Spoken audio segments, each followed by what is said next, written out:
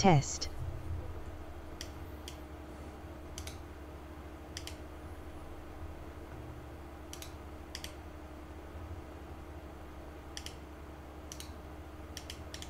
Streamlaments. Welcome to my channel. Nightbot. Welcome to my channel.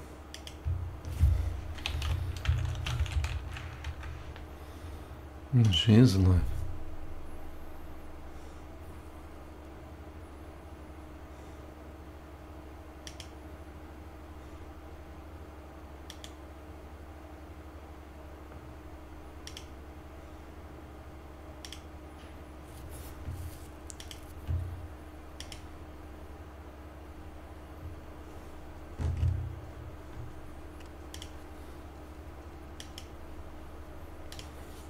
After hearing, of course, that statement from Pilstead himself. And when you combo it with the now famous or infamous, depends on how you look at it, 2024 post by Patrick Soda at Arrowhead outlining their ideas on weapon balance, you really start to get an idea for what Arrowhead actually intended with this game. And to be honest with you, it's a bizarre take. And even now, when I read this and watch it all over, it still makes me shake my head. And forgive me for dropping in this reference here. Don't flame me down in the comments if you are a massive fan of this title. But reading here again through this Lasoda blog post and watching these videos about Helldiver's vision and how the game was supposed to be, how you're meant to be underpowered and expendable, it really started to remind me of Darktide. Now, as someone who had never experienced this game until recently, I took it on faith and I listened to Anatar, one of my longtime friends and Discord mods, who said that this was a great gaming experience. He said we would stick side by side, shoulder to shoulder, it was going to be fun, and we would tear through this mission together. In reality, as soon as the mission started, he sprinted off with his perfectly crafted invisibility build, wildly slashing his knife, letting his bloodlust get the best of him, leaving me moving many times slower than the enemies chasing after me, hopelessly shooting a weapon that might as well have been throwing cotton balls out of its barrel, and it left me feeling miserable.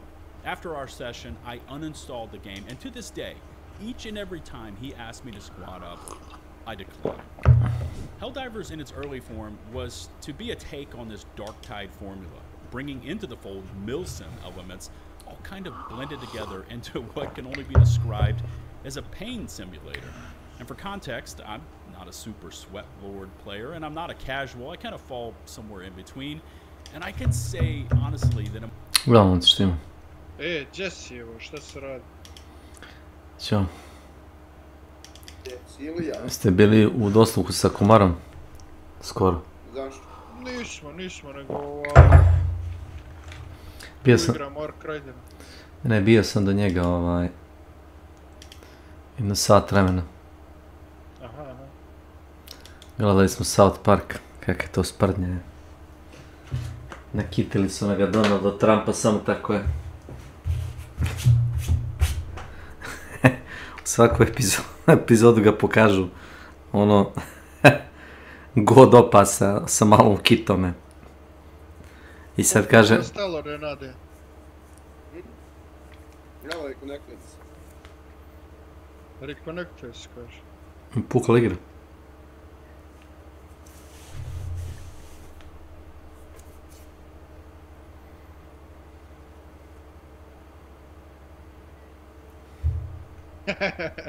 Jebi ga.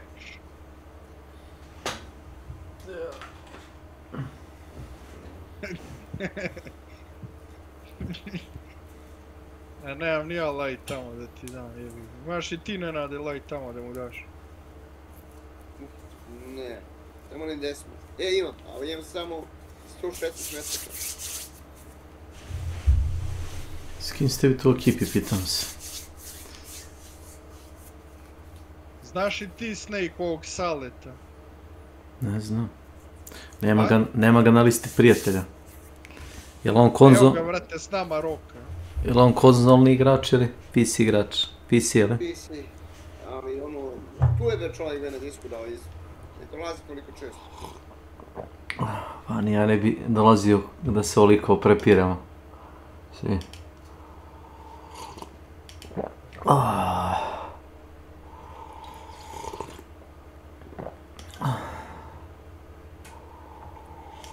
Šta ćemo, idemo na Tavero, ja? Da li vredi da idemo sad tamo? Mačak si ga A najel. reci mi, Nenade, ne možeš da Nije igraš samo još to da sve. recimo Vjeruješ da sam htio da revivujemo nego što je rekao da onaj nema ništa. kurac, kako se zove? Au. Šta će nas? Kod mene je to Pozor. DLSS, a kod tebe je onaj... Tu su smakli robota tamo. FSR. Stop it, you're gonna I'm get the blessed. FSR, yes. Techničar. Možda bi ti to... Ne napravio sam ga. Brinu te ljudi. Pa dobro, Pa smanji oni što su performanse smakli robota FSR. tamo, razumiješ, otkud znam šta im je cilj. Tebi samo Windows... Yeah, I see you, stop it, just stop it. You hear me? Stop it, you're gonna get blasted. Yeah, I see you. Stop hiding. Don't shoot! Yeah, stop making ambush, go your own way. There are a couple of people behind you, man. Yeah, nice. Nice try. Nice try. Sale, baš i nema Ne pucaju.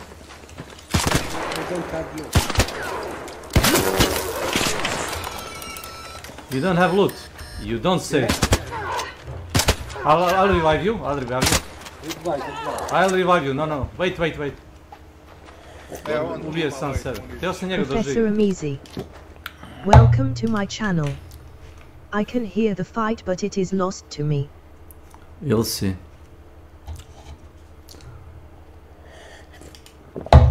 It's ovaj ti Sale ima light municiju, on. failed ambush.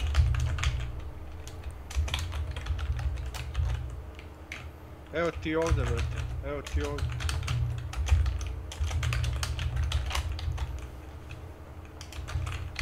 Yeah, some guys were following us, even though I told them like 2 times or 3 times to stop what they're doing. They keep pushing until I kill them. Tu vjerojatno već ima ljudi, s obzirom da su... There you go. Ovo su otvorili. Polako priđe ovaj... Sale. Nice. I mean, Eno, pucaj ga.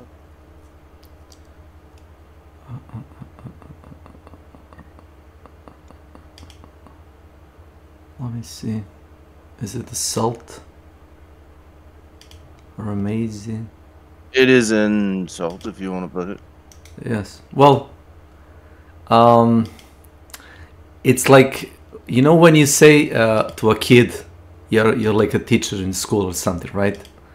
You say to a kid, listen, I see you are trying to cheat. I'm gonna pretend I didn't see that. Put it away. And he's like, ha, okay. And then Then he doesn't put it away. He does it again. He does it again. And what do? Punish him. Yes, Oh, damn. exactly. Exactly. Yeah. Yeah. That's what I did. Yeah, I feel like a teacher. It's like a ethic, you know, ethic. I'm trying to be a nice guy, you know, not to shoot somebody You're in the making back. it hard on me. Yeah. What? What part am I making hard on you? Oh no, you mean figuratively speaking? Yes, I get it. It's like a conundrum. Like I see you like doing like a poor job on stalking me, and even though I like open the mic and I'm like trying to tell you to like not to follow me or engage, you still do it. It's so fun. It is funny. It's like the problem is that's like not even the first time. Like I can like even count the amount of times I told people not to fight me, like, and they mistake being cowardly for being, you know, like defensive. Being kind for being defenseless. I didn't even loot those guys. They told me like we don't have any loot. We started the match, and I said like, why did you shoot? Like go loot, shoot a robot, whatever. You're here Some to. people I think just like to start fights. No, they mistake the game for like a Call of Duty, you know, like a Arena or like a Quake match or a, I don't know, Counter-Strike game or a you know, PUBG. It has a third-person perspective. You collect ammo and weapons, so it's kind of a like DayZ or a PUBG, but it's not. It has it has like a different plot, and at least to me, in a sense, it's like it's kind of too early to say. Like it depends on which way developers want to go with the story and, you know, the thing, I guess. I mean, I would play Helldivers 2, but they have currently identity crisis, you know, with their game. Why? What do they do? What's the matter? So it's stupid. Steam survey says around 10 or less % people have like HDD, you know, like you know those old hard drives, you know, the big ones. They use like a magnetic discs. Oh, an HDD? Yes. So under 10. You realize I was on one last year, right? So under 10% Steam users still use those. But here is a caveat. It's used for storage. You can buy one cheap, like 2 terabytes. 2 terabytes is a lot. It's not expensive. It's like 20-30 bucks. New one with a warranty. So you use it for stuff you don't want to access like non-stop. You know, you like want a movie or something. It's a storage. You know, you don't use it for gaming. If you want a game, you use a HDD, the SSD or a M2 drive, which is a lot faster. So in all of their like wisdom, the Swedish developer, the Arrowhead Studio, said, because like under 10% people on Steam still use HDD, we're gonna duplicate game files, so those people will have a load time approximately same as you with your, you know, no. better hardware. So the game is not like 30 gigs. The game download size is 30 gigs. After it installs, it inflates itself to like 120 gigabytes. Yeah, it's huge. Yeah. It duplicates the files. It writes same file left, right. So when you load the level, your HDD, if you have an HDD, the needle head doesn't go that much around the disk, so it will load faster. It's really actually a genius idea. If like 90% or more Steam users actually don't use faster drives. Yeah, it doesn't make a lot of sense to And the consoles, you know, the consoles are the part of the market for the game, like a PlayStation market and Xbox market and Steam, what's it called, handheld console, Steam Deck also can run Helldivers.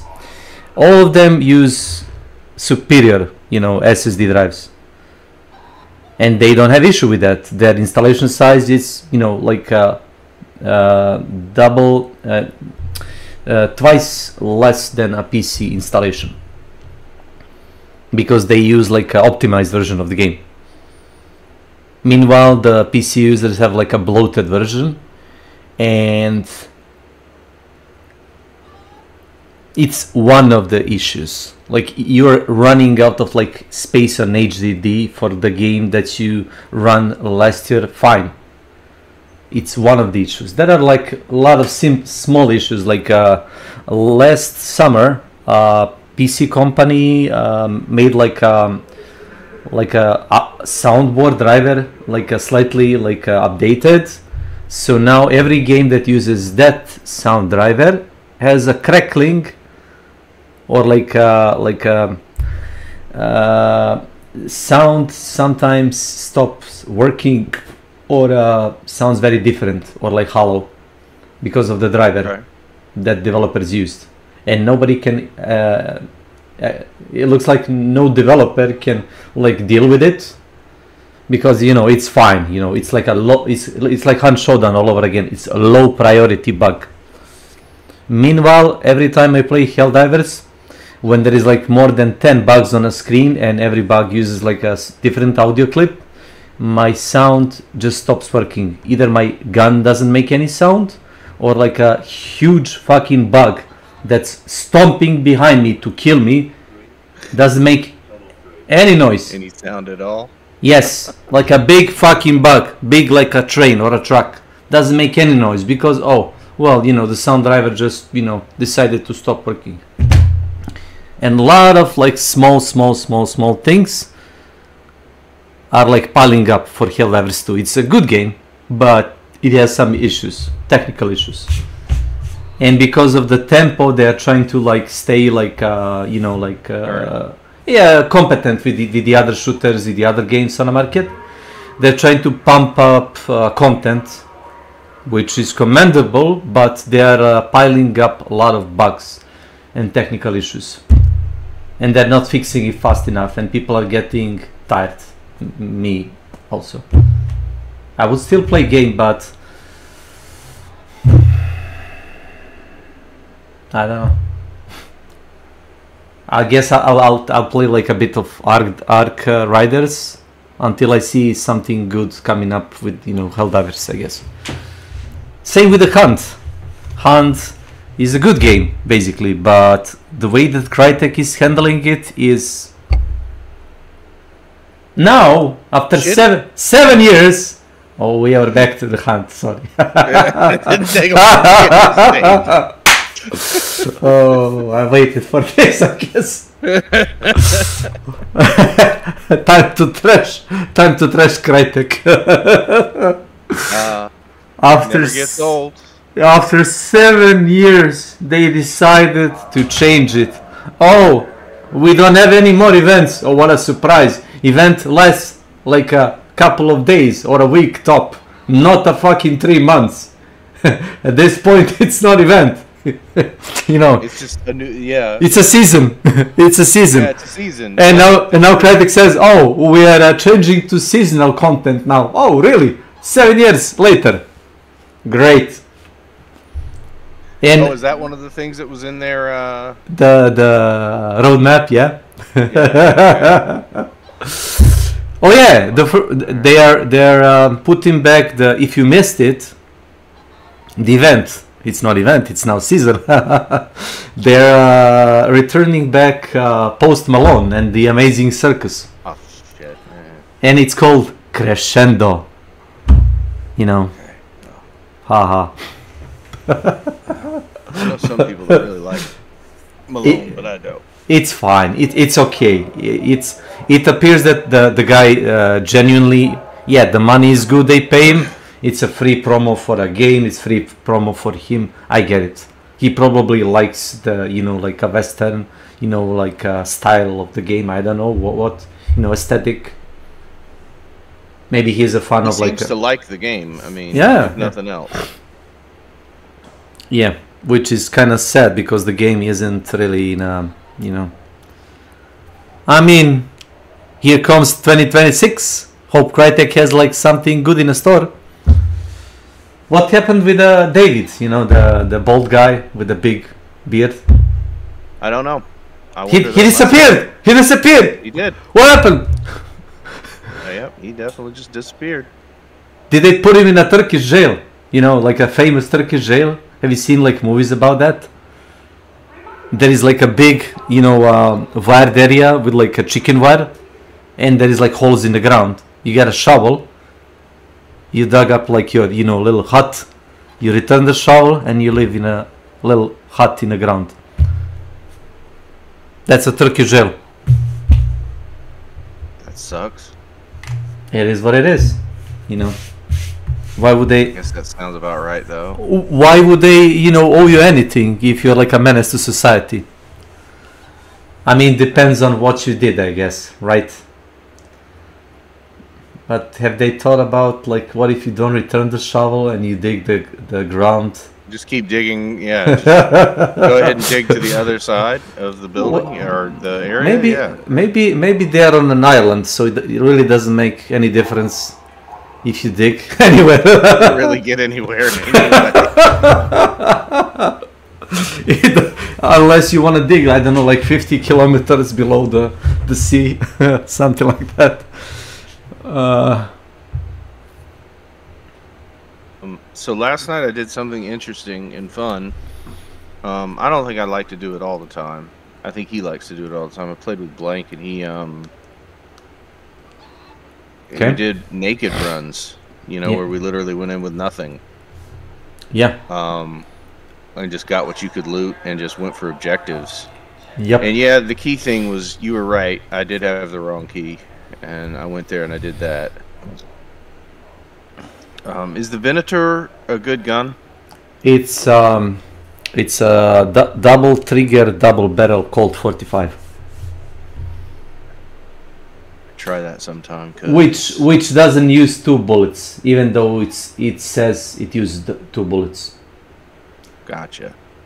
Okay. You click once, it shoots 1 bullet. It kind of shoots faster, I guess. You know, like. And you said a heavy shield is pretty much useless. It slows you down. It's a significant reduction.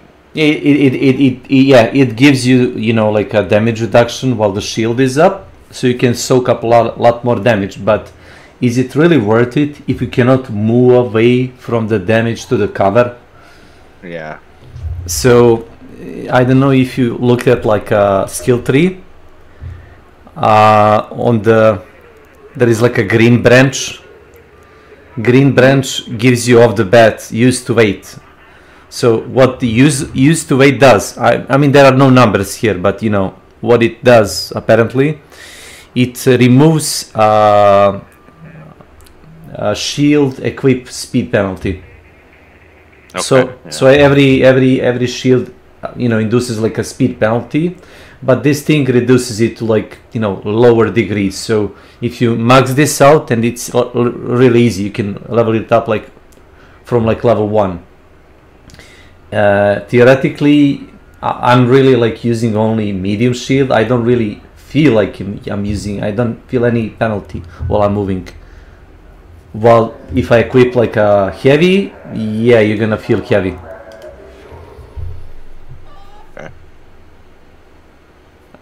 And I had like an argument with friends. They say, oh, you know, like a medium and light reduce 40% of incoming damage. Yes, but the medium has like a 70 shield capacity, and the light has 40, so it's more actually damage.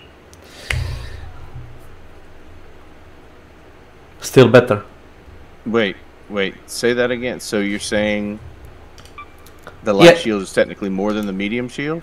No, if I can show you, like light shield offers 40% damage reduction. So if medium is 42.5, yeah, so it's negligible, but it doesn't say this thing has like 40. Yeah, it says 40 charge, so it's like 40 extra health, you might call it, but this thing has 70. So even though the damage reduction is, you know, minimal, the amount of shield you get is significant. Yes, you get 30 more shield. You can tank like around, I think, almost 2 shotgun blasts point blank with a medium. I think, I'm not sure.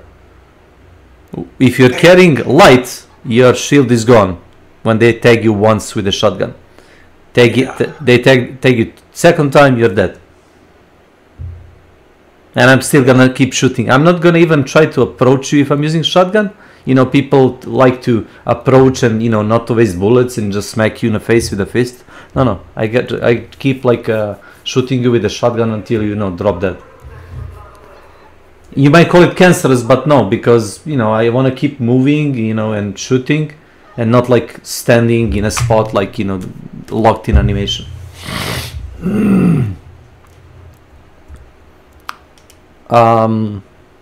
Yeah. Gotcha. So apparently, yeah, the heavy is better, but not really. And it barely has any more charge, you know, like energy that it gives you. It has 80 energy, while medium has 70. It's 10% more energy, but it's not that good. Anyway, How did you have fun with what's it called, Naked Run? We did. We ended up trying to kill a damaged bastion with our sledgehammers, and that was just hilarious. We did not succeed, but you know, I give us props for going out there and trying. I went solo naked like you did, but here's a thing. I played a lot of old maps, not the last one though. You know the what's it called, the new one, the bunker, Stella Montis. I know places you can get weapons from, and I was scrounging around the area, like you said, a rat. Yes, rat is a rat, but I'm not a rat. No, I'm not a rat in a sense. I'm gonna like. Vulture dead people. It's not really my style. I don't think anybody being dead on the ground has anything for me worth to pick up. I'm not, even joking. Amount of time I found anything useful from a dead guy is like once or twice. I maybe looted 10 guys. They give you 500 XP, but like a mini boss gives you like 3,000, 4,000 XP. Not really worth killing a guy for XP. Opening Arc Pro gives you 700 XP. Finding Arc Raider cache gives you 700 XP. Killing a guy gives you 500 XP. And the fucking guy is moving and throwing grenades and shooting. Why would I want to? Harder, yeah. Why would I chase the guy? He's probably gonna chase me and I'm gonna kill him. Like in a defensive. I don't know. PvP can be fun on its own. We had some fights last night. Actually, no, I didn't have any fights with Blank. We had some fights the other day that were pretty fun. But you are right. The game, it's very interesting that the game incentivizes looting the way it does. And it ends up making for... And I also realized last night when I was writing my review for Arc Raiders, Hunt, one of the things that I praise it for, and I do praise it, is that it organically forces you to come together as players. By centering everything around a boss and clues and stuff like that. So it organically pulls you. This game does not do that at all. I get into a map, I might have radically different objectives than you. I may never see you because I have to go to a different part of the map. So it makes PvP an active choice, right? You have to go looking for people, really, if you want to kill them. And you can make an active decision not to engage PvP. Exactly, yes. If you're not even incentivized. You tag somebody with a rifle. If he has a smoke grenade, he throws 1 or 2 smokes and he's gone. Who knows where he went? Unless he's in a desert without any cover. If he's like urban area with like towers, huts, if there is a wood, like a wooded area, who knows where he went? He doesn't want to fight. He has a good loot. He's like doing something. Why would he fight like 3 guys? He's off. Yeah. Yep, that is true. So, would you like to play a few rounds, or are you? Yeah. No. Okay. I'll accept. Let me. I'll go ahead and send you an invite, but I'm gonna run real quick to grab something to drink, and I'll be right back.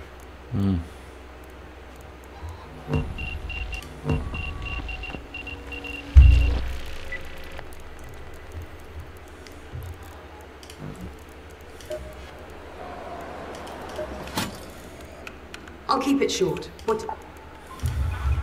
Back again? Must mean... Sorry, busy day. Excellent. Thanks.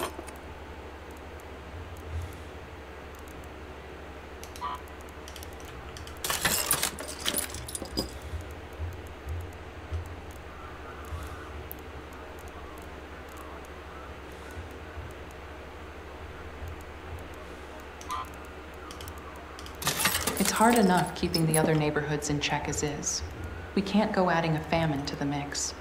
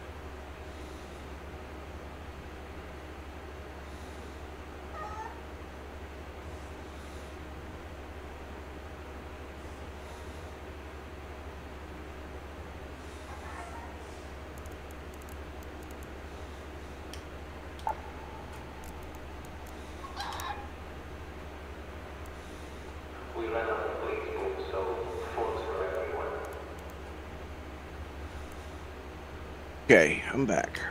Hmm. You don't have anything to do, I'm assuming? No, I did everything I wanted to do. Yeah. That's what, what's his face said too? You had everything done. It's like, you know, roaming around, maybe trying to find like some cool blueprint.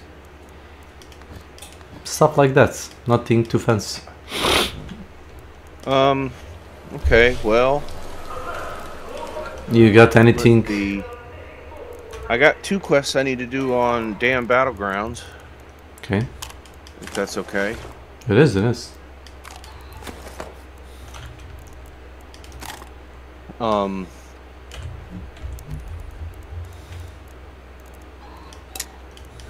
debating as to whether or not I want to bother with the expedition thing. I guess it'll switch over sometime in December. I'd say you got still plenty of time. Try to do all the missions that you could. If you finish all the missions and you got nothing else to work toward, to try expedition. Okay. That's the best advice I can give you. No, that's fair. That is fair. I'm going to take some Tylenol. My headache is getting bad. You didn't consider like trying? Does the alcohol helps? I haven't had alcohol in I didn't half a mean. year, probably. I didn't mean, you know, you'd get drunk or anything. Just, you know, like a little, you know, booze to make a pain go away. You know, like the old people do. Oh, I haven't been giving you Me. I haven't been giving you lure grenades. I've been giving you tagging grenades.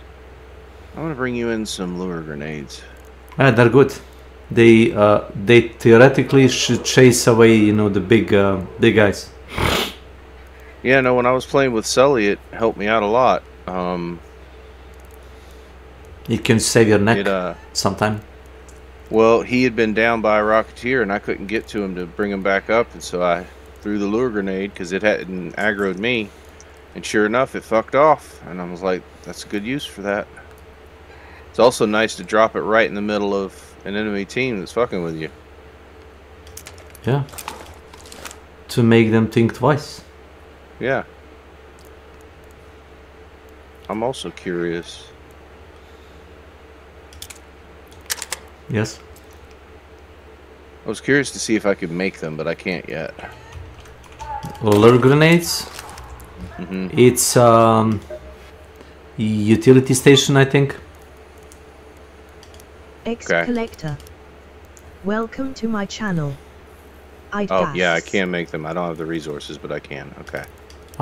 You can probably buy speaker components from the Celeste if you really want. Yeah. Let me see. Yep. Hey there. She sells five speakers every day. Okay. You can also a lot of blues electronic stuff salvage into speakers. It's like I need electrical components, which I can probably break some stuff down and get that too. Yeah. I don't see where she sells it though. I thought she would sell it like she does metal parts and plastic parts, but nope.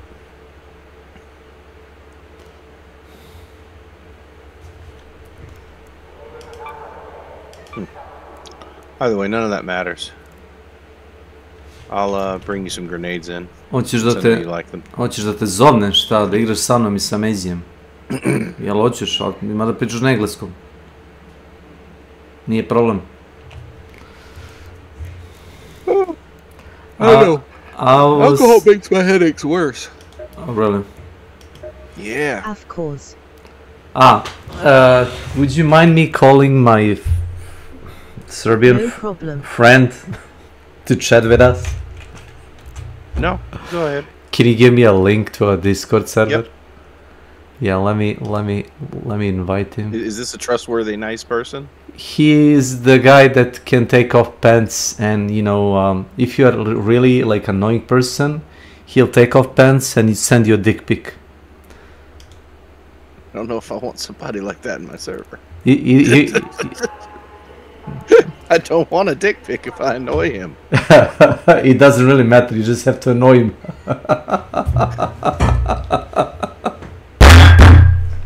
Sorry, I'm joking. You're fine. Yeah, no problem. I'm joking, and I'm not joking. There is a part of the joke that's truth. The part of it, it's like hyperboles. Does he want to play Ark with us? Yeah. So you can make a party. Yeah. Okay. Here. Yeah. Thanks. Let me leave the. How do I leave the party? How do you? No, I mean like I'm literally looking. I don't see a leave. There is a leave button, or disband, or whatever. Wait, let me see. Yeah, leave. And I'm gonna invite. And you. And let me see. Why did they make the lobby so noisy? Why? narrative design theme. Yeah, nice. We're going to annoy you with our universe.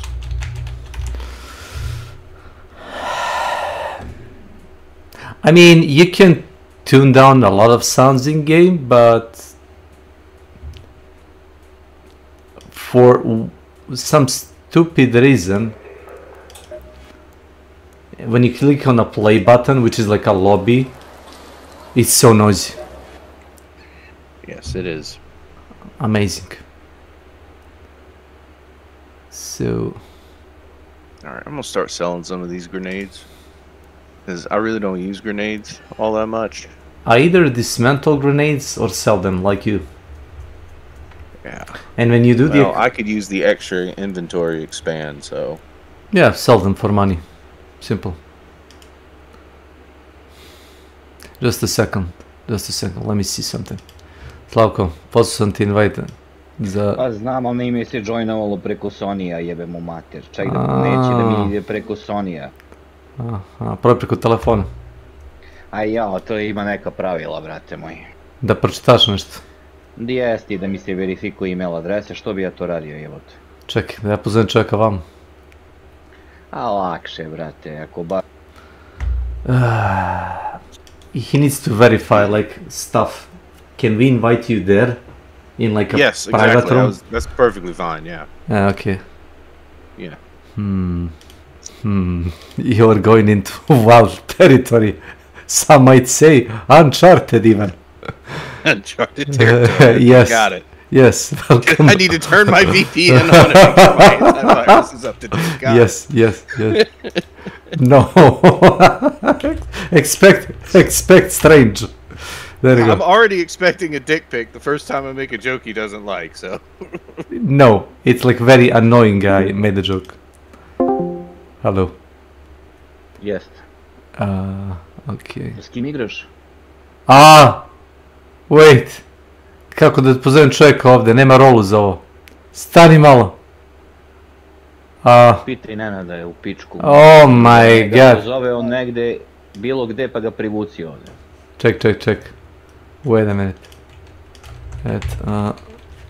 Amazing. Pick any room. We have to give you roll. Oh, fuck.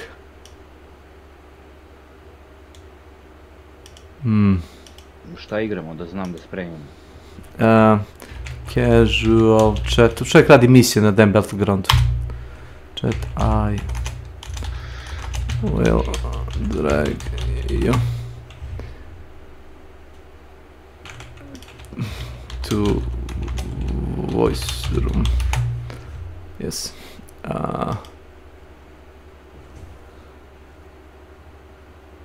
Aha, evo ga. Kinuo Florijuš. Wait. Ah, there you go. So anyway, I need to give you. welcome. Yeah, I need to give you roll. If you don't mind, I can give it to you later. It's fine. We are the guy, you know, who does that, you know. No problem. Amazing. Yeah, but right now I am on fucking console, so I can do shit. Sony has like a issue with people using Discord. They don't want you to relax. Yeah. They have a lot of restrictions. So we are playing them at Battleground. So which one are you doing? Like the closed room in the water treatment? Is that one? No, I finished that one. Okay.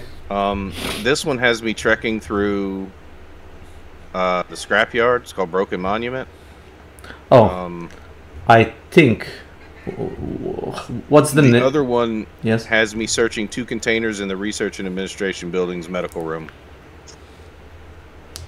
Yeah, that's So gonna it's be really simple.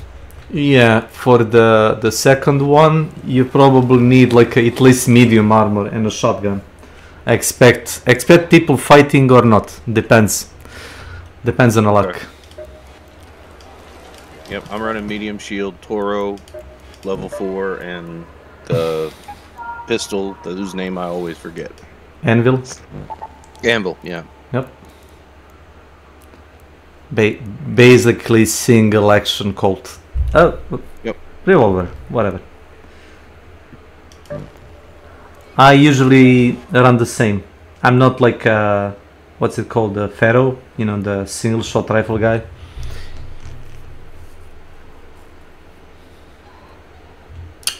It feels like when I shoot that single like sniper bullet, I'm gonna get rushed by a guy with a. I bring arpeggio, and I can bring hatch key. It's okay. It's fine. So I'm gonna guess it's something about the monument. One of the assignments. Ah, yeah. Yeah. So you need to find the helmet and put it on a stick, and that's it. It says that I need to search for a compass near the broken down vehicle, videotape, and old fuel rations. Yeah, you need to find 3 things and get them back. Okay, sure. Yeah, last night I don't think it was the first Baron I ever looted. I think the first time I played, I looted a Baron with you. There was one in the swamp. Or 2, even 2 of them, I think. It's like a lore of the game. Like there was a first wave of like arc robots, you know, enemies, and people fended them off, and now they are back smarter and stronger. Except they call the gun on the Bastion a Gatling gun, and it's definitely not a Gatling gun, and that bothers me. Because I'm a fucking noob. I'm a nerd. It's not. It's something, you know, like a rapid fire, but not really a Gatling.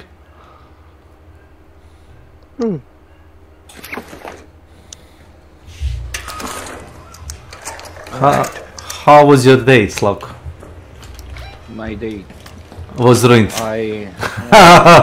Sorry. So we're going quite a distance. Red alert, Raiders. No. We've spotted a harvester in your area. A queen is guarding it with her life. Only engage if you've brought your best gear, lots of backup, and a very good plan.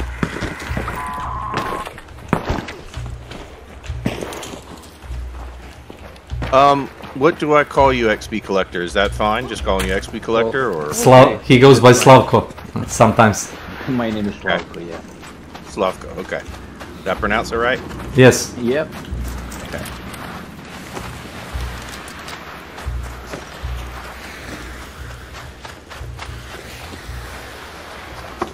Oh. And let me do this. Let me see.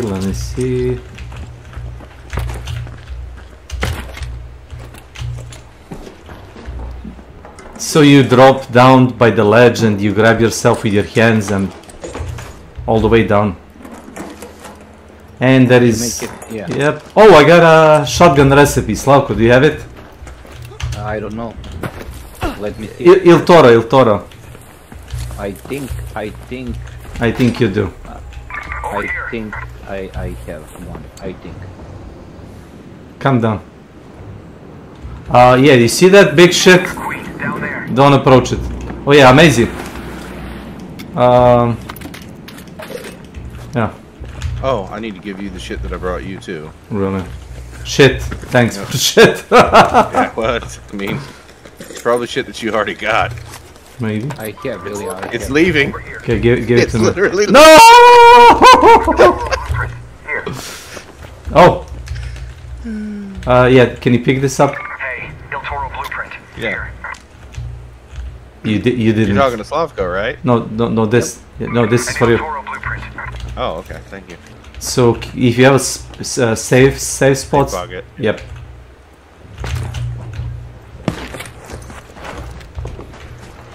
So that's a shotgun recipe. I don't know if you already have it. I don't think so. No, I bought the Il Toro. I didn't. If it has like a little sign on it, you have the recipe. If it doesn't have a sign, you don't have it. Like a little mark on the side of the blueprint. Yeah, I don't have it. Like check. Yeah. Check sign. Yeah, I don't have it. So now you can, as long as you have like a gun parts, you can make unlimited amount of it. So this is like mega boss of the level. Yeah. But you really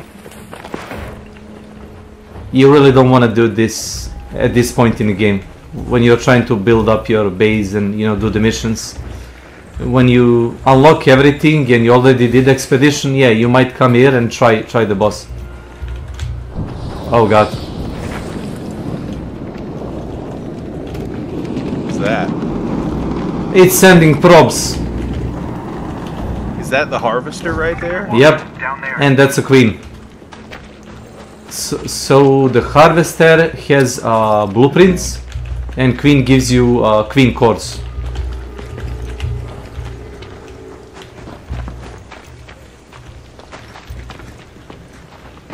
Our friend Tom is going to do that 2 times already. I actually stole the blueprints 2 times also, but usually there are people contesting it. And it's kinda like ridiculous because you're trying to do the very like hard puzzle thing while people are running inside and try to kill you. Also the Gruva. Bombardier.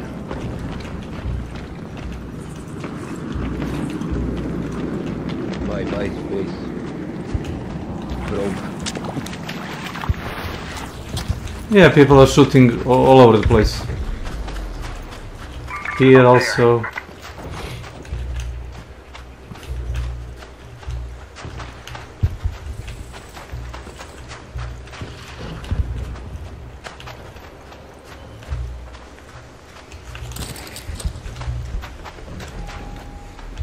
And there is a little blue thing. Over there. We actually managed to kill a... Yeah, it's a surveyor. Yeah. Yeah. Actually, I have a quest for them too. I got that quest right after you. Guys, a gun. You know the Colt 45 I told you? The Venator? Yep.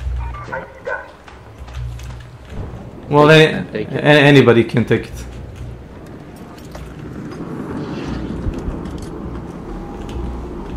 Yeah, I'll take it. Thank you. Hey, don't shoot! If you're gonna do it. No, I'm not gonna shoot you. Just go do the stuff. Yeah. Go with the piece. Yes. Thank you. Yes, we see you guys. We see you. Go ahead. I saw 2 guys. Don't shoot. I'm not gonna believe them. Hey, don't shoot! Don't shoot. Behind you, Maisie. Stay close. Yeah, I see him. Yeah. Hey, team up. No, we don't want to shoot the queen. Like no, thanks. Sorry. No, we're gonna. We want to do the quest. Nope. No thanks. Slavko, pull your gun out. Yeah, yeah. Guys, really, you're making me nervous. Go do your own thing. Yeah, take care. Don't shoot. Nope, we won't. Go. They went the other way. Okay, I don't know who's shooting now. The other team, of course. Nope, somebody's shooting at us. Other team.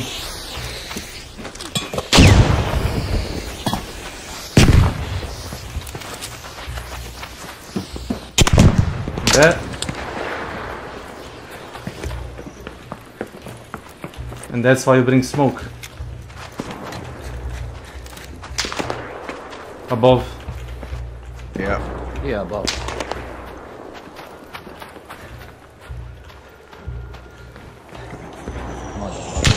I would say go into the pipe. Yep. Oh god. What a mess. Thank God they were bad shots, though. I mean, they might not even shoot at you. They might shoot at the other guys or the queen.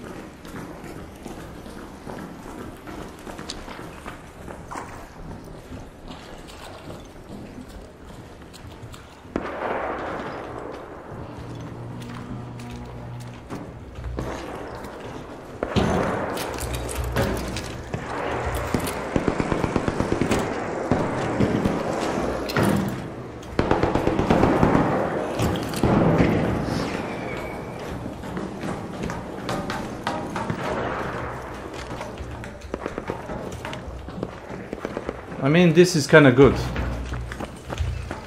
You'll see why.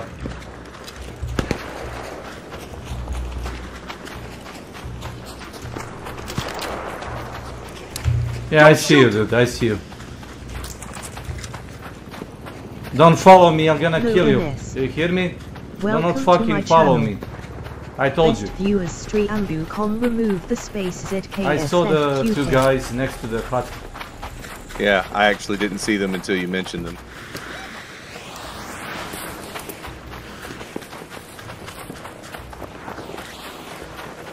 I kind of get annoyed by people following me around. Yes. You saw you that, get right? So, yeah, I do, and it's so fun.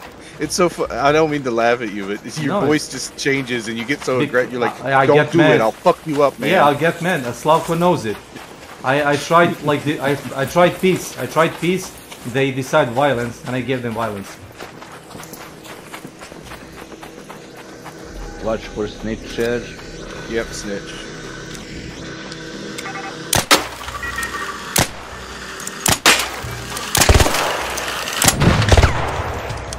Do you need a scanner? I do, but if Slavko wants it, he can take it. No. Slavko already did it, from what I remember.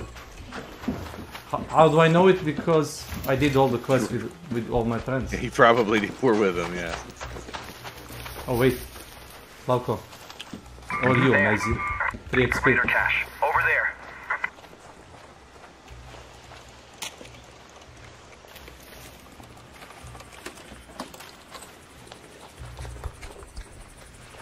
Oh yeah, amazing.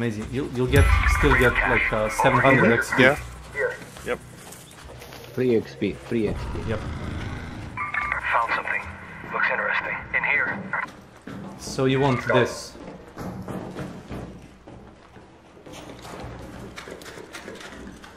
This Oh, looks yeah, I do. interesting. Okay. Over here.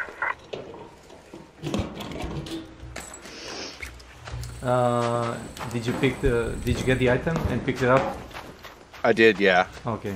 Because sometimes the game will like spawn an item on the ground.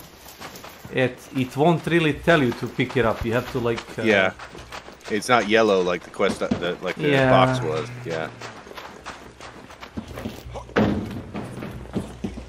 I found something. Looks important. Right here. This looks interesting. Here. Thank you. Yeah, also I don't like fake friendships. I get it that some people maybe want to kill a boss, but if you want to team up, you don't follow a guy, you know, and run behind him. Yes, that was obnoxious. I found something. And it made me nervous too. Here. Yep. That's why I keep backpedaling and watching them. And I never like put my gun away.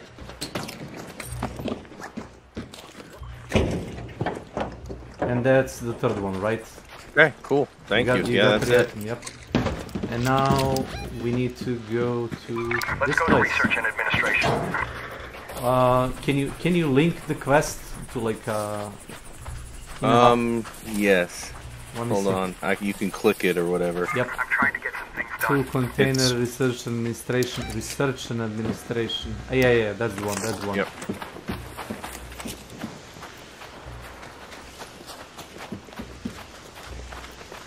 So, which shift are you working, Slavko? I already work for today. Oh, the third shift.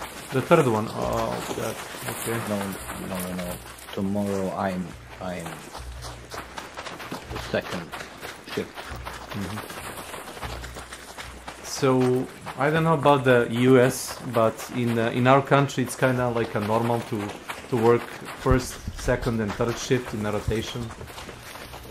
Even though it's abnormal, but. You mean you'll work first shift, then you'll work second shift the next time you work in? Yep. Okay. Yep. I don't know if that's normal. No, I don't think we do that. I mean, obviously, shift work depends on your job specifically, but like normally, I've never heard of that before. That's interesting. It is. I would go from below. Wasp, there. Okay.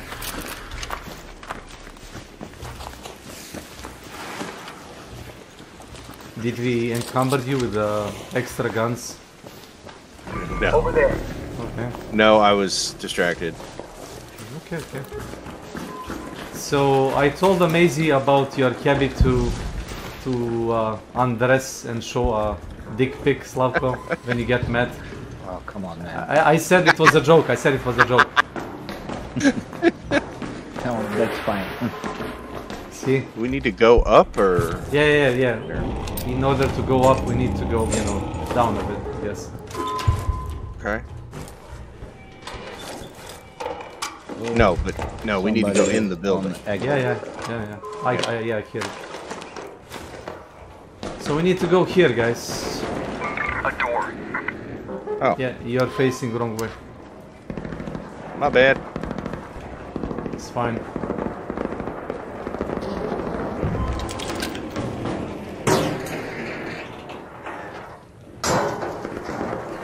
So my skill with the breach is kind of like, maxed out. It should be silenced, but I'm not sure about the silence level. It certainly wasn't loud. It could be louder. Not to me, running up on you. It could be louder, I guess.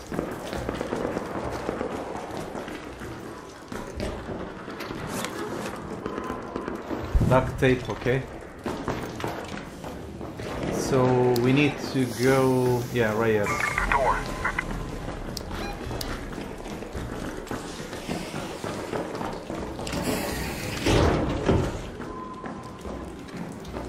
So this is like a backdoor area.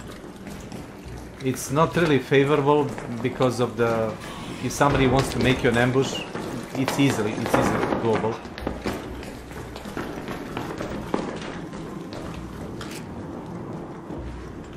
Oh, it's open. Wait, we don't need to go here. Not yet. Yeah. Go back, Slavko. We don't need to go there. No. Okay.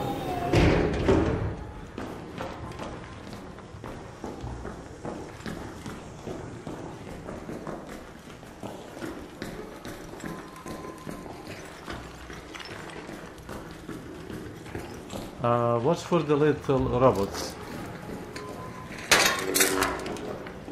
Yeah, there's a little robot right there. There could be more. Probably more. Yeah, they respawn, by the way.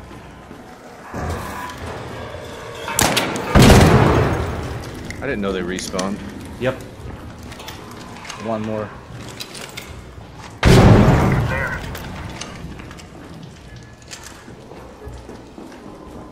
Yeah, let me go first. Okay. Hey, don't shoot! Hello, hello.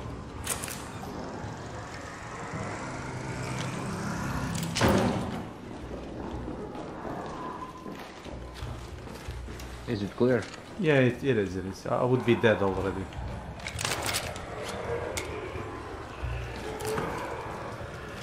Are there miniguns in this elevator like there were yesterday?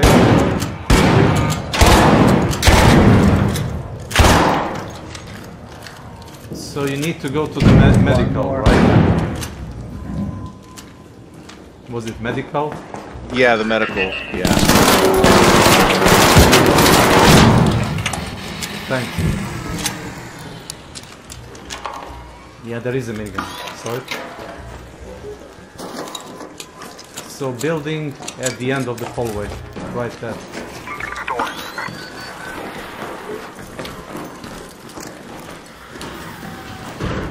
You need to loot 2 rooms. Wait, wait. Okay.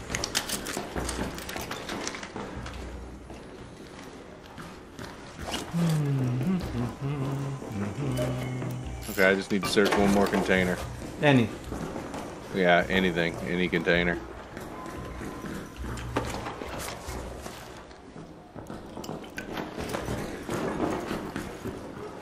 Can probably just go into one of the other rooms, right? No, no, no. It has to be this room. Oh, okay.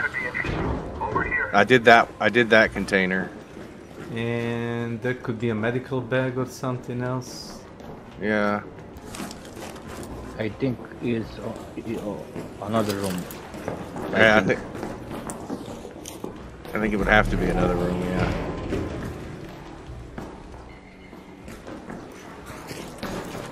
Huh.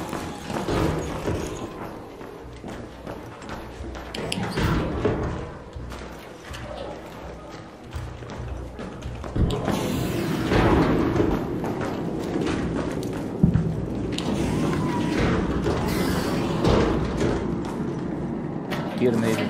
Over here. Oh no, I got it. Just searching in that room. Did it. Yep. Maybe the whole wing is like a medical or something like that. Yeah. Yep, we're good. Thank you guys.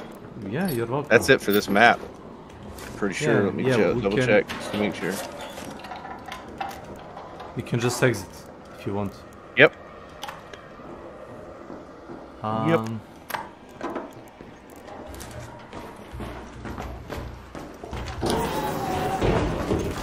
I mean, you could potentially found a blueprint in this building.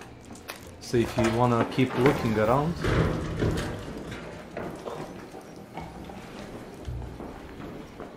But there is like a good advice. Stick with the team. Yes, I'm here. I don't know if you like do that. Like it's not like you know in a Hunt Showdown like everybody goes everywhere. Because in this game you die really fast if the 3 people you know sense you. An is en route. The safe window is closing. 10 minutes to get out of there. I repeat, 10 minutes. Nope, I'm with you guys. I ain't going nowhere.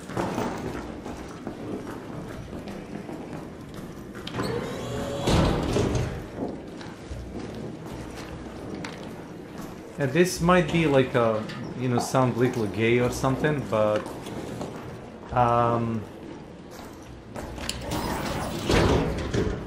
the amount of times you won't die if you're like sticking with a team is like absurd. Oh, okay. Gun parts.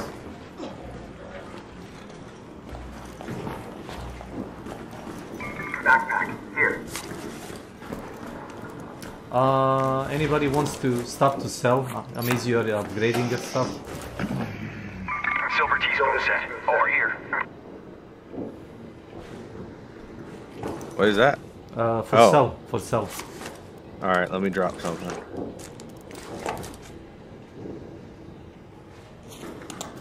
I don't think I need that. I don't know, I dropped a water pump. I don't know. It's just a blue. You have also this. A statuette. Also for sale.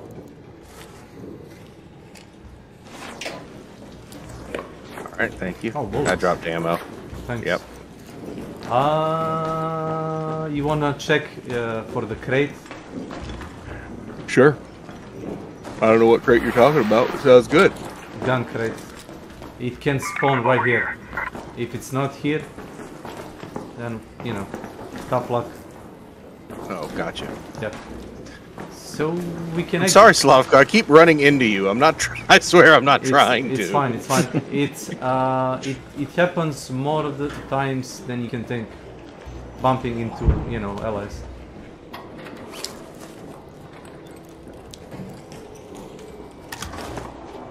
Please don't send a dick. No, no. That's only for distinguished intellectuals. For the truly annoying. Medical bag, here.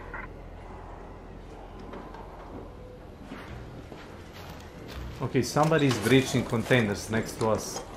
I think we should probably leave.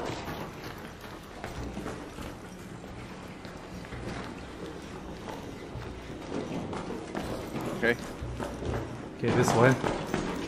Alright. Hey, don't shoot! Hello, hello.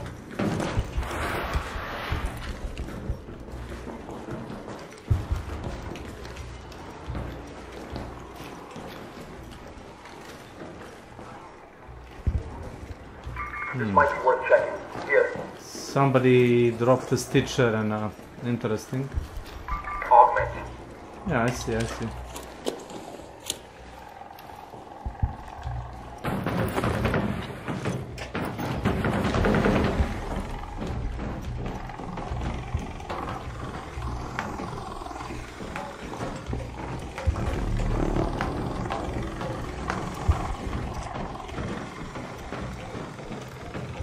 Why? Misclick.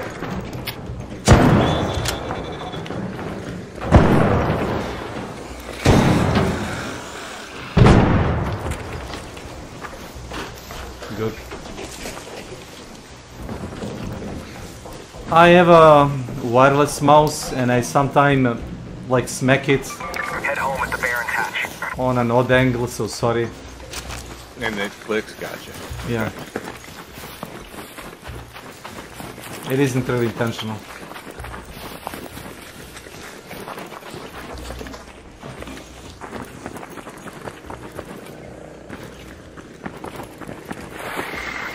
Up there.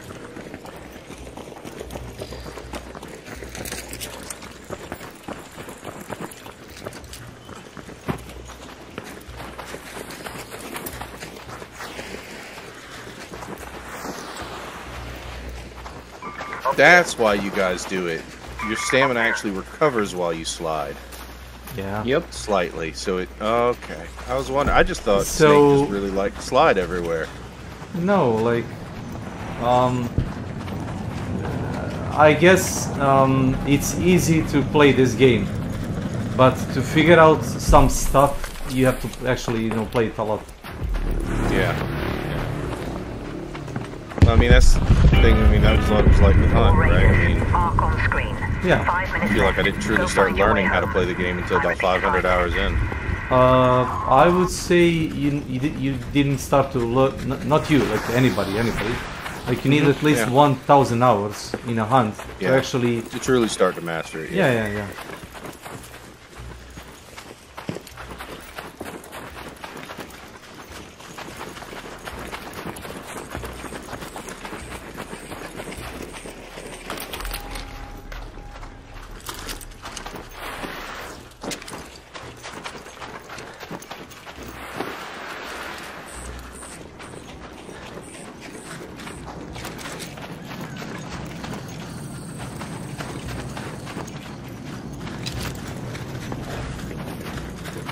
Well, I hope those guys kill the boss.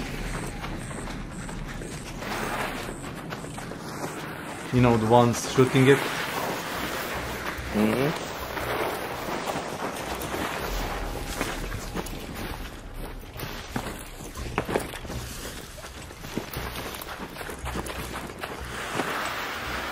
Head home at the Baron's hatch.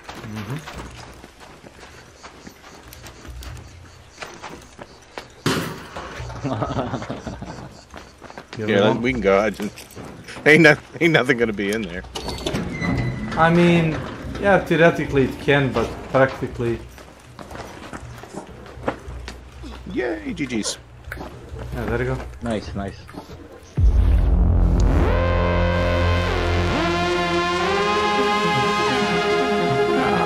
I mean, when I play with Slavko, we usually do it like this. We focus on like a thing we want to do. We do that.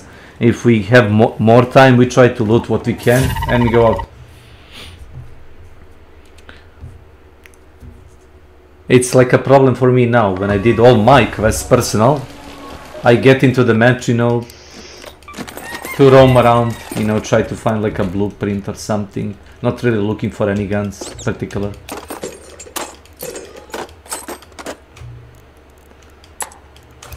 Thanks for ammo.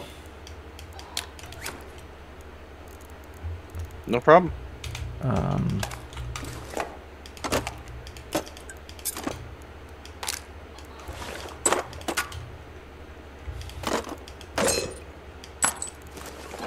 So did you get more assignments?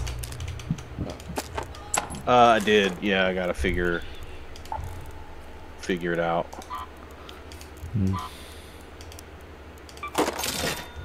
Let me go Broken Monument.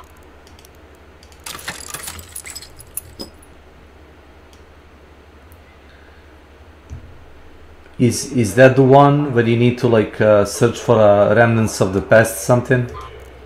Yeah.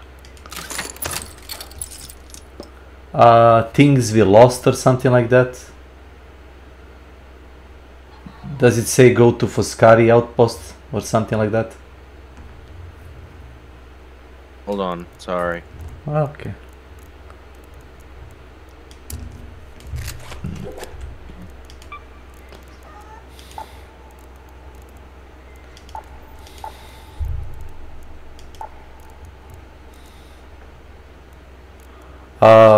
Amazi is my old friend, acquaintance from Hunt Showdown days, Slavko. At least something good came out of that, I guess, beside that broken game. Unfortunately, broken game. It's how much the game is old? 7 years? 7 or 8 now. It's actually not about the game, it's like the people you meet when you play the game. Yeah.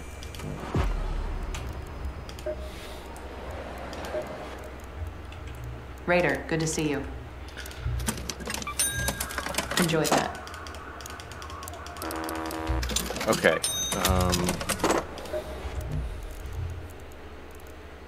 Shoot. Loot and shoot. Yep. Okay. What I've got next is marked for death. So I have to reach a warehouse in the outskirts of Buried City.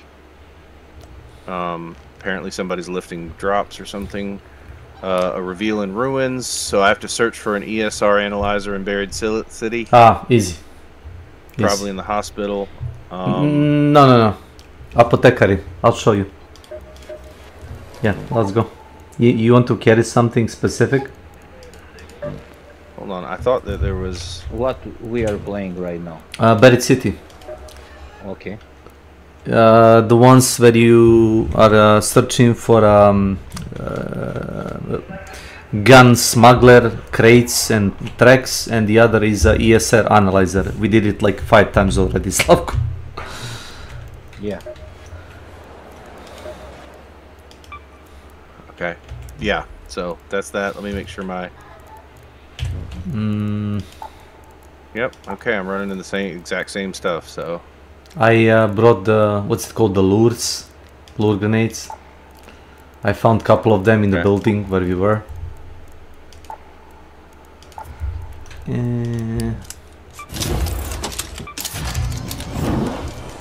Okay.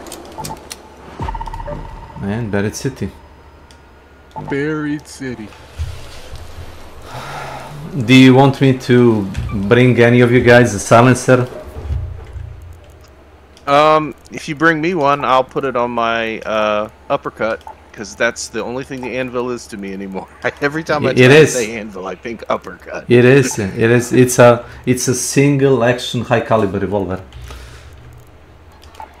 I mean, that way I can shoot with you and not alert the entire map. Yeah, it's not like it doesn't really nullify the sound. There still is a sound, but it's hard to pinpoint where it is. Yep, much smaller range. Do you need one, Slavko? Treba li prigušivač? No. No, okay. I have a muzzle brake on my RPG. It's not the same! Okay. I know. It's not the same, but... Okay, I brought you silencer. Okay, thank you. Readying up. Y'all have a favorite map? If I play solo, it's probably Blue Gate because it's fucked up difficult. It's challenging. It's challenging. If it's friendly map with not a lot of dangers, it's probably them, Battleground. And Stella Montes is... I've heard bad things about Stella Montes. It's I don't know what to say. As soon as you start shooting other people, you get third party, either by robots or other people. Yeah. It's it's mess. It's mess. You're either friendly with everybody, or it's like total war, and then you don't know where they're shooting from. I'm on an assignment. Exactly. A silencer Mark II. Here. Go to Plaza Rosa. Oh, there you go. Plaza Rosa. Yes. Plaza Rosa. Plaza Rosa. Plaza. I don't know why a lot of stuffs in a game have like Italian sounding, like names. Il Toro is like Italian for bull. Arpeggio is probably also Italian word. You know, stuff like that. I don't know if the developer is... Wait. XP? Free XP, guys. Raider cache. Over here. Oh man. Shit.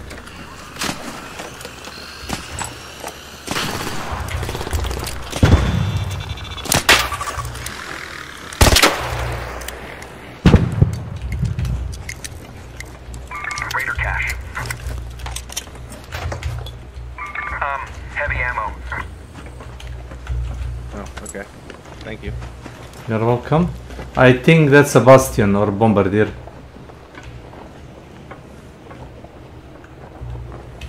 Can I step away for like 2 seconds? I will literally be right back. Just gotta go across the room. Okay.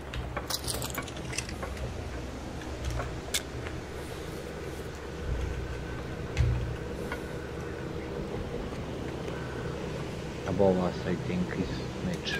Yes. I think. It is what it is. Okay, I'm here. Yep, sorry about that.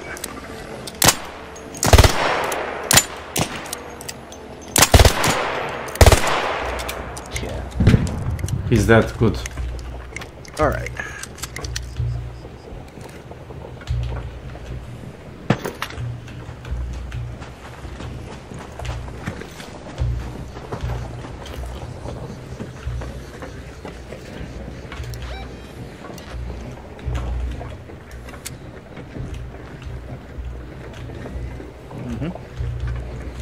It is a boss. Wait, Slavko, let me see. Can we get over the roof?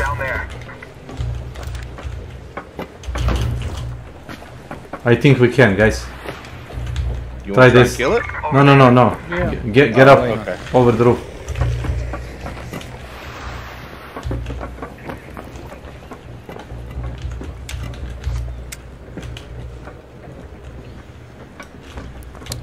Don't shoot! Hello, guys. Yeah. You wanna kill the Bombardier? Yeah. Thanks!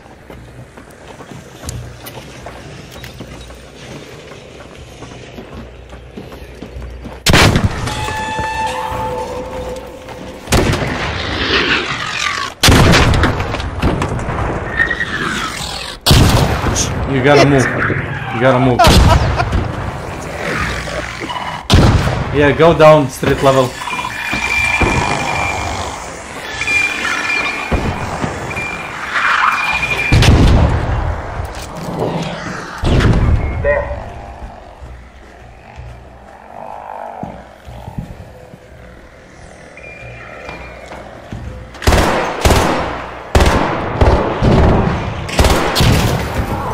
Slavko. Slavko. Thanks. You're welcome.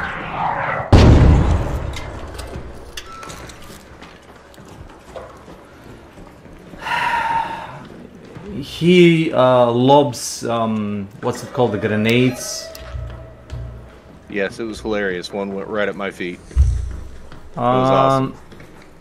I was like, oh my god. Slavko, people are probably in this building. You know, the ones. So... Out there.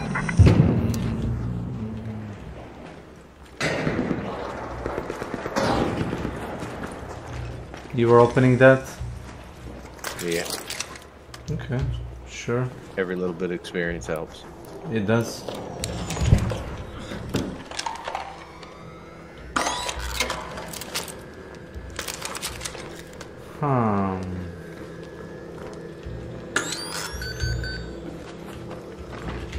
I'm trying to deduce, are those people gonna shoot us or what they want to do?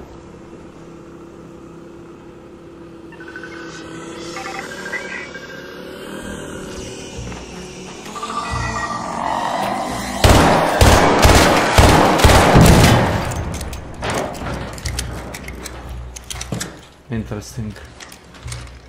So, either save the snitch scanner for crafting. You can throw it on other people as a grenade.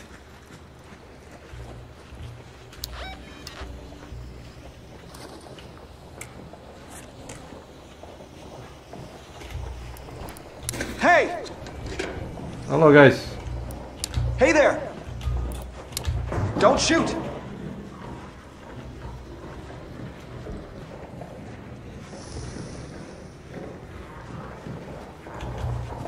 I say that, and I hope for best.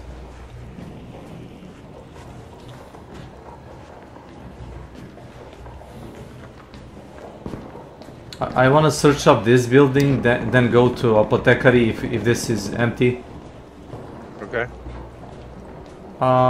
Because in order to get to the building we want, we need to, yeah, in Pharmacia, we need to turn our backs to them and hope they won't shoot us from behind. I wouldn't risk that. I have a zipline, a deployable zipline if we need it, by the way. I don't know if that changes your strategy any. Not really, because we have to stand in front of a door and, you know, destroy it.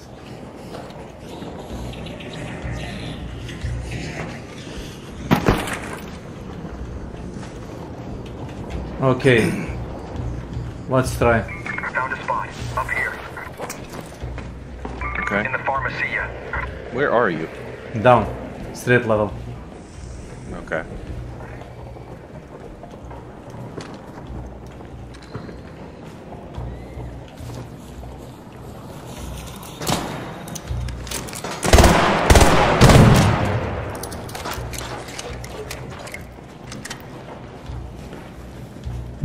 Okay. Can somebody destroy that? Destroy the door? Spotter.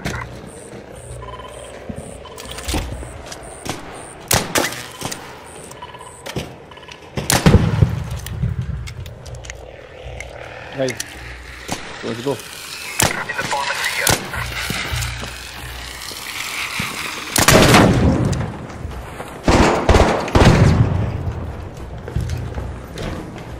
So what you're looking for is this right there.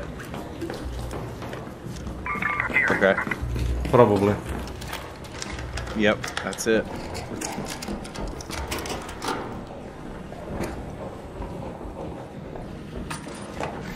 If you have a safe pocket, put it there. Okay. Done. And now we go here. Go to that location. Okay. Okay, let's find a back door to exit. Okay. Yeah. Here. Yeah.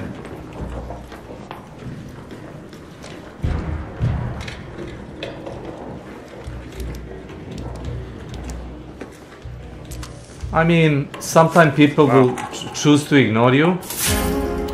Oh god. I can even get the other building from here. That's crazy. Yeah, you can.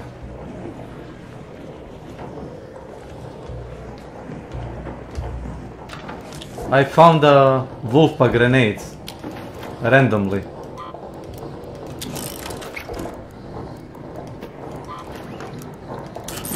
That's a grenade that used to be able to one-tap these like strong boss enemies.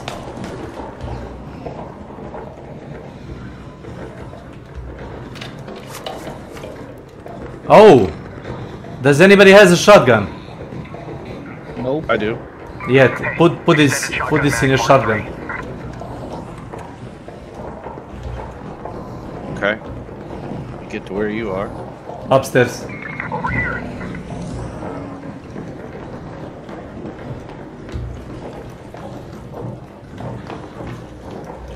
Could be something. Here. Oh, that's pretty good. I think it is.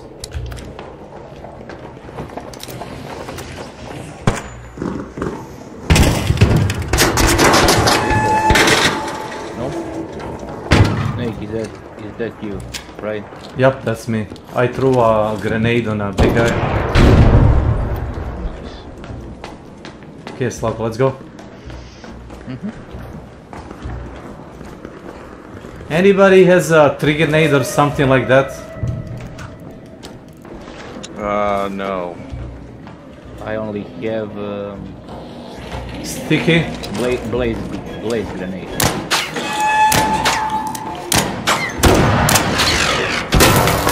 Oh god.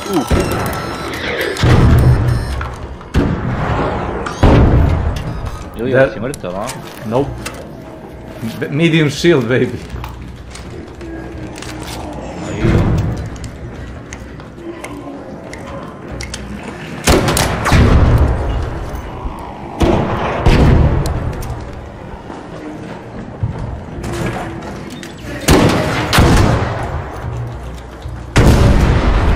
He's dead.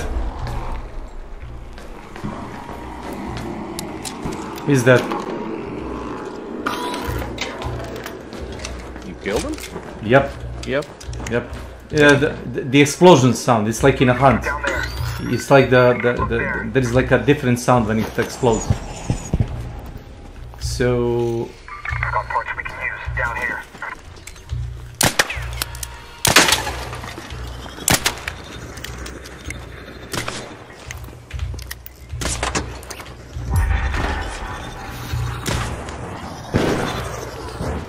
Ljudi.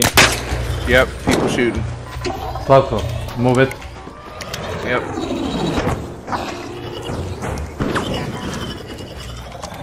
Okay, take it, son of a bitches. Move it, Amaze, move it. Yep. Just trying to give you cover fire. Yeah, they were camping it. Funny.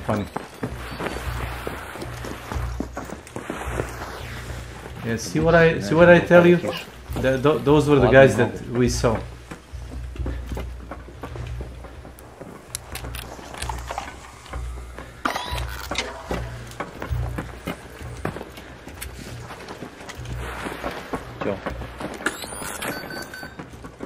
So you know what's gonna happen now? More of this like vulture guy is gonna come, and they're gonna fight over that thing.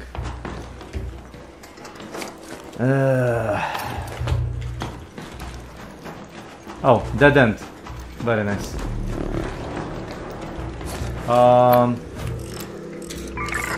Fine wristwatch. Over here. Might want to sell this. Let me bag that. Oh my god. And sell this also. Hey, mixtape.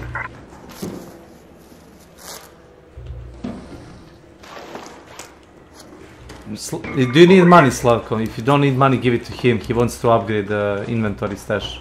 Oh, yeah, it's not a big deal though. It's 10,000. Yeah, this one. 10k, man. Okay, thank you. I mean, I know that you probably need more inventory space, right? Almost always. In fact, I don't know what I'm gonna do when it maxes out. You're still gonna run out of inventory space. I know. That's what. It's just delaying it, you know. It's just delaying it. Yeah. Yeah.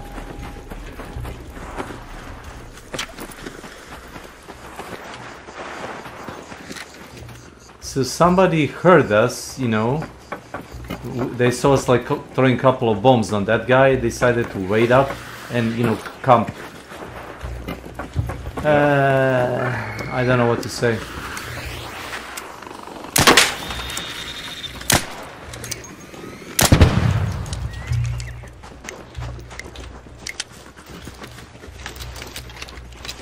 No different than what happens in Hunt.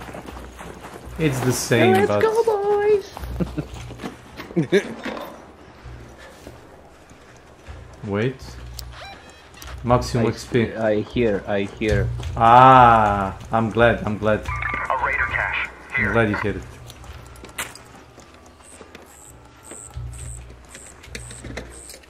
Any recipes? Unfortunately, no. Yeah. Over here.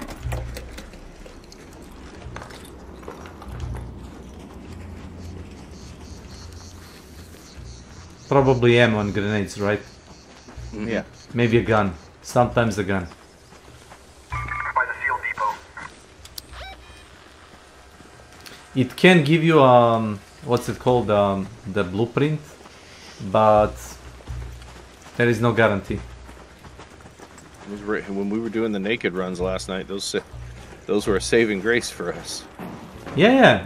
I once found like 6 or 7 of them, you know, across the whole match. You can stock up on, you know, medicals and grenades and ammo. Easy.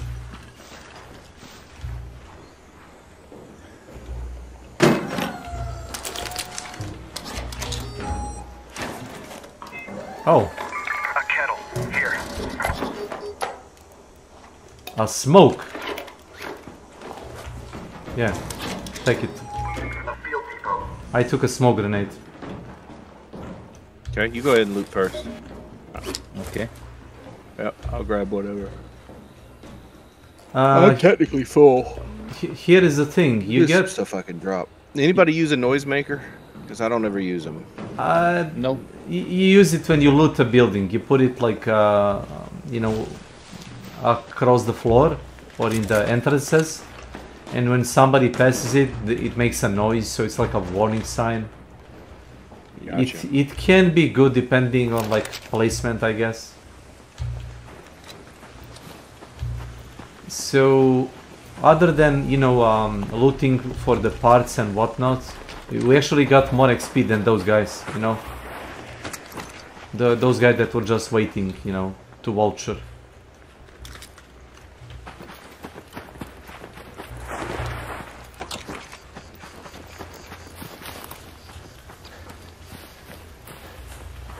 Oh, please don't tell Jason that I like rotating like miles away around stuff. He probably knows it though. You know who called me actually a rat? Do you know like a guy that used to stream with the Hermit Delacroix? Della doesn't like me. Yeah. I know Della. Yeah, the Sicilian guy that lives in Germany. Yeah, he's super elitist and thinks his shit doesn't stink. He's dense. Is that good expression? It works because I mean he's not as smart as he thinks he is. He thinks he's very intelligent. He thinks everybody that plays Hunt is a stream sniper and he's getting camped out and he's a target and everybody cheats and you know. I randomly spawn in front of him and two of his friends as a solo in the Moses farm, and I heard them coming. I didn't know that was him. I heard them coming and there was literally no place to hide. I crouched down with a bow and arrow, and lo and behold, somebody passes me, and I was like, okay, what do I have to lose? I you know, draw an arrow, bam, first guy dead. And they were surprised and colored me blind. That was Della. And he was like, oh, it's a fucking rat. How did he get here? I'm getting stream sniped. And they killed me, his friends. And you know, he was like, how did this guy know that I was here? And I entered his chat and I was saying, oh yeah, hi Della, it was a nice fight. And he says, oh Snake, I didn't know that was you. And I was like, yes, I know, I'm a rat. And he was like, I didn't mean that. No, it's a compliment, thank you. And thus he called me Il Rato. You know, Il Rato. So I officially have a nickname, I guess. So PvP zone is this. There by the hospital. If you really wanna get like a PvP fight on this map, go there. Guaranteed fight. 24/7. 24/7. Wherever the parking garage was the other night, which I think is right next to the hospital. You have 10 minutes to return to Speranza. I repeat, 10 minutes. Yeah? What about it? There was just a huge fight there in the parking garage, and we got pinned by some people that were nasty. Garage isn't that awful place to fight. You won't meet a lot of people there. It's not terrible. There was a bombardier on the top of the garage, like 5 drones going around, and there was this team that pinned us down. Go to that location. I think from the adjacent building. I think you need to go to Durante. Yeah, the parking can be tough, but not hard. The hospital is tricky because there is a lot of entrances, a lot of spaces you can jump in from, elevator shaft, lifts, you know, stuff. Crate left of you, right there, that one. Okay, that's and it. Thank no, you. Nope. You're not done yet. I'll follow the clues. Found something. Looks interesting. Here. This looks interesting. There. Did you do all the objectives? Well, I inspected this, and then there's got to be another one. Well, what does it say next? Hold on. Nothing, right? Yeah, no, nothing. Yep, you're done. So we are free to leave. Head home at the train station hatch. Okay. There we go. Okay, has anybody checked? Did the trials swapped for something else? I haven't checked. Slavko? Nope. Oh. It has like a limit, like time limit, like a couple of days or something, I forgot. There is a building in a station that can... Oh fuck, that can be looted.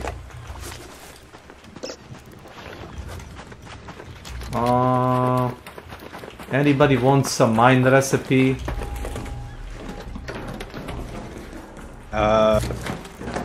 It's a gadget. It's a gadget.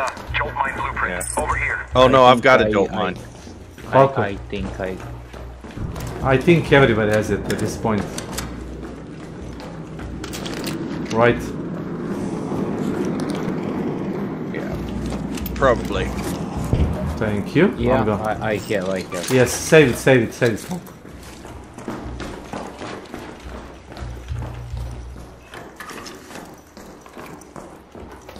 Okay. So, where do we exit? Right there, yep. Yep. Really?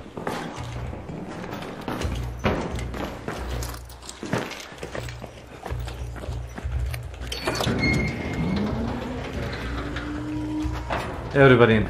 Amazing. Yep. Please. Move your ass. It took us a lot of time. I was thinking we're gonna stay. Welcome to my I channel. did leave a Marstana the other night accidentally because I was the first time I'd ever used a key and I didn't realize it was timed until after I used it, and she was pissed. off doing something, and oh boy. Was she got left. Was she surprised? She was. She had to trek all the way across the map. Well, at least she didn't die. She got more XP that way, by the way. No, she did die actually. She got all the way there and died. Yeah.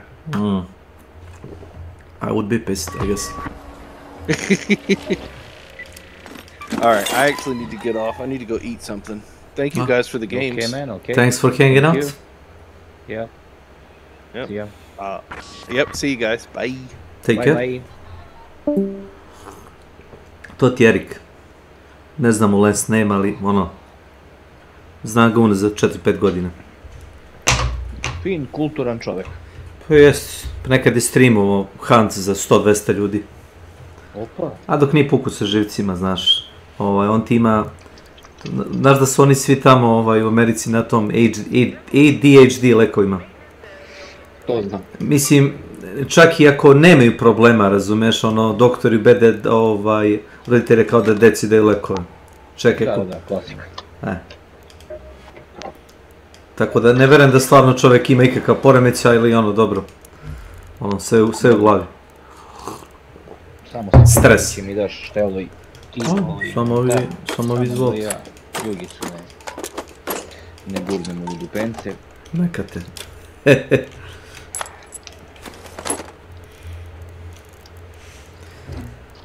Hoćeš neki zadatak da radiš ili ćemo da idemo... Ma šta hoćeš jedno. Ništa sad nešto specifično ne, onda jurim, nisam ni gledao, iskreno da ti budem. Pa ništa, onda Hairpin uzimam i Light Am. Molim? To što si čuo. To je moj free run. I ona mala zelena Combat Mark 1 torbica. Tako.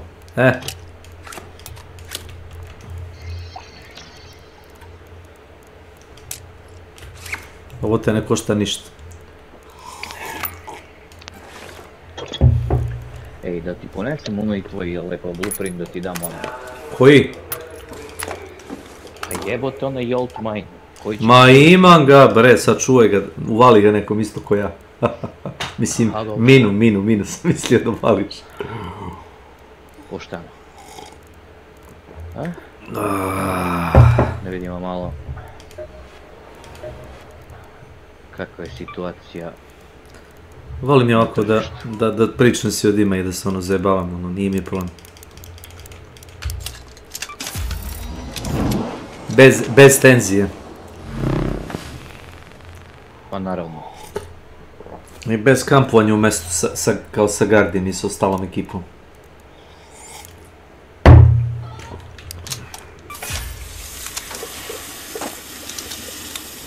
Ma oni znaju, brate, baš da ga smore. Oni se utavore, znaš. I onda ja radim nepopularnu stvar, dignem si i odem.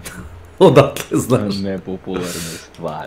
Da, i onda kao ja sam pička, neću da se borim. Ja rekao, hoću da se borim, ali neću da idem neprijatelju na metak, razumeš, ima razlike. Ali samo na mračnoj strani, što se kaže. Da, mračna strana sila. Hoću da se borim, ali samo na mračnoj strani. Jeste. Vidim samo kod ove Celeste šta imam u ponudi. Ja sam u zadnje ne počeo da kupujem metal od nje, znaš. Metal? Pa da, neću da skrepujem stvari, nego kupujem metal od nje, bukvalno. Ako mi veruješ. Interesting.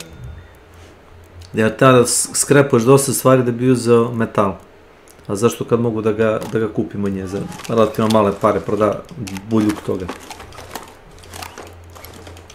Pa dobro je što tako imaju neke stvari da možeš da kupiš, razumiješ? Ne moraš da se cimaš da rastavljaš ovo, ne moraš baš to. Guma, treba ti guma da napraviš boostere za shield, ma kak kupiš kod nje gume, koliko hoćeš. Imaš na ograničenim količinama.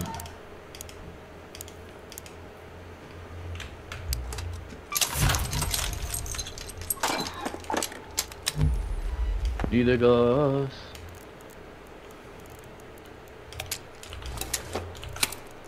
Kažem ti, ovaj čovjek se nekad cimao strašno oko Hanšoda, no. I onda ga sad više boli kurac za to, znaš, no. Okrenuo se duhovnim. Pa okrenuo se duhovnim stvarima, znaš. Da kažemo duhovnim. On ti je, kako on kaže, kreativni konsultant u pisanju. Pojma nemam šta mu to znači. Možda piše skripte ili papire ili govor ili tako nešto. Pa dobro. Predaju u školi, na univerzitetu. Sad, da li je elementarna škola ili srednja škola, nisam siguran. Kao zamjenski učitelj, to mu je trenutno šljaka. Dobro. Pre bio full time streamer, ali od streamovanja nema leba. To sam rekao hiljadama ljudi sam rekao nema leba. Ja više zaradim kao... Stotinama i stotinama. Ja više zaradim kao neko ko pravi leb i tortilje, razumeš, i ti koji uzimaš uzorke nego što zarade ti kukavci koji se cimaju oko toga 24 časa. 24/7, što bi se reklo. Yes. Šta je Trials? Da vidim, možda možemo da uvatimo neku vajdu od ovoga. Ne znam, ja nisam gledao Trials, da budem iskren. Ima Damage Flying Arc. Dobro. Open Arc Probes. Harvest Plants. To me kanim. Ali to volim da pustim ove, znači da idu da otvaraju pa koje nalete. To tako ide. Ajmo Electromagnetic Storm, da otvaramo one probove na goru. Može, ajde čoveče, zašto da ne? Onako malo avanturica. Ti si kolovođa. Da, ali zamolio bi te da poneseš nešto glupo kao što sam ja uzeo. Ja sam uzeo Hairpin level 4 i medium armor. Ja sam, evo da ću ti kažem šta sam ja uzeo. Ćao bre, Ilija bre, ne može čovjek od tebe ni cigaru da napravi. Dobro, nemoj da uzimaš neko dobro oružje, neko smeće koje ti se to da baciš. Dobro, evo ovako, uzeo sam Kettle, upgradeovao sam ga na 3. Pono sam Hedge Key i pone sam ovako, znači pono sam 2 Blaze granate. Što se tiče Hedge Keya, ovo je noćna mapa, slobodno stavi Hedge Key nazad. Zato što ti neće trebati ni tebi ni meni. I to je to, eto. Kettle na 3. Eto, toliko. Ajmo u elektromagnetnu oluju. Pa da, idemo da krademo. Sve što upucamo ili uberemo ili otvorimo svaki probud, ide ti duplo XP. Po elektromagnetu oluju. Ali minus ti je taj da nam seva oko glave, znaš. Jao,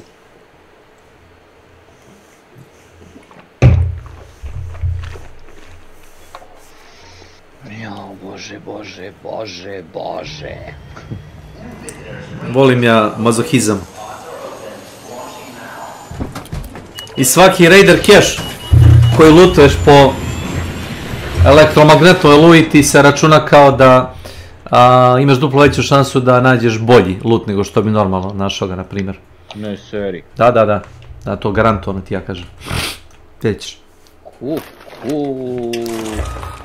Za to želiš da poneseš ne baš free loadout, već skoro free loadout. Ma šta free bre loadout, imamo pare, imamo gvožđe, sve. Pa kažem ti, Hairpin je meni free loadout. Bukvalno neću da se kačim u PvP, samo hoću da kradem. Joj ću se kačim, leleću se... A vidiš kako brzo... Ne. Brzo... Najvišlje drvo... Ubre, ne znaš što. Ne! Samo vrenu, samo lepu vrenu, da poljubim. Ženu. Rokeriš moravu, ću se kačim. Munja. Najvišlje drvo. Sve vidim. Na mom Sonyu 5 performanse su toliko dobre. Kad Munja okine. Kad Munja okine, ja se već pušim. Otvaraj. Može, ajde. Sad sam ja ovdje. Pričam. I joj ću se kačim, lebe ću se kačim. Na najvišlje drvo.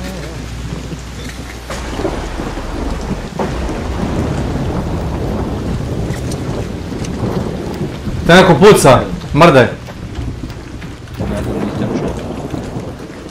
Nisam siguran. Ili sam čuo kako vadiš oružje, ono kao zvuk. Kako ga vadiš za ples. Kako vadim oružje. Možda je to. Kakav si kilu za koji je. Ne znam. Vidim, sve vidim. Ajde, ajde. Otvaraj to, bre. Smatraj okolinu ili je jebaću tu dupenca ako me nagneju. Evo, ja ću da primim metak za tebe. Gledaj, živi zid.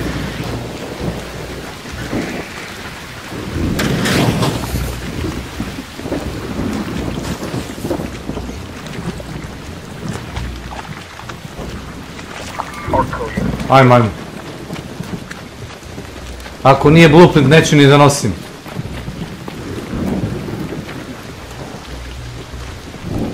Što ti ložiš na te blueprinte, brate? Pa ništa drugo mi ne vredi. Razumeš? A ima još 2 nedelje. Šta ako nađem neki blueprint za neki onaj armor koji je ono dobar, ima dobar pasiv, a? Dobro, jebi ga. Naći će se i drugi put. Jel da? Jes.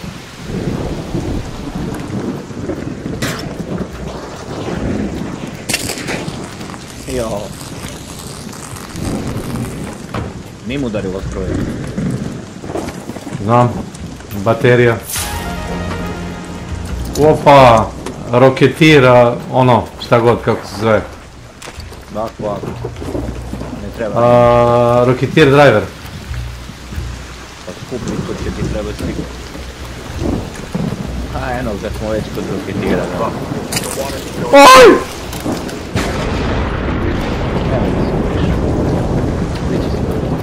Preznio sam se odmah. Da poberem ove višnje ovuda. Beri. Šta misliš kako sam nakupio 4-5 hiljada poena?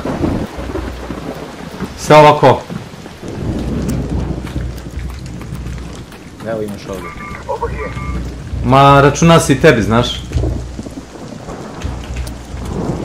Ovaj skor ti se deli. Dok god izađemo zajedno s mape, živi. Po mogućstvu. Treba da izađemo živi. Pa, ako ne izađe živ...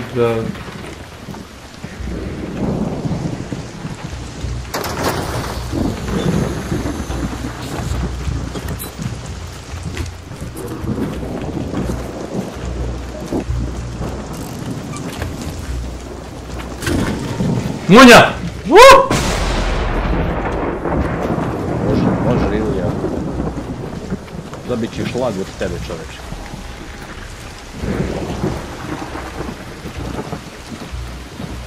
Znam.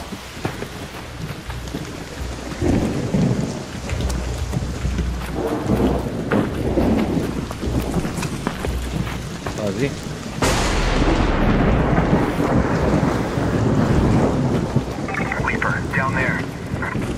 Ma divno, koji ćemo onda tamo kurac uopšte? Pa nemam šta da mu dam. Ja imam ovaj, rekao sam ti, blaze grenade, ali to je kurac. Morao bi da ga navučeš na neka vrata, na neki ulaz. Da stoji... Vidimo da li imamo neki fin kurac da nađemo. O bože. Imaš ovo, ćeš da ga navučemo? Može.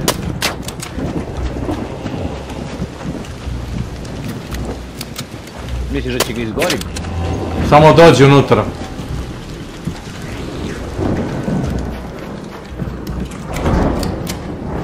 Mora da priđe blizu. Odi.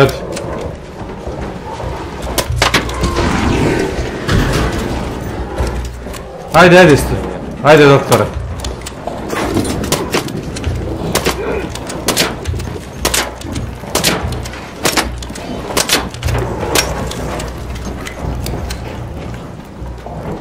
Ček, još malo.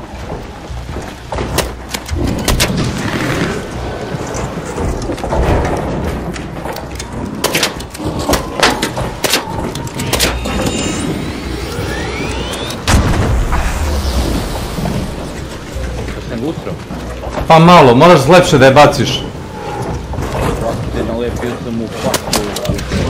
Fino izgora. Priđeš ivici, baciš mu pod guzu.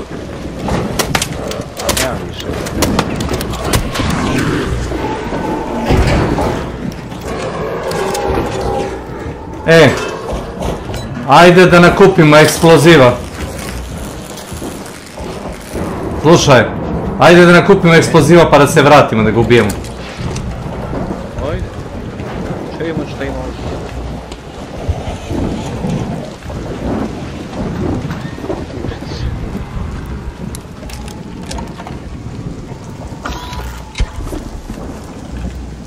Ja fly tamo ne mogu ništa, brove. Ma ni ja isto.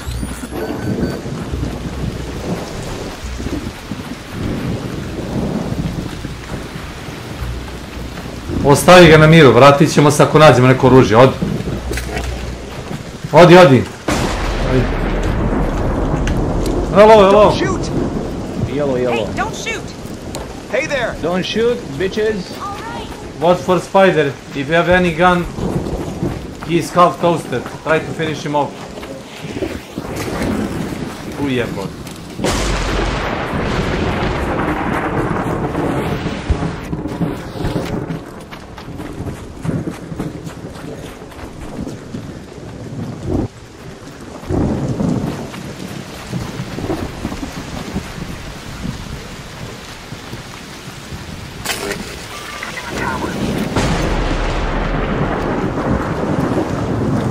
Šta ćeš tu? Ne znam ako hoćeš tu da... Ma jo. Hoću da pogledam u armor lockeru. Opala. Pošto smo preloadali.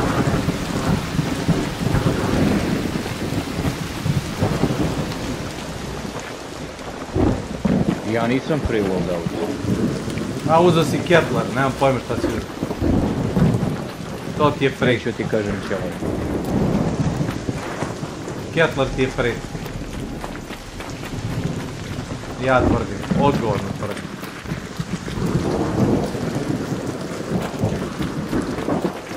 Da gori idemo uz uže ili...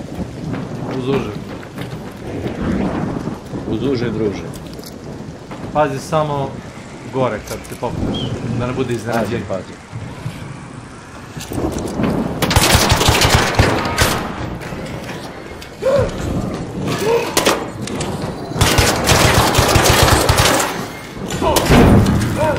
Jebote, upali me čovječe. Jebem ti. Moraš da ga pustiš da zine, Slav. Ma jebem ga.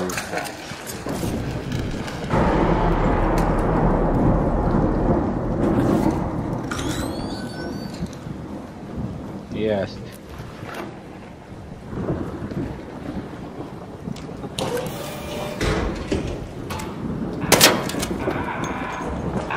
Gledaj, ne mene.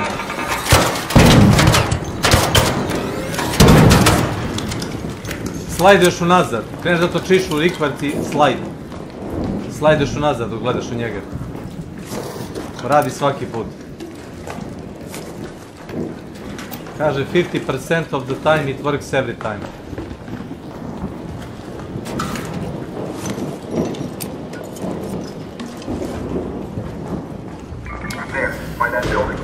Nemam, džaba.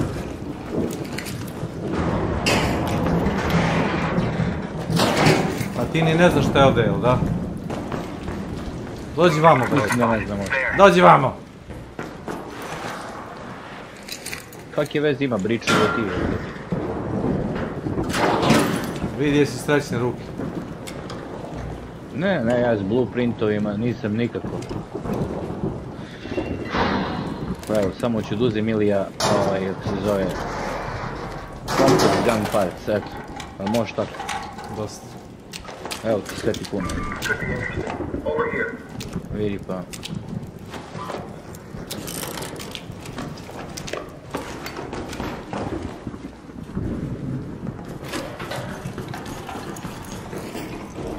Shotgun nema, ima toki voki.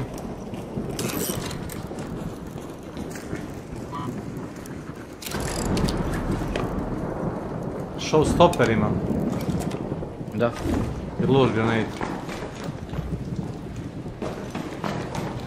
Češ da provjerimo ima li power rod ovdje? Ajde.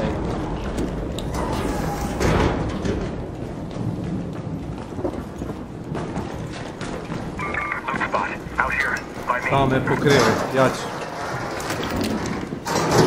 Ja s ovim jebenim Kettlerom ću da te zaštitim u pičku mater. Ma samo pucaj da se uplaši neprijatelj. To inače ne nada od taktike. Pucaj da neprijatelj pomisli da smo opasnost. Ne moramo zaista da budemo, samo...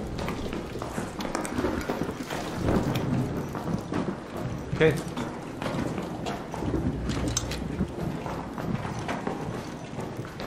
Čekaj, ovaj kompletan XP je duplo. Da? Zato ovo i radimo. Ajmo. Ajmo goste na XP.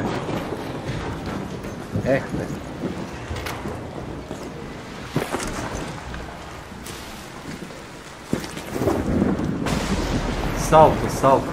Mortale.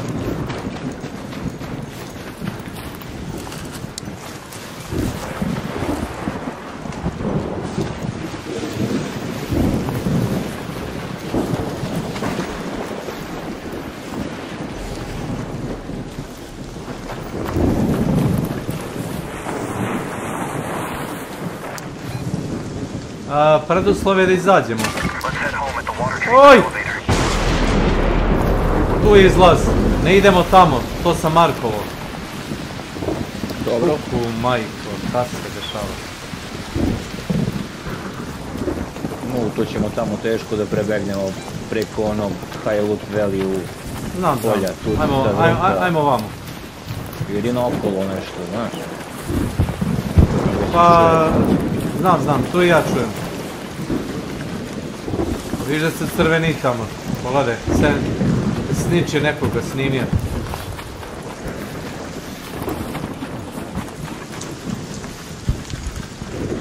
Samo treba sad da im bacimo one skenere. Da nek se jebu materim. A, misliš onaj... Drži ovo. Bacimo ovo isto.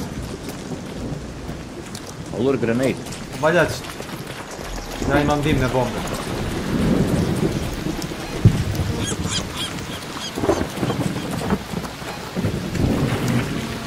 Evo, probaj, evo je ovdje. Ali nemoj to, brale. Će nas provali, verovatno.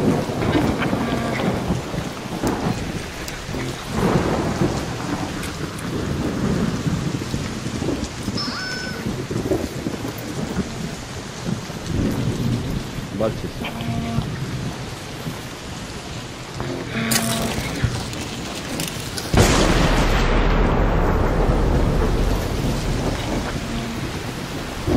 Ajmo Slav, sudarimo s njima, nemam bukvalno ništa za ovi PvP.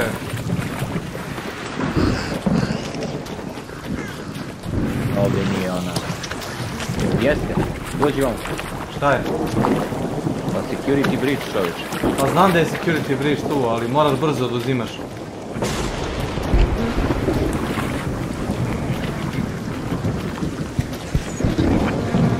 Ako ima oružje ili blueprint uzmi, sve ostalo me ne interesuje. Ma ne, ima oružje i Kettler isto.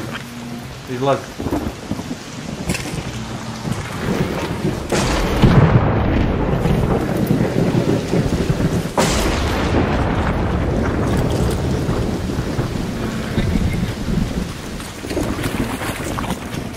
Čujem.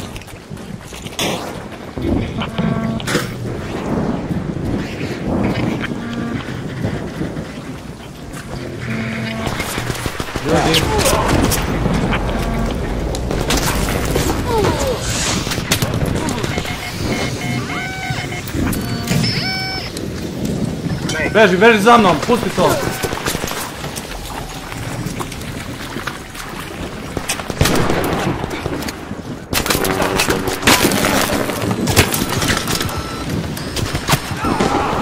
Ne, samo u kamer. Jebe mi mater.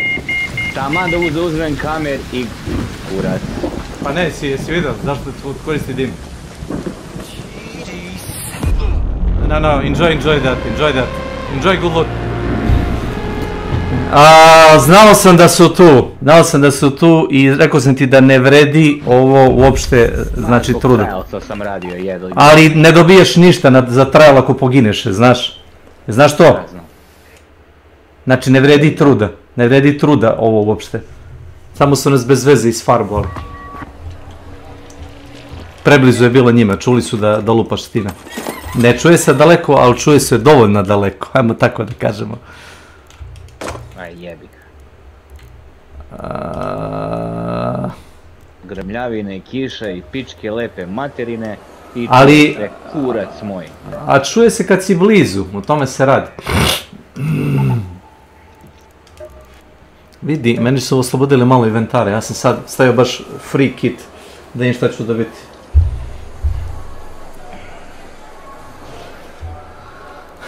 Ovog puta ću ja da krenem sa free kitom. Nema potrebe se naoružavaš, kaže uvijek ideš u plus s ovim night raidovima. Ponovo sam bio dimne bombe, eto, bacio sam dimne bombe, digao sam te, bio instant, vidio si. Nema šta da si healoš, samo ustaneš i nastaviš da begaš. I problem je što je bila voda, nema kavera, znaš. Ovo je super rizično u vodi, jeste noć, je mrak, je grmljavine, ali vidiš da se ipak čuje. Da. Imam skill 2 na to kao, zapravo maksimum imam broj poena na taj skill 3. Da se kao, zove ti se gentle pressure, you make less noise when breaching. Kurca moga i dalje čuješ kad lupam ponovno. Naravno. To je sad diskutabilno koliko se to slabije čuje. Baš tako. Ma nisam imao kurac, imao sam onih elektronskih komponenti, onih govana, toga imam i onako imam. Imao sam 5-6 senzora, a imam još 50 senzora u stešu. Jaka stvar. Ma ništa ovo nije bilo. Ništa nismo ni imali. Jedino što se ove pojene koje si dobio za Trials, nije ti... Vidim da sam, nisu mi, vidim. Na Trials mi izbacilo, nisu mi, ja... Znači, pojente da ne pogineš. To je point. Dobro Ilija, jebi ga. Dešava se i najboljima. Znam. Znaš šta bi mogao?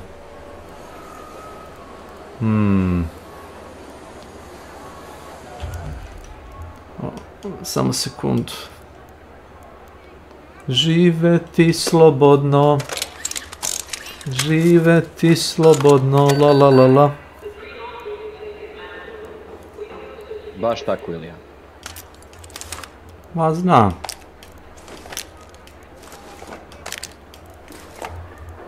Preuzeo sam kola od majstora, Bogu hvala. I? No ništa me ne pitaj. Dobro je sve, ali Marija je u pitanju bila, ništa više ono. Malo mi puštalo vodu u gepek, znaš. Vodu u gepek, kako to radi? Pa ne znam brate, znači to je sad čovjek pokrpio sve i cool je. Imao je posle 15 dana, 12 dana ga radi.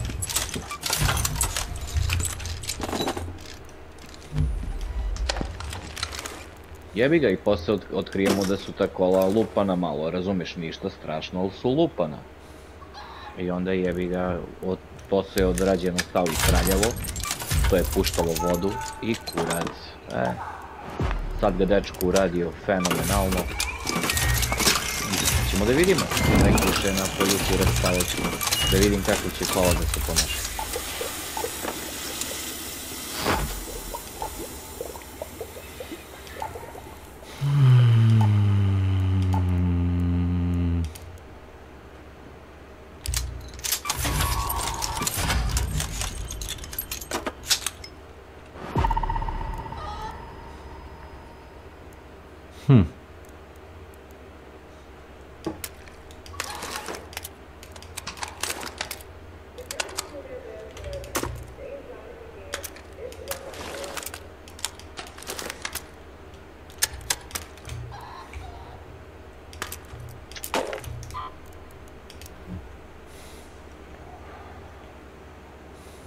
Lele Tomislav, baš čelik, oni igraju izgleda odvojeno. Dupe jebem, nesrećno. Ma nek. A najlepši je chill, brate, kad igraš solo, majke mi. Pa... Meni je najviše drago kad igram s ljudima, te razumemo, pogotovo s tobom. Ja mogu da... Ne volim da rašem s ovim termitima, brate, mislim mogu, okej. iziđem im u susret svojim prisustvom, razumeš? Ali nije to moj stil igre, brate, ono. Ja greše kao ja što recimo sad što sam pogrešio jer sam bio pohlepno drolja. Pa nije... Znači na neku glupost, znaš, nije... digneš uzbunu. Da, digni smo, malo smo dževe digli tu, razumeš, i vidiš da je bager odmah došao, razumeš, da se tu... Oni su nas, ali ti njih ni ne čuješ kad se oni probiju kroz žbunje, to si provalio, da? Ma jogure. I onda nema potrebe da lupkaš tako po tome kad, znaš.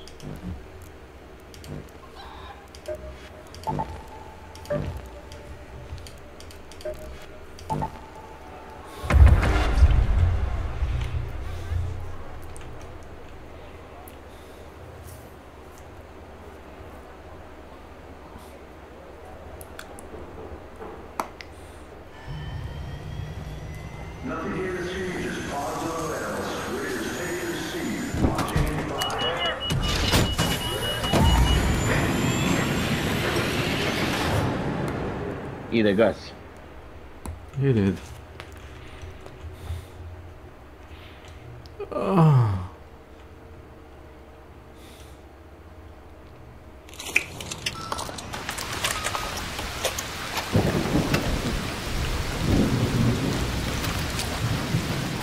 Ide gas. Ratvora mi dao, pa dobro. Kako ti da čuješ nekog, brati, i da trči, a kamoli da...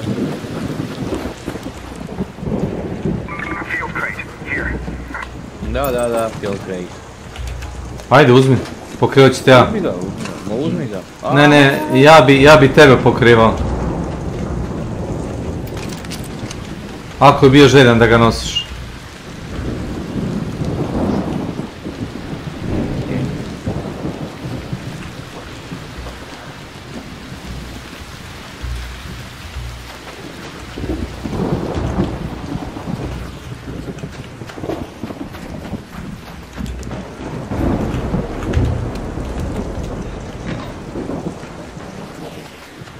Evo, ovo je pohlepna mala droga, gledaj. Ali ovaj ćemo da ostavimo ovdje dole, ajde. Samo ti cepne.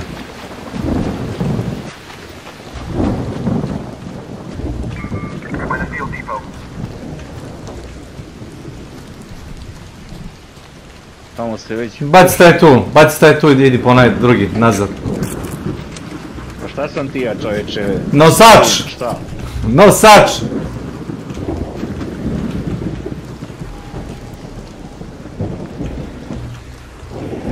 Kao, brate, onaj Butler iz 4 sobe. Kako je ono lud film, brate.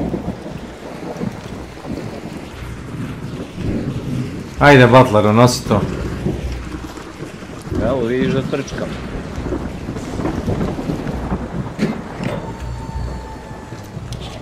Naoružavaj se.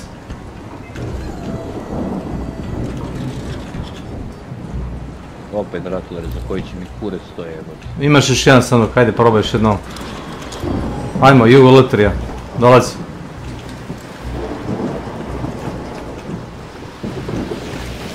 Ne to, Slavko. Evo. Dobro, da uzemo.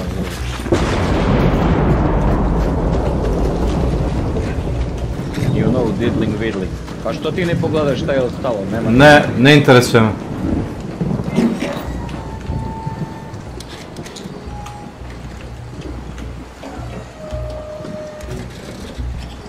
Niti mi XP treba, niti mi treba stalište. Ima li oružje za tebe? Nema, brate, ima Rattler, mi dao, nisam donio su. Samo Rattler? Da. Brate, neću.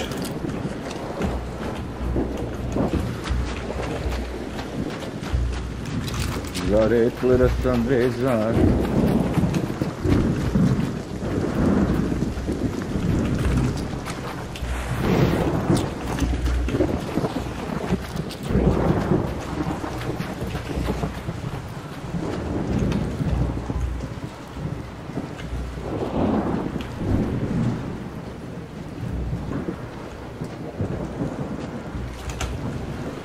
Jebi mi sunce, već sam razmišljao da izvadim pušku da tu ubijem.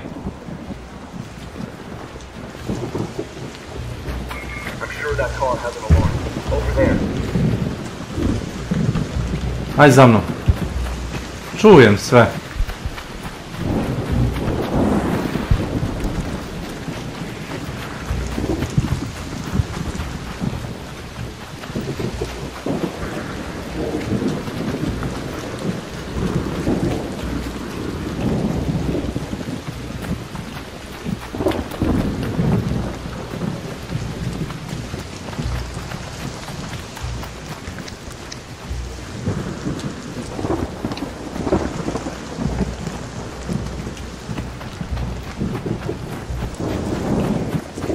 Da se pitaš šta radim, pa ono, ja ti volim da gledam malo mapu.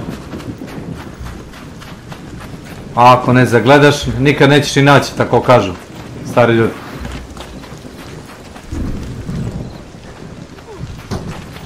Bio sam ovdje.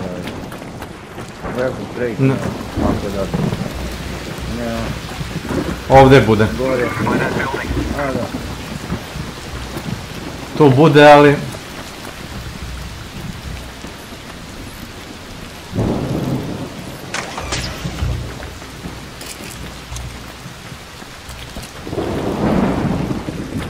Ljudi. The electrical substation. Vidio sam. Onda records.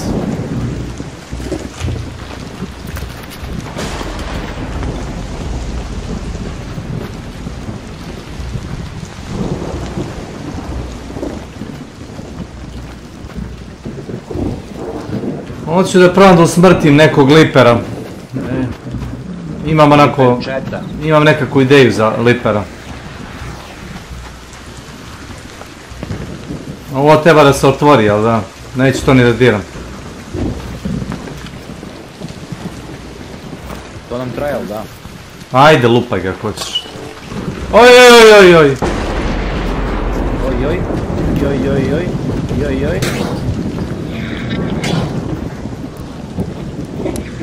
Ju. Ništa, držim dimnu bombu da ti bacim pod noge. I trčim u tom pravcu, da znaš. Odlično. Ne moraš ništa ni da uzmeš, znaš.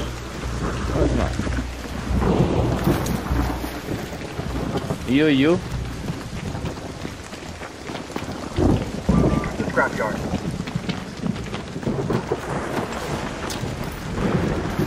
Ju. Jebote, gromovi šibaju nenormalno. Evo je negdje probica. Tu, ispred nas u šumu. Lili. Pa to ti ja kažem. Ono, čovjek hoće da se relaksira malo, ono, samo što ga ne ubija ovo govno.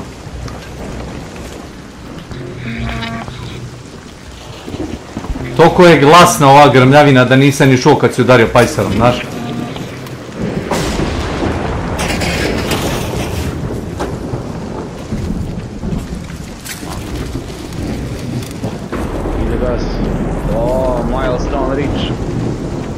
Zvezdice, braco. Brane. Jedi, Borek. Ali još to ne znači ništa, još to... A ima toga još. Polako samo. Pa za 3 zvezdice nam treba koliko? 7000, nemam pojma da ću postavljam. Ma ne kupi se to, nije to problem. Aha, ne kupi se. Vajađa.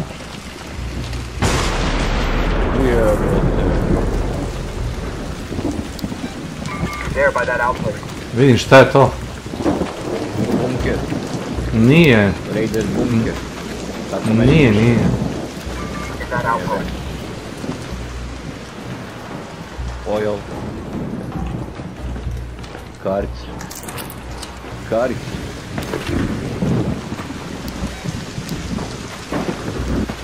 Sa hetorom kad trčka.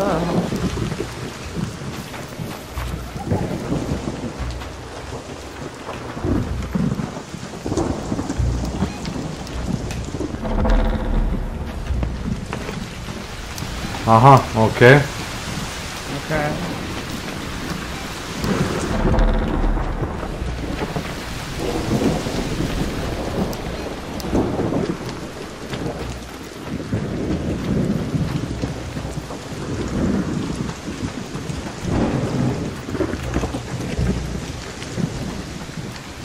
Protrčao čovjek. Vidim. Don't shoot. Čuo sam. Tamo je. Čuo sam. Trčiš oko mene cik-cak, tako da sam pomislio da si ti po zvuku, znaš.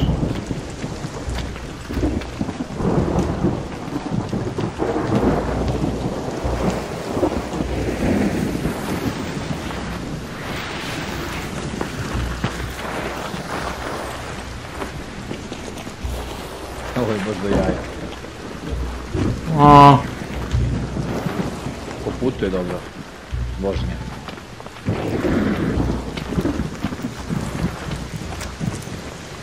Da, možemo vamo ili ja.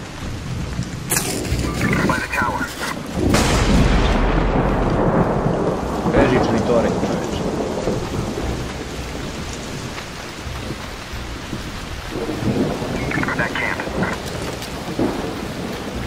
Uključi ono probista, čini. Ili je kurijer. Kurijer. Ark kurijer. Ide ga... Ajde Ilija, pentraj se gore. Znam da to voliš. I know you like it.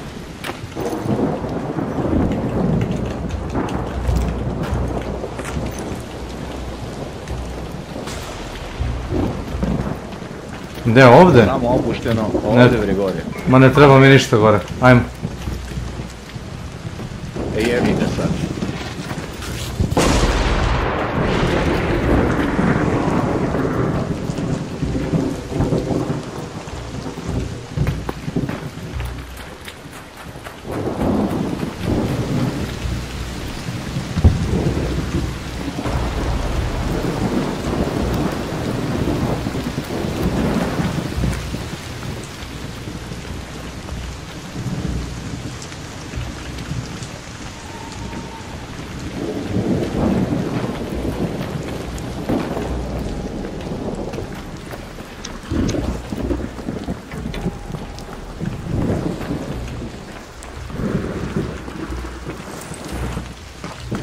Ja ti terav reći, je li moguće da si ti protužao pored mene, da sam te čuo? Ne. Onomad. Da.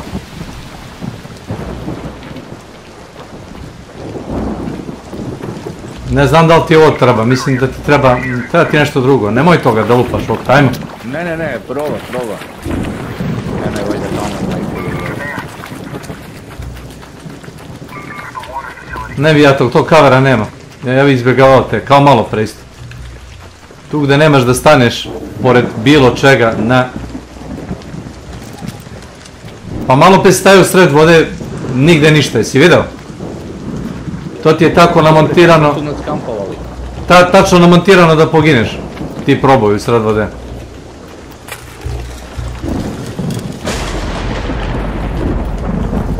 Šutiraj to drveće ako imaš. Ali ima li šta? XP. Pali XP.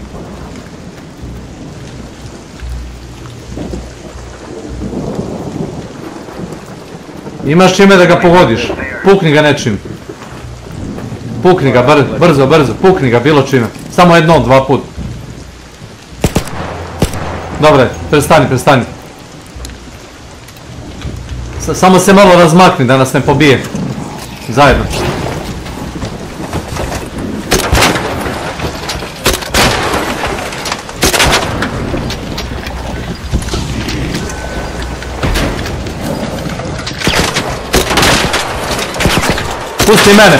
Pusti mene!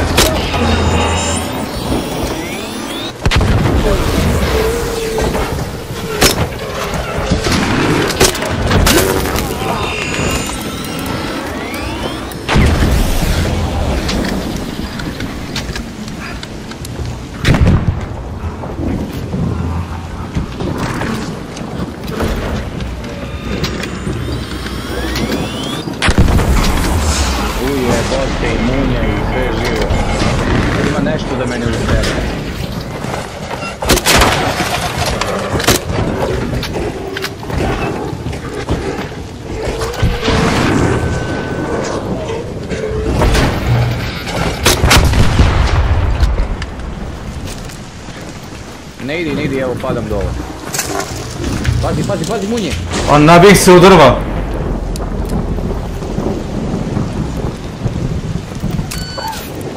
Vidi ovo je? Dobro. Thanks. Ništa, na healuj se.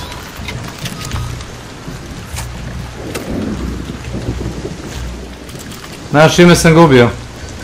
Ne. Hulk Crackerom.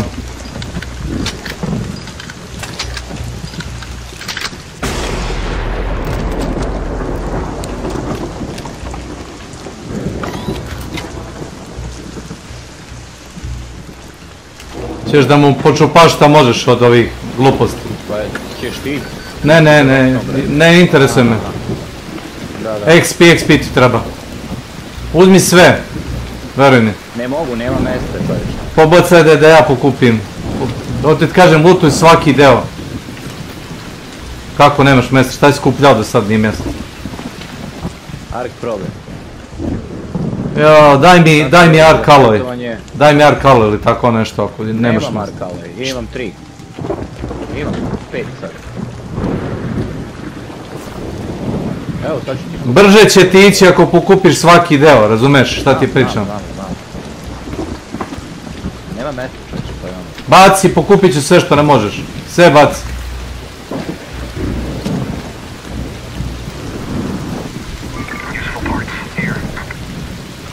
Ne.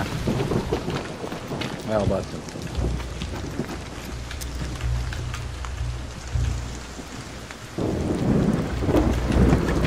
Samo to? Da. Kako bre samo to? Pa daj još nešto. Liper unita. Može, daj. Sačuvat ću u safe pocket. Otkud mi safe pocket? A nemamo, to ti pričam. Imam ja! Dobro jutro, Kolumbo. Eto ti Kolumbo. Ne treba mi, vratit ću ti na izlazu, uzmi ovo. Ma ne treba ni... Ma lutuj sve. Za XP. Kako si intenzivan čovjek. Zato Milije i voliš, ajde. Leaper, people. Ma nisi uzeo ovo. O Bože, ljudi moji. Ubit ću se. Imaš još nešto što hoćeš da sačuvam? Ne želim više ništa punsa. Da li imaš još nešto što želiš ja da ti sačuvam? Ne želim više ništa tebe. Ne želim tvoje prljavo sačuvavanje. Oho. Ovo mrzi, majke mi. Ova egzibicija. Jaki priče. Uberi ovo drvo, ajde.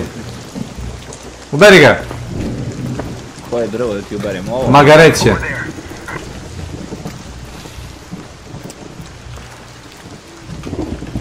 Nema punca, ćeš da ti ponesem nešto da izbacim? Jo, ja ću da skupljam, ajmo. Ajmo.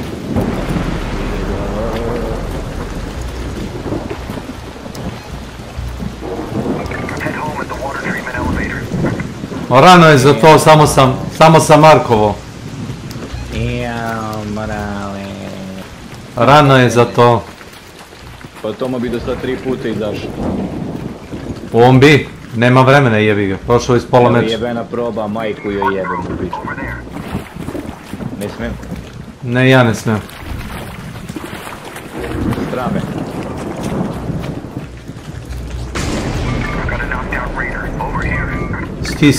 Ti stvarno ne vidiš? Ti stvarno ne vidiš? Samo obraću pažnju, ne. Lele. Pa ništa specijalno. Evo ti jedan. Baterije ili shield rechargeri? Pa samo jedan shield, evo ga, drugi shield recharger.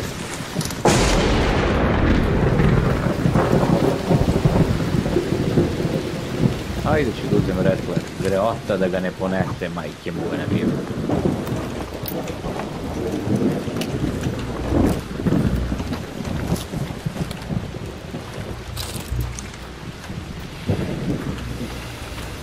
Sad imaš 2 Rattlera, ali? Jes. O majku ti, neću!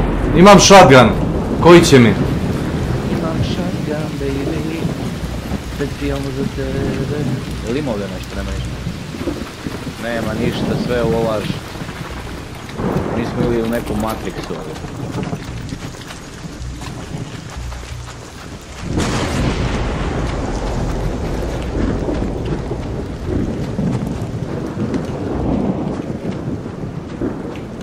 Nema. Jebe. Nema. Prazno, prazno, ajmo. Looting, shooting. Ajmo looting, shooting.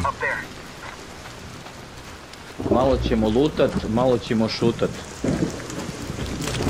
O, vidi ga gospodin gore. Ne mogu ja njega dobijem s ovim krakerom. Ne mogu ni ja. To je malo teri slučaj, znaš.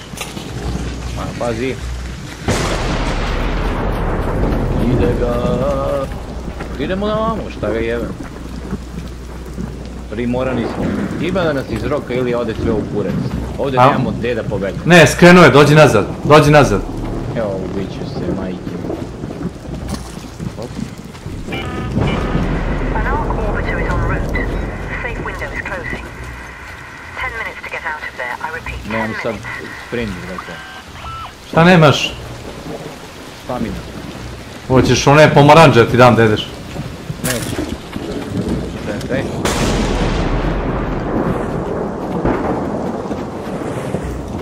Ajmo.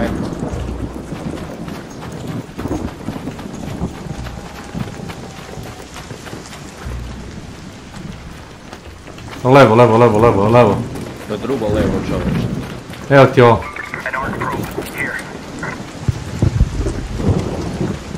Si uzeo? Nema ništa, XP. To ti je za traus. To je još jedna. My god. Ja ovo ne bi smjao. Ako treba da se lupa, nemoj. Pa treba. Nemoj. Zajeb.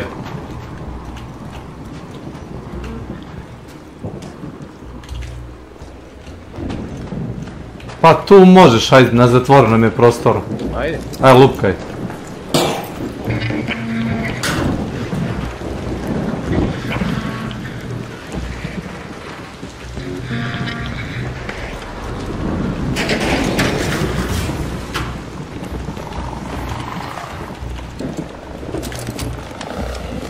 Ne mogu ništa da zatim.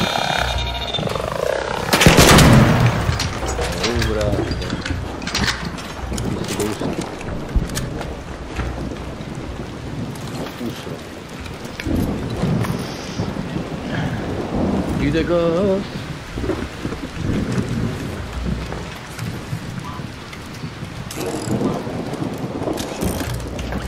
Šta je u stvari showstopper? Imam ga u sprijemniku. 10 sekundi stan.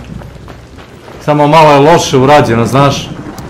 Dobro. Sad ću ti reći zašto. Kad pukneš u bastiona i dalje puca u tebe govedo, znaš. Staniran je, ne mrda nigde. Al džaba, ako si ispred njega, hoćeš nešto da uradiš, ne možeš i dalje puca. Glupost. Da ga bar isključi nekako nešto.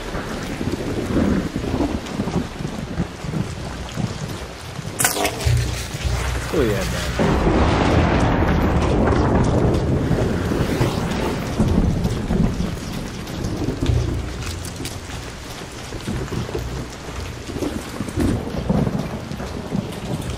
Jebi ga izađemo s ovog.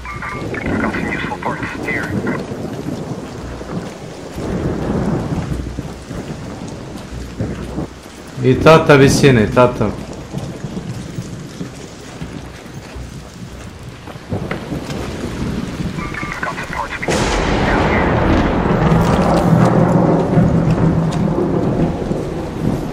Imaš ovdje neke procesore. Ne mogu ja to da ponesem. Ne procesore, bože, senzore čekaj. Ne, procesore. Pazi, Ilija, pazi! Čuje. Ovo ti vredi dobre pare, samo da znaš.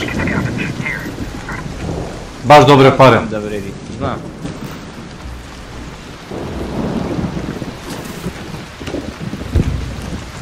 Ovo ti je inače od bastiona, samo da znaš.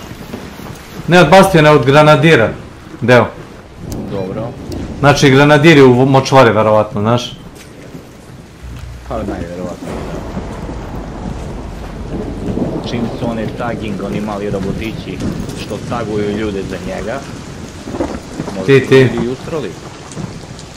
Možda.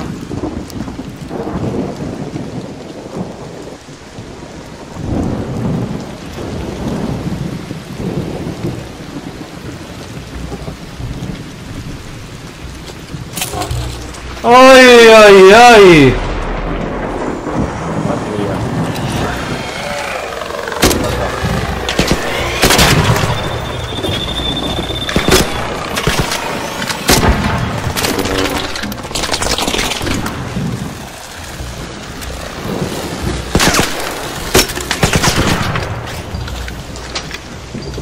Baš sad pred sam izlaz treba da nas neko usere.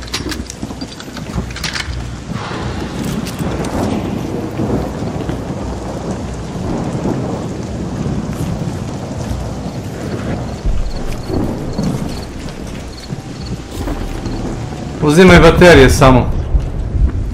Ma nema pun sam, da. All raiders, we have Ark on screen. 5 minutes left. Go find a way home.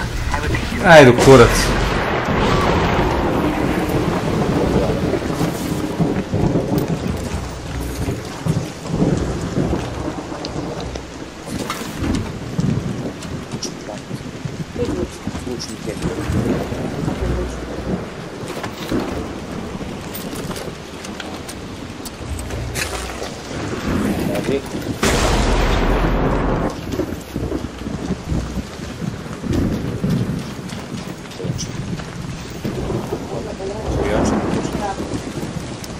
Mora da čujem.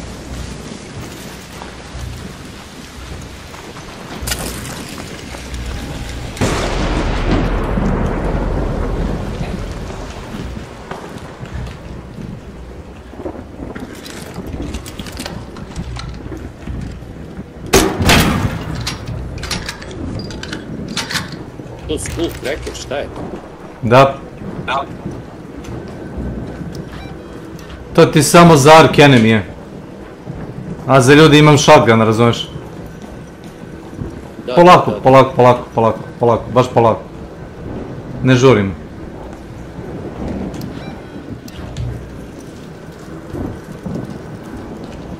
Imamo još jedan, izgleda kuri. Imamo mi sve, samo nema potrebe za ono.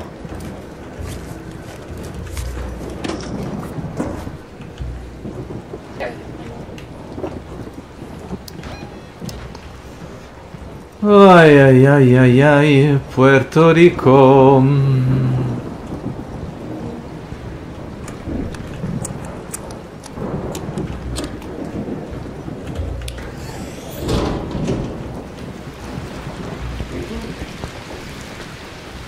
Da je lupamo li op? Ne, ne, previše blizu žlada, ajme.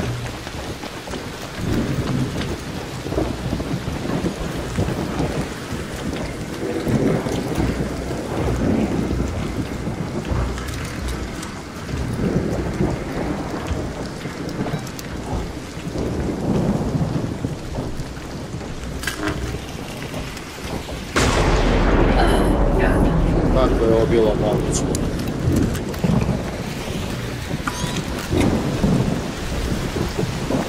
Ne.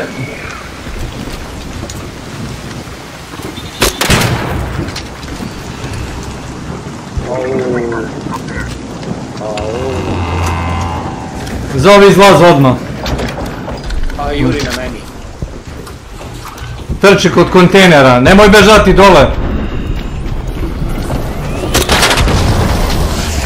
Gotovo, stijao. 2 minutes left. Last chance to get out safely. I repeat, 2 minutes. Moraš, stani, stani! Bežiš od mene, čoveče. Bežiš od mene.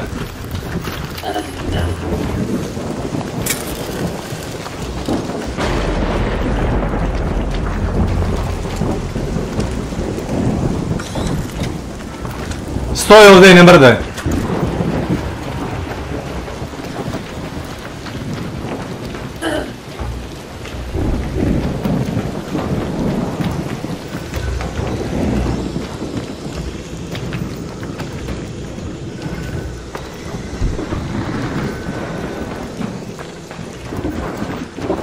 Baš na meni skače. Pa trči oko kontejnera.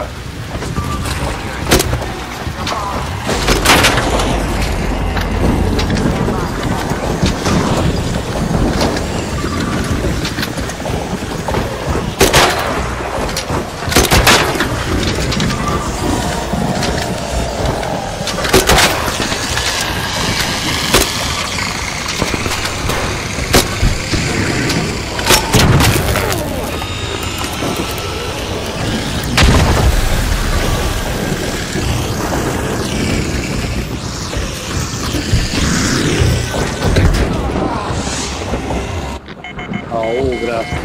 A, ne mogu da se izmaknem. Ulazi unutra. Ulazi. Nemoj da kucaš ništa. Sam će se lid zatvoriti. Pa ništa ni ne kuca.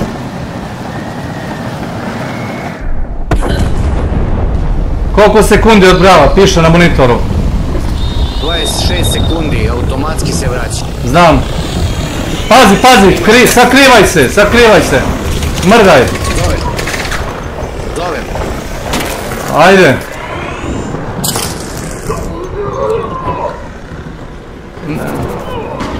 Ni ne moraš, ostani unutra. Nazad.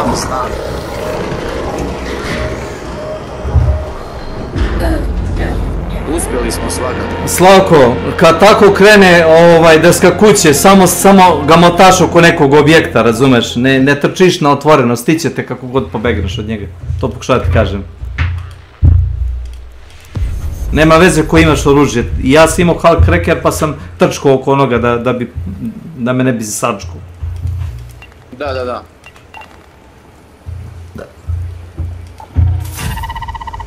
Opa, 2 zvezdice samo da znaš. Dobio sam blueprint. Ja imam jednu novu. Pa zato što nismo više ih ubili. Damage Leapers imam 3, a Open Arc Probes piše mi 3 ovdje zvezdice u trajanju. Damage Flying Arc Enemies 1 zvezdica. 2 stvari sam dobio, ću da vidim koje, nemam pojma. Ništa, ili ja udaram ručno ovdje. Dokle si ti ovdje, do ponoći ili... Ja radim sutra ujutro, ne, sutra drugu, ali sam tu do ponoći, tako da kad dođeš... Pa dobro, hvala lepo gospodine, bilo mi je drago i velika čast igrati s vama. Hvala vi. Pazi se. Ajde. Uzdrav. Ćao. Ćao.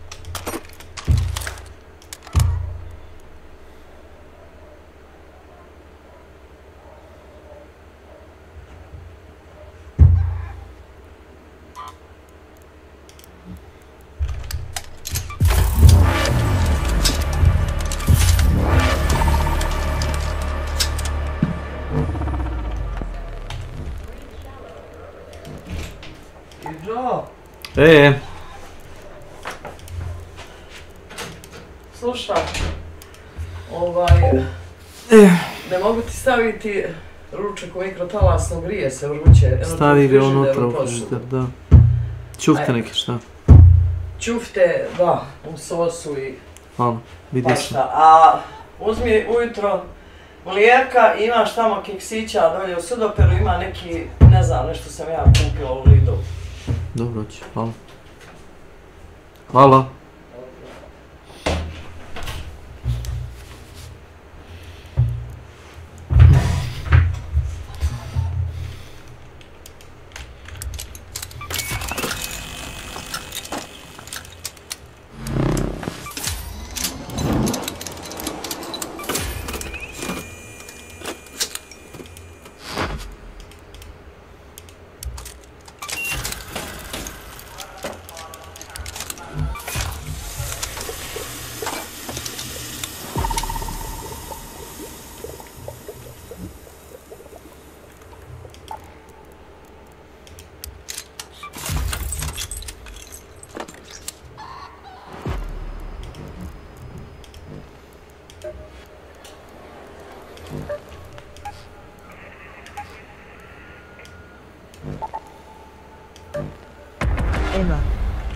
Welcome to my channel. Hello, Emma.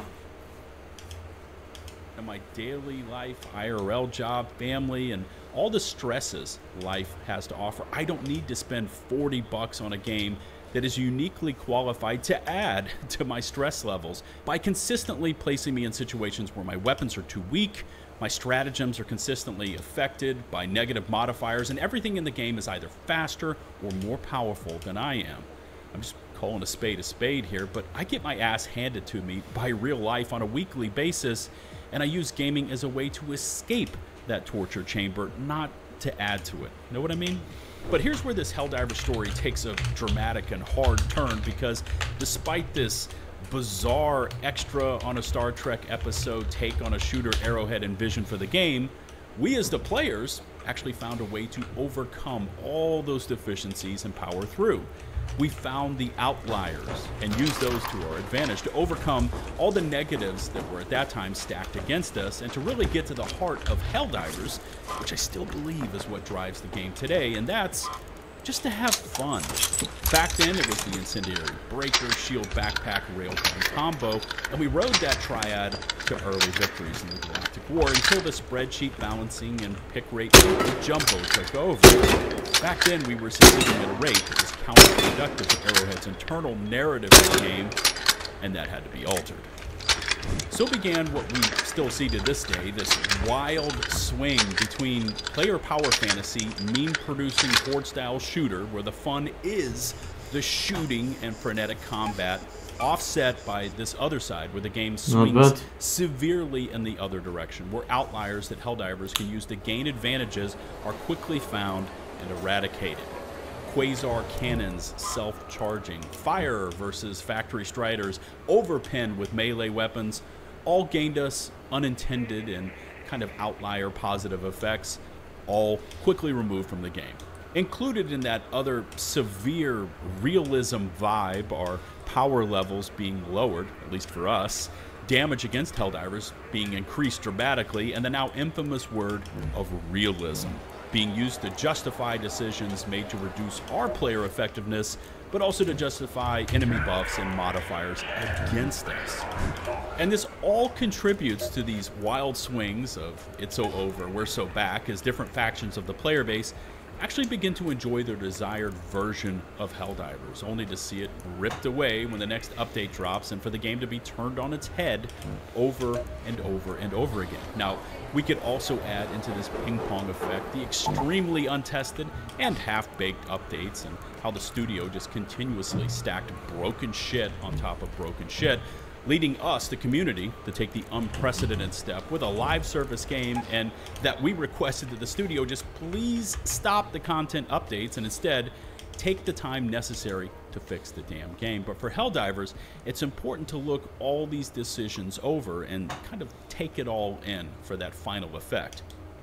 Now, I can't confirm any of this, so take this all as speculation, but I think for many within the community, they look at Arrowhead as a studio with its own civil war of sorts for the heart of democracy, that being what kind of game Helldivers is truly supposed to be. Because on one side, you've got these fun, fantasy-embracing devs. They see the game and how players flock to it, pushing the sold units up to nearly 20 million because of the fun, insane combat the players get to engage with, and they want to lean fully into that idea.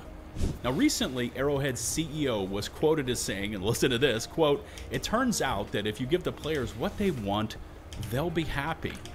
Wow, what a novel concept, right? And it seems like the logical thing to do. Make all the weapons fun to shoot, give the players a metric crap ton of things to shoot at, create difficulty and challenge by installing unique enemy types and missions into the game, and continue to just ride this wave of unprecedented success. Just make it fun, and the players will do the rest. But for every yin, there's also a yang. And for many, they see Arrowhead as having this super niche Tarkov and space milsim shooter dev faction that has this ever-present fetish with this fantasy, and all else must be bent to its will. Any weapon that is picked too much must therefore be too powerful and needs to be nerfed. In-game bestiaries and indexes for all the hidden damage effects in the game aren't needed because Helldivers aren't meant to succeed. Remember, we're the red shirts, and therefore we need to die over and over again.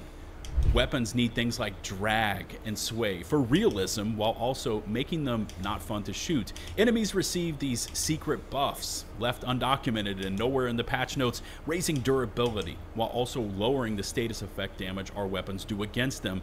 Even when a patch that is announced as a massive and sweeping Buff Diver 2.0 bonanza is brought to the game, this internal faction is seen as making adjustments to the game so that everything ends up being an actual net zero effect.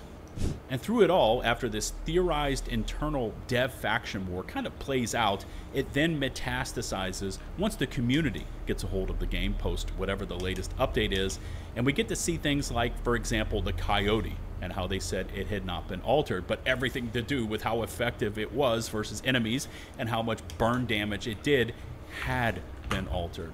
I honestly haven't decided which they are yet, but they're either afraid of what the community will say about the latest patches, so they say nothing at all, or they just don't care what the community will say. At this point, they've kind of made their money. The game sold so well that they can self-fund their next title, and at this point, they've just kind of checked out. Now, if you've watched any of my videos or been around my channel for any length of time, you know I have no problem speaking my mind and calling it like I see it. And at least for me, I see this issue of what direction Helldivers should go in, either prioritizing fun and shooting versus being an underpowered pseudo-team-based milsim, as a heavy majority in favor of fun. It was the fun, frenetic combat sequences, and only in Helldivers moments, that got the game to this level of success, and at least for me, that's the direction it should continue to embrace. Why should the devs continue to engage in, as Odo calls it, monkey paw balancing, when all it does is strip away layer after layer of the player base until it gets down to seriously low body counts, all in the name of their bizarre initial vision for the game, putting us into situations where we are served up as snacks to interstellar foes, again, all in the name of realism. I've also seen Kai's video discussing difficulty, where he embraces the other side of this argument, backing the thought that the game was designed that way, and despite all the spreadsheet balancing and studio-driven decisions, through the use of coordinated team tactics, all situations can be overcome, despite our weapons and stratagems consistently falling just below breakpoints and, you know, all the rest of it. Basically, both sides of the advertising on the box for the game, where it mentions spreading democracy with overpowered weapons, but right next to it, it also says work as a team to overcome impossible odds, which I will admit works well when and if you have a coordinated squad using mics and planning out attacks and loadouts. But here's a flaw in Kai's thinking, and I see this a lot because I do this all the time, and it comes down to matchmaking and the average gamer or consumer that actually buys and plays Helldivers 2.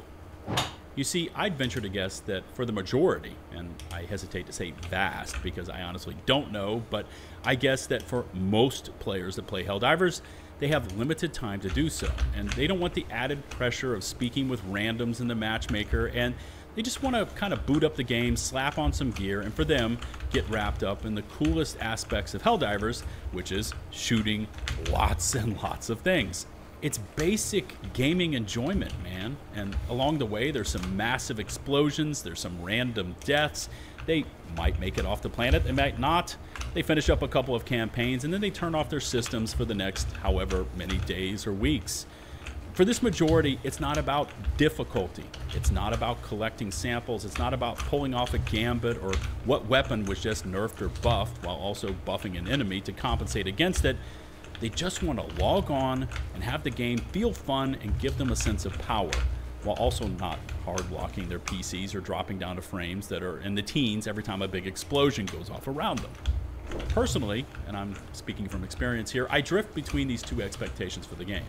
I absolutely feel that the game should embrace the fun factor element above all else. In fact, now that I think about it, in all of the dev vlogs, videos, and presentations that I've sifted through, fun or fun factor is not a term I can remember them using. Instead, they always reference the game's core vision, which we heard from Pilstead earlier, what that is. Anyways, tangent over. Let's get back to it. Arrowhead sold 20 million copies and became Sony's fastest selling game of all time, not because it was this super niche, hardcore Tarkov in space experience. It's actually quite the opposite. It was fun, shooting lots of things and feeling like our efforts meant something in the broader galactic efforts that actually attracted so many players of the game. I also feel like there's a more difficult experience to be had for those that could actually engage with it, and if Arrowhead took the time to make it. But first, they have to get away from creating difficulty through tedious design efforts. Buffing enemies into higher and higher levels of bullet sponges while simultaneously nerfing our weapons to feel worse to use is not how you create difficulty. I've seen games try it, and it kills the flow of the combat, and player excitement levels go from a 10 down to a 0 overnight when studios try this. You can make more intense situations, which also adds to the perceived difficulty, by just giving us more things to shoot at. Again, it's one of the core drivers for why players bought the game. The box references impossible odds, which for many means more hordes of baddies, not less things to shoot at, but everything you get to shoot at has hidden factors like extra durability, extra armor plating, and debuffs, which make them less fun to shoot at and more of a chore. And guess what? The more tedious the enemy design is, the more of those we're going to send your way. The future of Helldivers 2 is not to embrace every single change the studio makes and to praise those changes as gospel, aka glazing the game. And I still can't believe that's a banned term. Anyways, because in reality, this studio makes a lot of stupid changes to the game. Let's just be honest here, especially when it comes to giving the majority of their players more of what they want, instead choosing to sacrifice all of that success for their self-described grunt fantasy. But I also think there's a slim way forward here where they can create interesting gameplay and dynamic combat situations with unique enemy designs and encounters, free from making enemies tougher and boring to shoot at. But it involves them burning those spreadsheets and nerfs disguised as buffs philosophies, because as we've seen this time and time again, when these two studio factions went out and they get their way, swinging the game wildly in one direction or the other, it creates this sense of player uneasiness. I'm a firm believer in change. I mean, it's one of the core philosophies of my YouTube channel, being an agent for change. And in the case of Arrowhead and Helldivers 2, I'd say that it's okay for them to embrace that change in the game's initial vision over to a more fun-paced design philosophy. It's what attracted me and millions of gamers to purchase this game.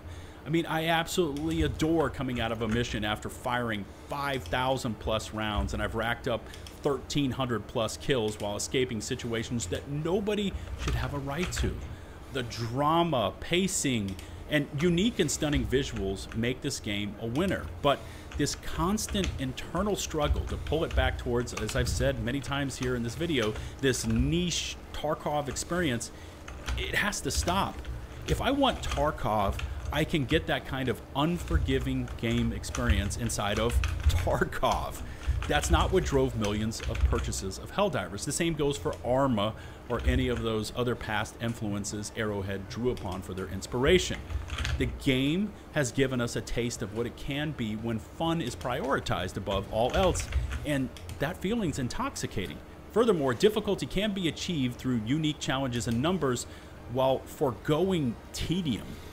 I've been a part of communities where this method of balancing takes hold, where they choose to listen to only those that affirm the developer decisions, aka glazing. And I can tell you with 1,000,000% accuracy that it leads to a game's quick and untimely end. I mean, hell, Outriders comes to mind, where they chose spreadsheet balancing and not to take into account player feedback, along with a massive array of technical issues. Sound familiar? And in that isolation and living in an echo chamber of confirmation, that game and community died a swift death. Helldivers, despite seemingly having infinite lives and do-overs, also seems to show all those same familiar symptoms as Outriders.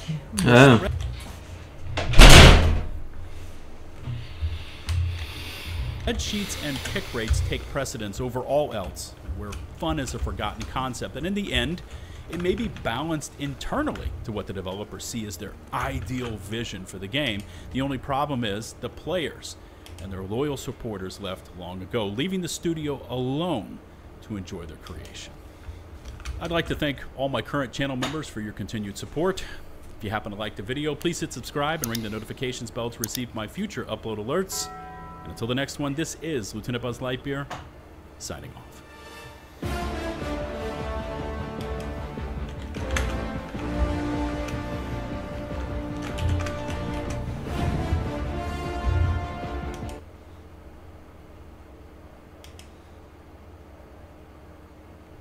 No intro needed for this one. Eurogamer, you done f***ed it up. Again. From their hot takes to differing sets of standards based on super mysterious factors, they've gone out again and confirmed why nobody should trust these reviews. In case you're new here, please hit subscribe and ring the notifications bell as we dive into the latest dumpster fire courtesy of Eurogamer.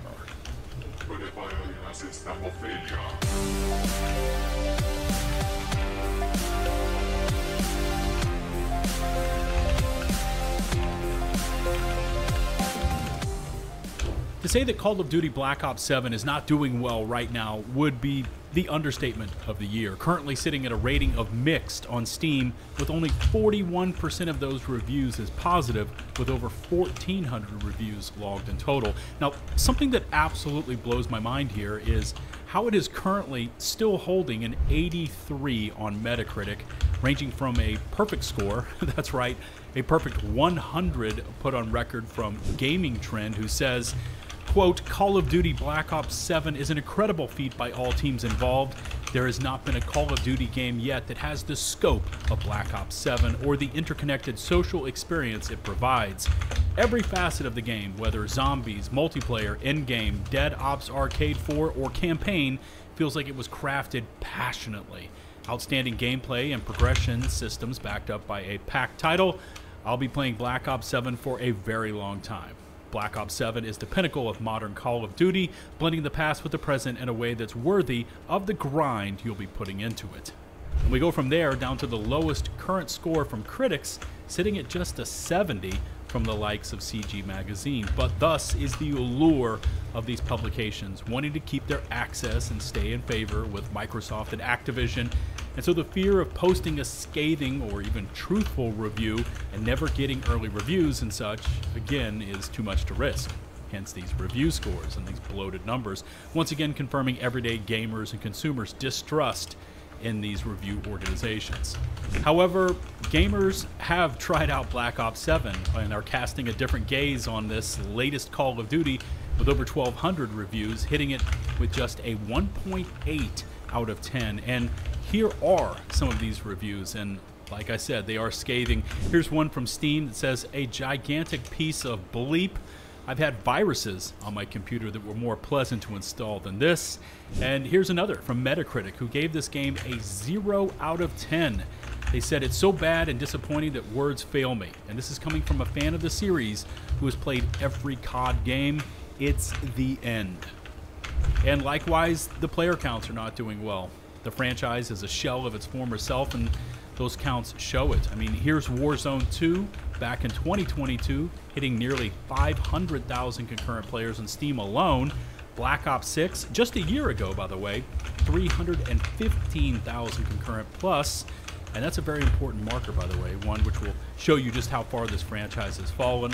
And a few days ago, now let's compare it to Black Ops 7, drops to just barely cresting over 100,000 players, with the lion's share of the criticism, of course, falling on the campaign. Now, Black Ops has always bordered on the insane, but Black Ops 7 has taken that and just pushed it to new absurdities, from this giant Harper boss fight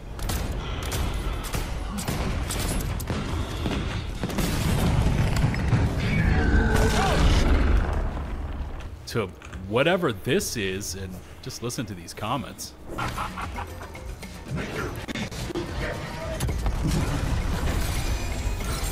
it? Bro.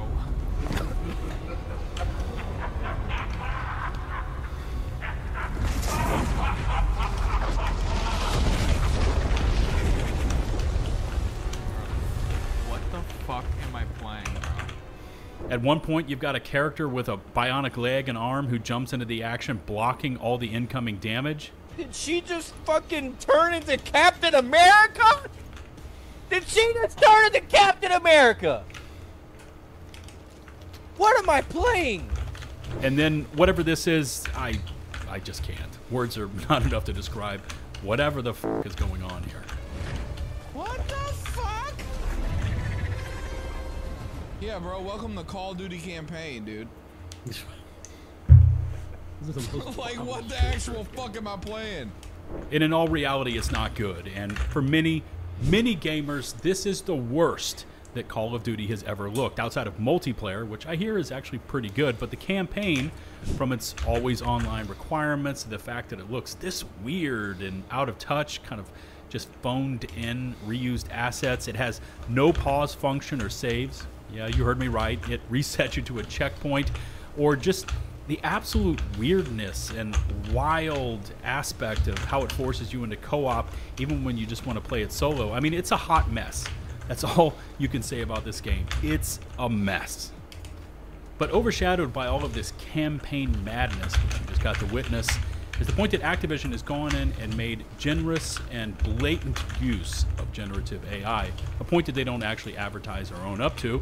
And if it weren't for Steam's regulations, that a game that makes use of this has to disclose it, or else Activision never would have told us. But yeah, here, just take a look at this use of AI-generated calling cards. You've got death from above, over here, buddy, peekaboo. I mean, you get the point.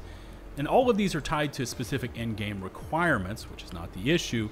The issue is that they are clearly AI-generated in this old Ghibli style that doesn't even match Black Ops 7. But this is the state of decay of Call of Duty these days.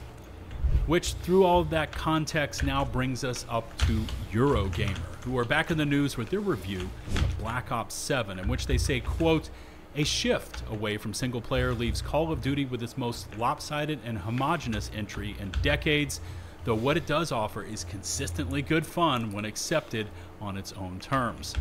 And then Eurogamer turns around, and for all that wacky, weird, and seriously out-of-touch footage you just got to see, they give the game a 3 out of 5 stars, which in Eurogamer's world equates to a 60 out of 100.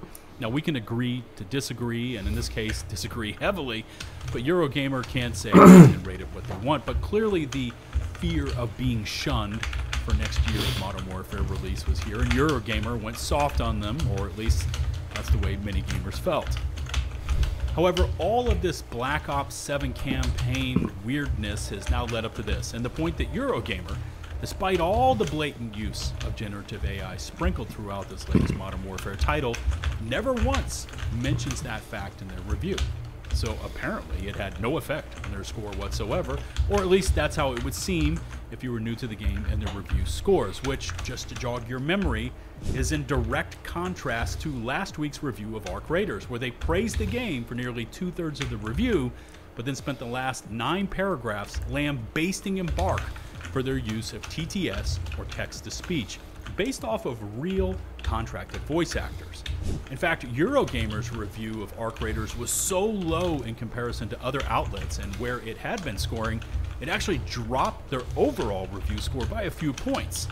Now, Eurogamer's stance on using TTS and editors Rick Lane's dropping of the proverbial hammer on their work was clearly a choice. It was a stance that for many would have been better served up in an op-ed or series of them and kept outside of an actual review, but Lane and Eurogamer clearly were going for the shock factor, and what bigger stage than hammering down on Arc Raiders, which is still seeing generational, once-in-a-lifetime player counts, and I would suspect that those are far beyond the studio's wildest dreams.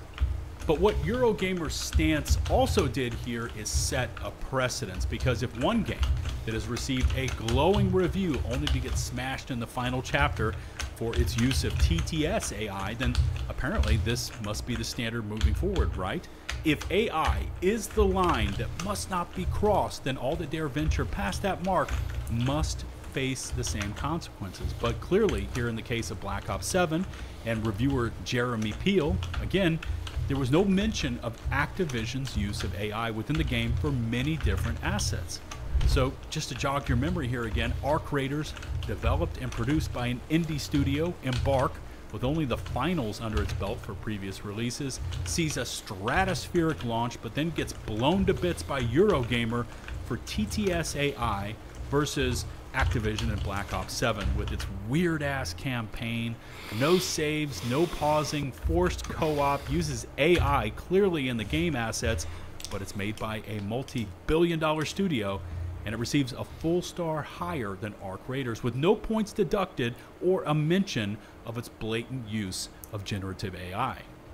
And here's where things take a pretty interesting turn, as so many gamers out there and viewers started looking over the review scores, asking questions, especially when it comes to Black Ops 7, which again, Eurogamer scored a 3 out of 5. That's a 60 out of 100, and makes no mention of its blatant use of generative AI versus Arc Raiders, a game that is arguably in the game of the year running. It's that good, especially for best multiplayer.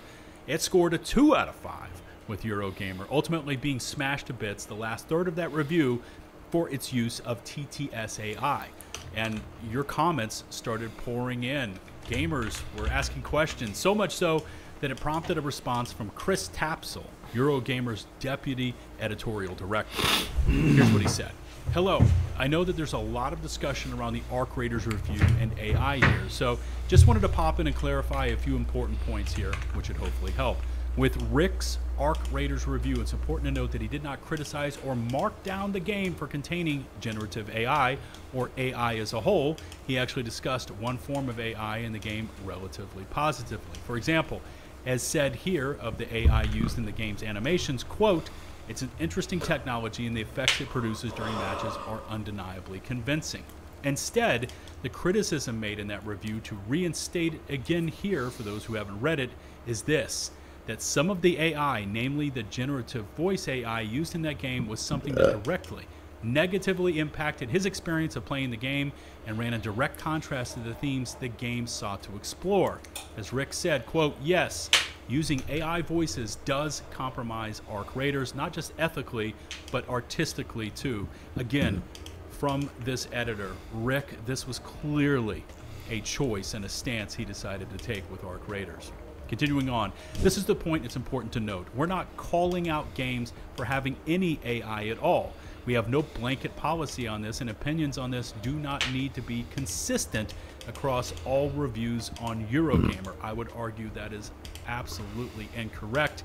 But here, they're continuing on, from all individual writers. In the same way, they don't need to be consistent about what they think of games having too many grappling hooks these days, or which Elder Scrolls game they think was the best. The approach at Eurogamer for the past 26 plus years it's been around is that reviews are written by individuals, not the outlet hive mind.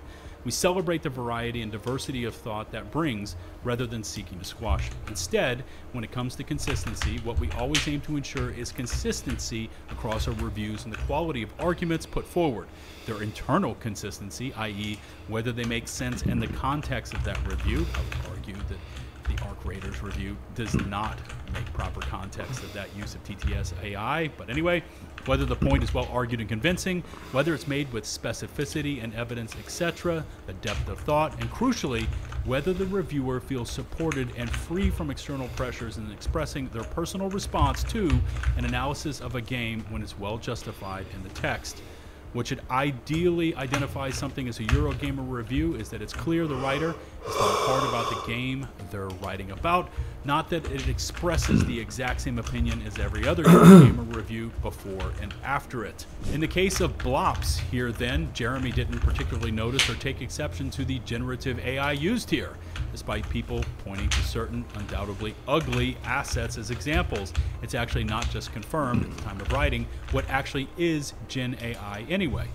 Just that Activision uses a disclaimer on Steam to note that it uses it somewhere in game. It probably is those assets if you're taking an educated guess, but it's not confirmed and shouldn't be reported as such. We've requested comment from Activision and are yet to have a response. I doubt that you are going to get one. Likewise, if Jeremy did feel these or anything else at all had a significant, noteworthy impact on his experience of the game, it is undermined or helped what the game was doing, he'd be welcome to discuss that too. That goes for positive or negative impacts. with AI in particular being both an emerging technology and a nuanced one, and also one with major ethical questions and even more major investments, and therefore billions of pounds of vested interest, any instance is going to be both emotionally charged and complex. It's my belief that must take each case as it comes and treat it as a complex topic where we can help explain, inform, and absolutely also criticize where necessary. I hope this has been clear from the huge amount of in-depth reporting we've done on this topic already, and we hope we continue on that way.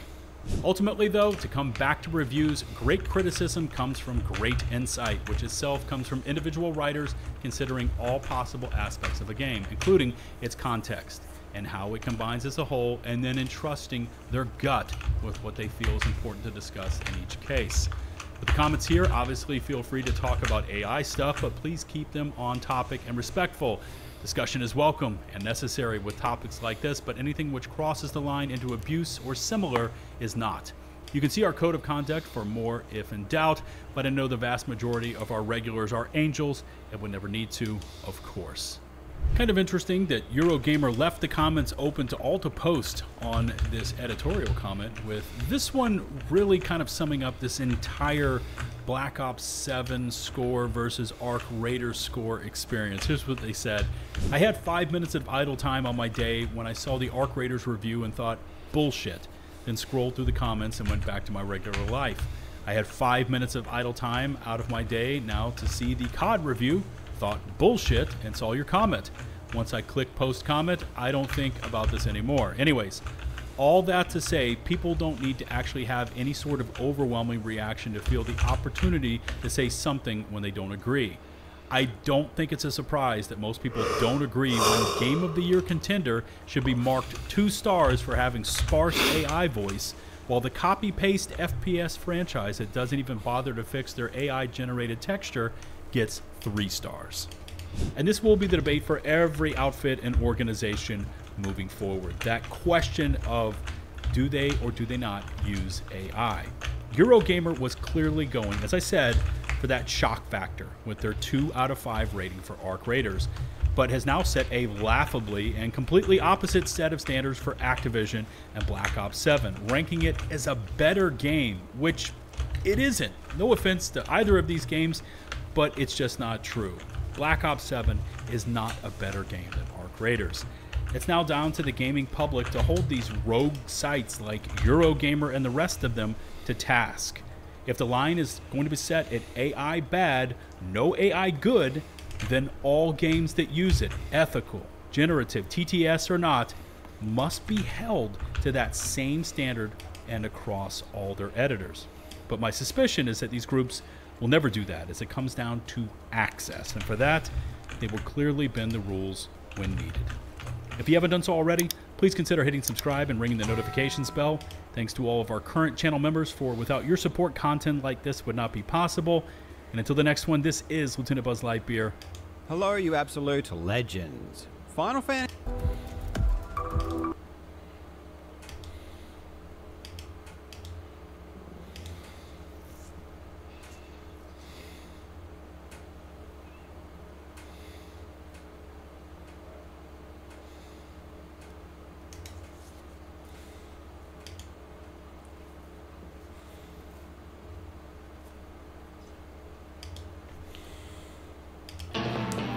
What seemed like the beginning of the movie to me is we were out with people from Pulp Fiction one night 10 years ago. And I go, Uma, I've got the movie for us. All right, so I just tell her it's called Kill Bill, where she would play this, the deadliest woman in the world. Or I come like, well, you're an assassin, and like you're fighting these guys, and there's a kill list. Each one of these guys represents almost a different genre in cinema. So when you go there, it's a kung fu movie, this one's the black exploitation movie, this one's maybe a redneck movie. And as I'm describing, and like, well, the way they always start is they always start with a person lying there and they're beaten up and they've killed their family and the people are looking down at them and everything. And she goes, hey, Quentin, I have an idea. What about you see me, my face is all bloody, and then the camera pans back, and you realize I'm in a bridal gown. And that's when the bride was born. And then I proceeded to like write 30 pages. Well, I woke, every emotion in me was dead. Every emotion that is, except one. Desire. The desire for revenge. Then he went his way and did Jackie Brown and started writing his war epic, and I did whatever I did for 7 years. And then for the next, 5 years, every time I would see Uma, she would, say, so when are we going to do Kill Bill? When are we going to do Kill Bill? Well, I bumped into her at a party, and the first thing she says, so, yeah, when are we going to do Kill Bill, huh? You keep talking about that. What's up? I go, yeah, someday. And I go home, and I take the 30 pages out, and I read it again. We not only see she is a bride, but she's 8 months pregnant. Interior, wedding chapel, day. Overhead shot. We hear step, step, step. And I read it, and it's just like, this is pretty darn cool. You know what? I'm gonna write it really quick. It's gonna be this down and dirty exploitation movie, 90 minutes. All right, and I just wanted to work with Uma again. So from that point on, I just said, okay, it's Kill Bill time. A few weeks later, at Uma's birthday party, he told her that the screenplay was a present. However, the 200-page final script appeared a year later. Bill, it's your baby. Cut to black screen. The fourth film by Quentin Tarantino. The script for Kill Bill can be confidently called the anti-Jackie Brown. You believe this shit? Tarantino was not about to make the same mistake twice. Minimal dialogue, tons of action, a focus on young actors, and his typical anti-linear plot. As soon as they read the screenplay, Miramax offered him $40 million, and the project started up in April of 2001. So the whole idea on Kill Bill was to test the limits of my talent.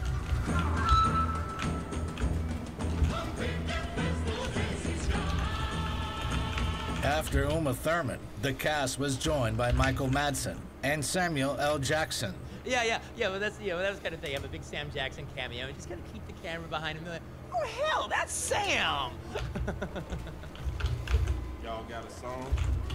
Lucy Liu was invited to play the role of O-Ren Ishii after Quentin saw her in Shanghai Noon. And I think she is absolutely amazing. I decided O-Ren's not just going to be Japanese.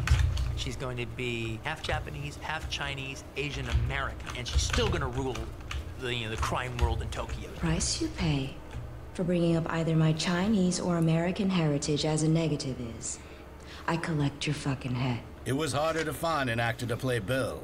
Tarantino invited Kevin Costner and Warren Beatty, but both refused. Costner is practically famous for saying no to Quentin's films, and Beatty lacked the desire to devote time to learning martial arts. Therefore, Quentin offered the role to a person who didn't need to learn martial arts at all. If you're my age, you grew up with the TV show Kung Fu. David Carradine became the perfect candidate. First of all, he had starred in many martial arts films. You know, I did 11 Shakespearean plays. Second of all, he had been in Mean Streets, one of Tarantino's favorite films. And third, he desperately needed to resurrect his career. Just forget the past. What's cool is for an entire generation who doesn't know about Kung Fu, doesn't know about Death Race 2000, all right, doesn't know about the Long Riders, he won't be David Carradine. He'll be Bill. You always have been, and you always will be. Well, the actors had been chosen and were ready to start shooting. The studio gave Quentin the green light, and he was already getting the film crew together, when in the middle of 2001, it became known that Uma Thurman was pregnant, and obviously could not start working. And though Harvey Weinstein insisted that Quentin find a different female lead, the director was unmoved. He answered Miramax in his typical way. I'm the grindhouse Joseph von Sternberg, and she's my samurai sword-wielding Marlena Dietrich. If Uma's mother never met Uma's father, there'd be no Kill Bill, all right? I took this whole movie on, put it on my shoulders, and there's a lot of heavy lifting on it, and I had to carry it. And then, having done that, put it on my shoulders, as gently as I could, I climbed up on top of hers. All right, because without her pulling it off, I got nothing. I got nothing, all right? Because of this, filming was delayed for a year. But the director didn't waste his time and began looking for the rest of his team. He invited his favorite stuntwoman, Zobel, who is behind most of the bride's crazy moves. The acting ensemble was joined by Gordon Liu, who played the squad leader of Johnny Moe's Crazy 88. and the teacher, Pai Mei.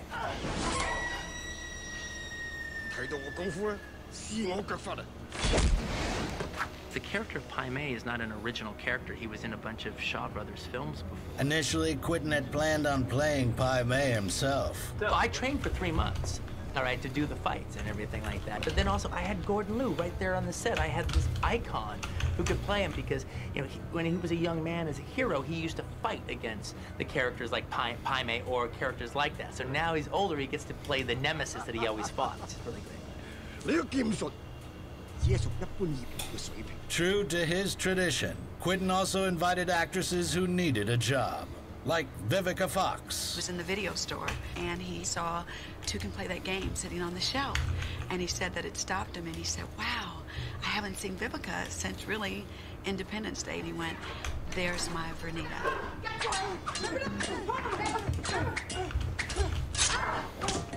And Daryl Hannah. That's right. I killed you, monster. And now I'm gonna kill you too. What's cooler than cool? L Driver. Daryl's sort of the opposite number in that she's an extremely dirty fighter, you know? So when the two of them finally collide, it goes down to a very low level.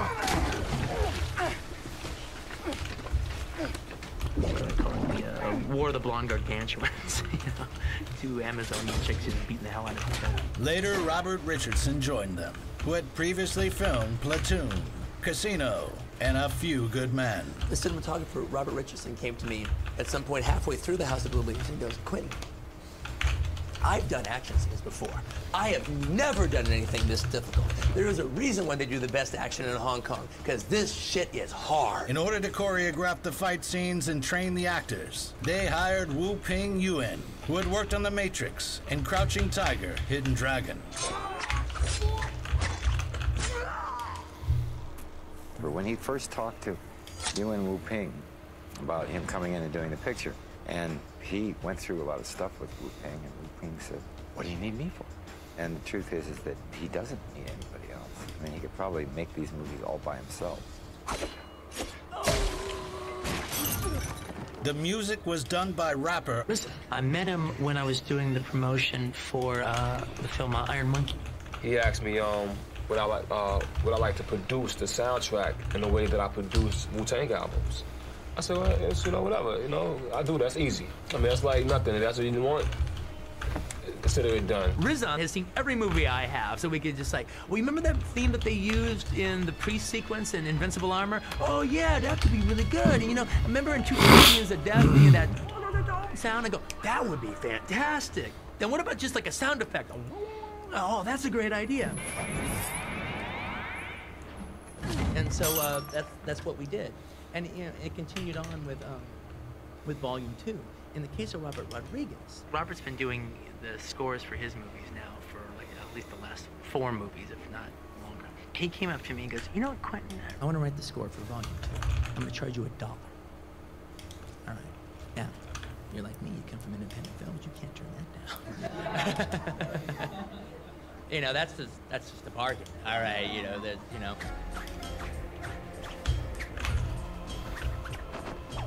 Another interesting fact, Sonny Chiba was invited to play the role of Hattori Hanzo. And I've been wanting to work with Sonny since I was a little kid. And Sonny Chiba, one of his coolest things that he did amongst all these great movies is he had a TV show. All right, the Japanese title of the show was Kage no Gunda. And each time they did a new show, he was a different Hattori Hanzo. You know, it'd be like, you know, Hattori Hanzo the first, and then he'd be Hattori Hanzo the second. And so I just continued that philosophy when I wrote my Hattori Hanzo. So he's Hattori Hanzo the 100th in Kill Bill. You must have big rats. You need a Hattori Hanzo as a stew. Sonny is a legend of Japanese martial arts films. That guy up there, it's Sonny Chiba. Darian? Yeah, the one in black. Who in real life likes to make katanas and retired from acting after his role in Kill Bill.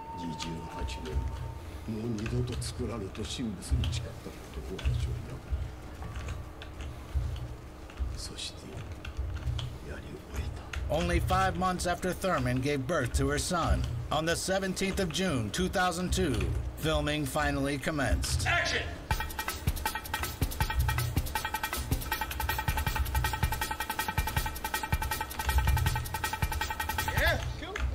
Some of the movie takes place in China, some of it takes place in Japan. And there was the Japanese to English translators, the Chinese to English translators, the Japanese to Chinese translators were equally as essential. And if you've seen how difficult it is, but we're gonna get it. You know, it was kind of madhouse.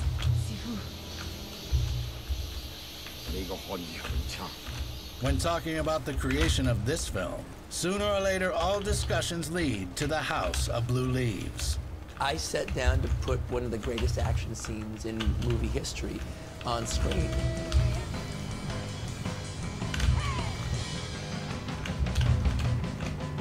Tarantino wanted to create the most epic action scene of all time and was willing to do anything to achieve that vision. In order to completely avoid computer graphics, he insisted that the special effects team use a method from Japanese films, where they load the stuntmen up with condoms full of fake blood. Even the blood was chosen with deadly precision. I don't want horror movie blood, all right? I want samurai blood. In the end, more than 1,500 liters of fake blood was spilled. The scene became a trial for the whole film crew and for the actors and the stuntmen. And instead of 2 weeks, the predicted time needed to shoot the scene, it took 2 months. I've always considered action directors the greatest movie directors in the world. If you can do action well, then you're the greatest.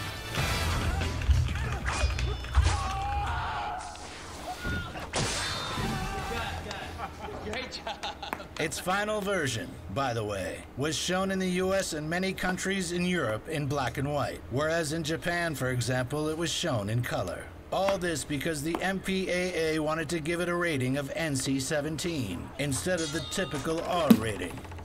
Yeah, well, people have said, well, why did you give the Japanese and the Asian audiences, you know, more in their version than in the Western version? And the answer is, well, they can handle it. You guys can. If you guys can handle it, I give it to you.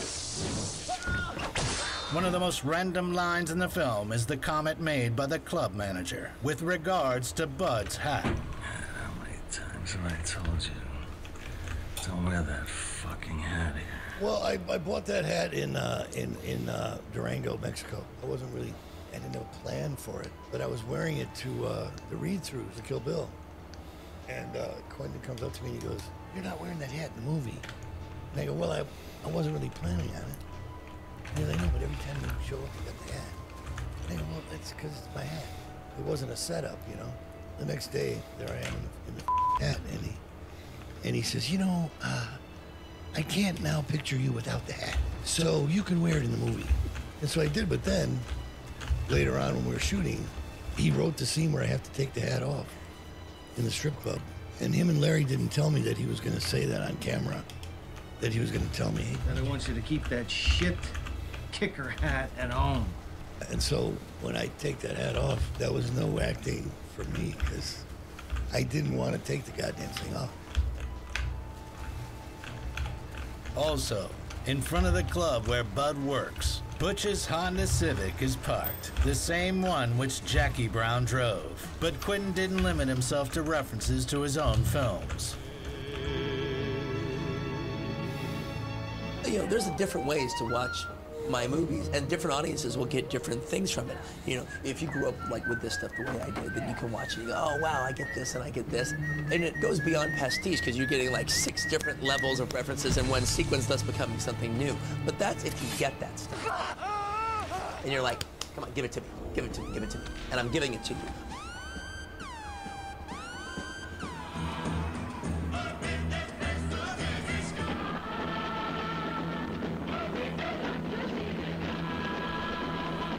But if you're not a fan of this stuff and you haven't grown up watching it, all right, then it's all new to you.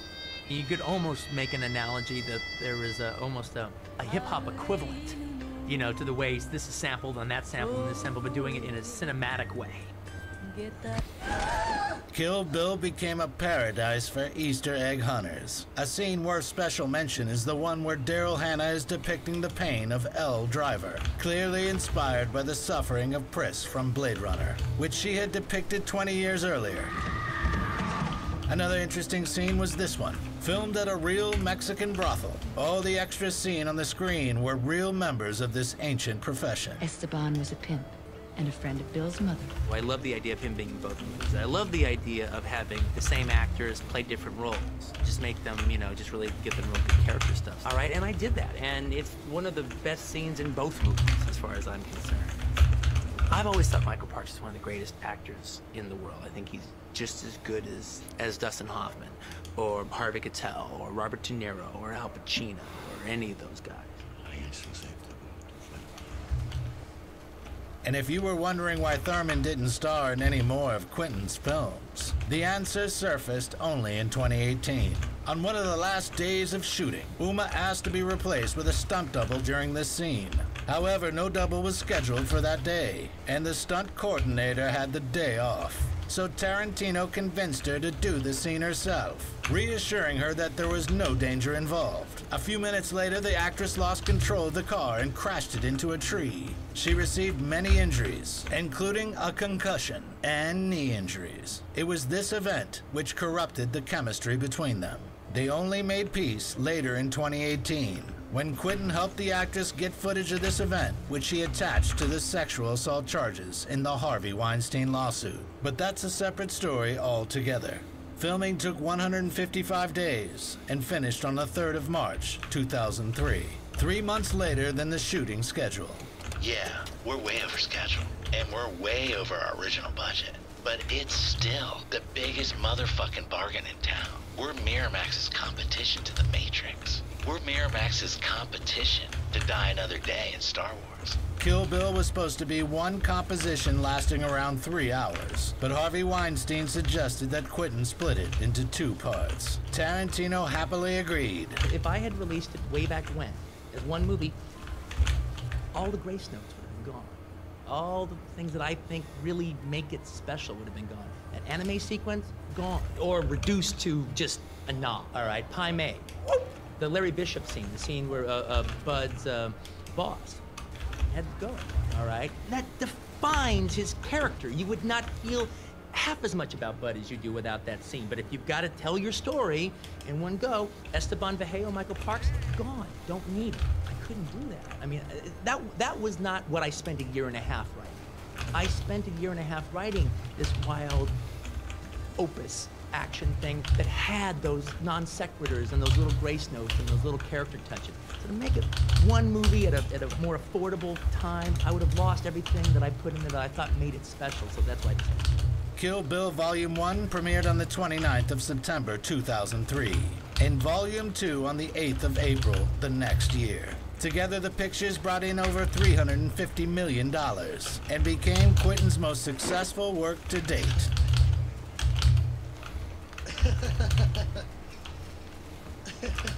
Of course, this time, he didn't expect any recognition from the Academy. The film wasn't nominated in a single category at the Oscars, but at least Uma Thurman was nominated for the Golden Globe for both volumes. The second time, she was joined by David Carradine.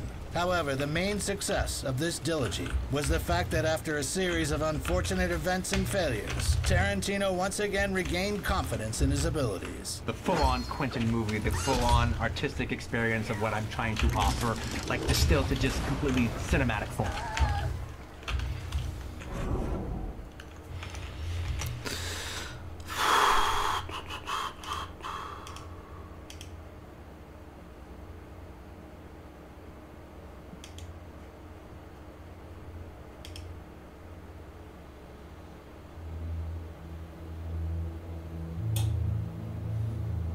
So often in games, we worry about the guns, the explosions, or the maniacal villains. But today, I want to shed light on something lesser seen and talked about regarding death and tragedy in games. I'm talking about disease, infection, viruses, plagues, parasites, and so much more, each of which inflict their own horrors beyond the imagination of their host. So here is a deep dive and analysis of the deadliest and most twisted diseases and contagions that have ever inflicted us in the video games we love. Because after all, the worst way to go in this life is not by death, but by pain. Multiple American cities with a biological contamination crisis rural communities has now spread to major urban areas with devastating consequences. In the past 6 hours, we have received reports of violent outbreaks.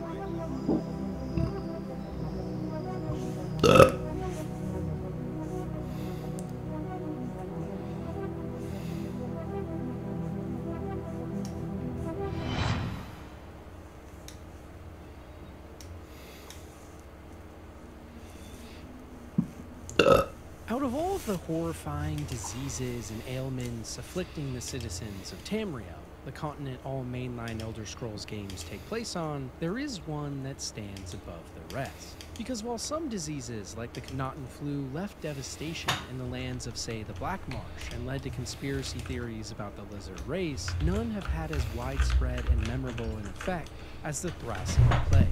Immediately notable on account of the fact that this plague was actually artificially engineered in labs, it first appeared on the shores of Tamriel in the late stages of the First Era, when bands of seafarers returned home and were met with a host of strange creatures showing up on the shores, carrying a bewildering ailment. It was discovered that, using their twisted magic, the Slode had inseminated these helpless, genetically tortured animals with the Thracian plague. And as soon as they came into contact with the races of Tamriel, the plague began to spread like crazy. In almost an instant, entire towns and communities were decimated, with over half the population of the entire continent succumbing to a cruel fate many describe as worse than death. Symptoms included painful ulcers and boils that erupted across the skin, forming into necrotic lesions that made victims look more undead than alive.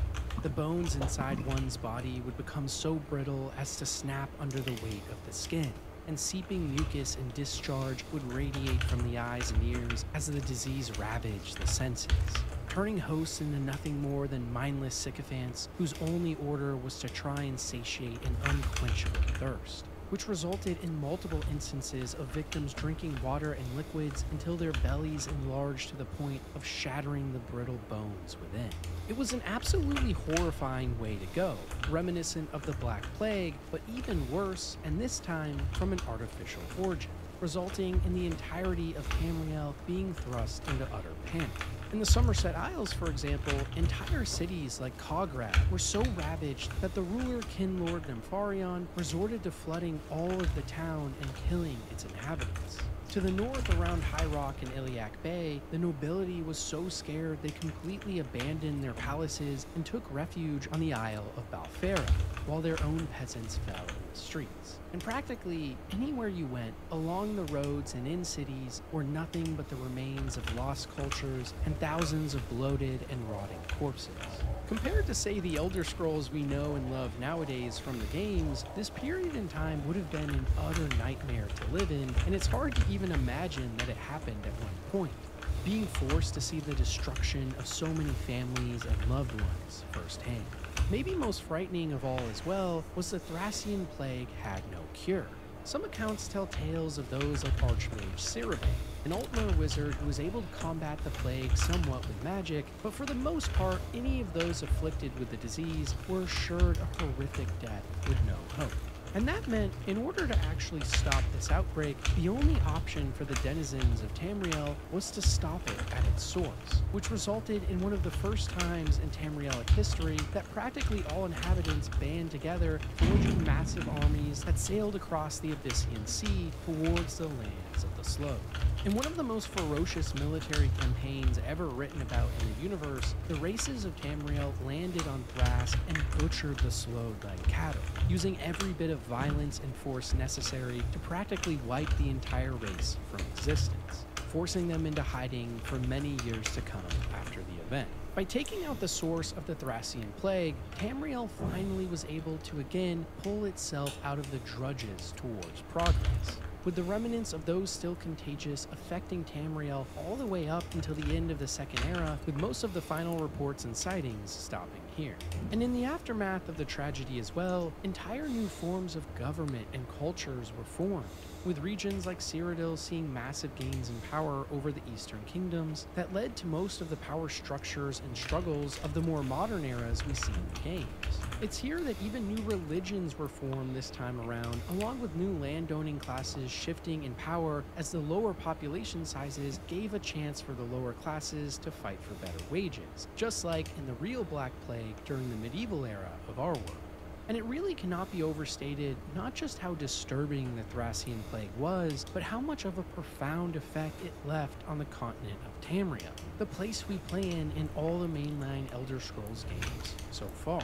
It completely wiped out an existing population, tore families apart at the core, and in its wake left those remaining to pick up the pieces and once again figure out how to live, giving birth to the culture and customs that we have come to know and love in the games like Skyrim. And it's a perfect example of how important diseases like this in games are, and why diving into them is so vital for understanding how and why a universe came to be.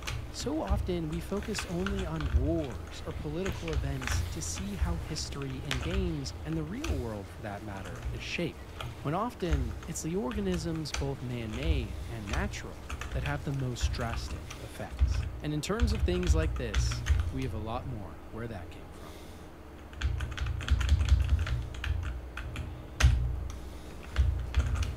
While diseases and plagues in games can certainly be terrifying, usually they're confined to the periphery, something we only hear about in lore entries and seldom actually in the world.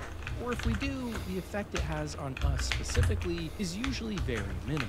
But in the case of the corrupted blood incident from World of Warcraft, this couldn't be any further from the truth, because it might just be the best example of a pandemic that was fully brought about by the players in a game of all time.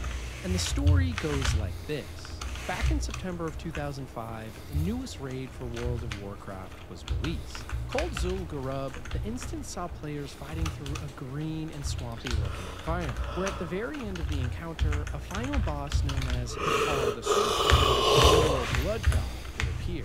The boss itself was fairly difficult for the time and required coordination and strong teams to overcome, with some really nice loot at the end.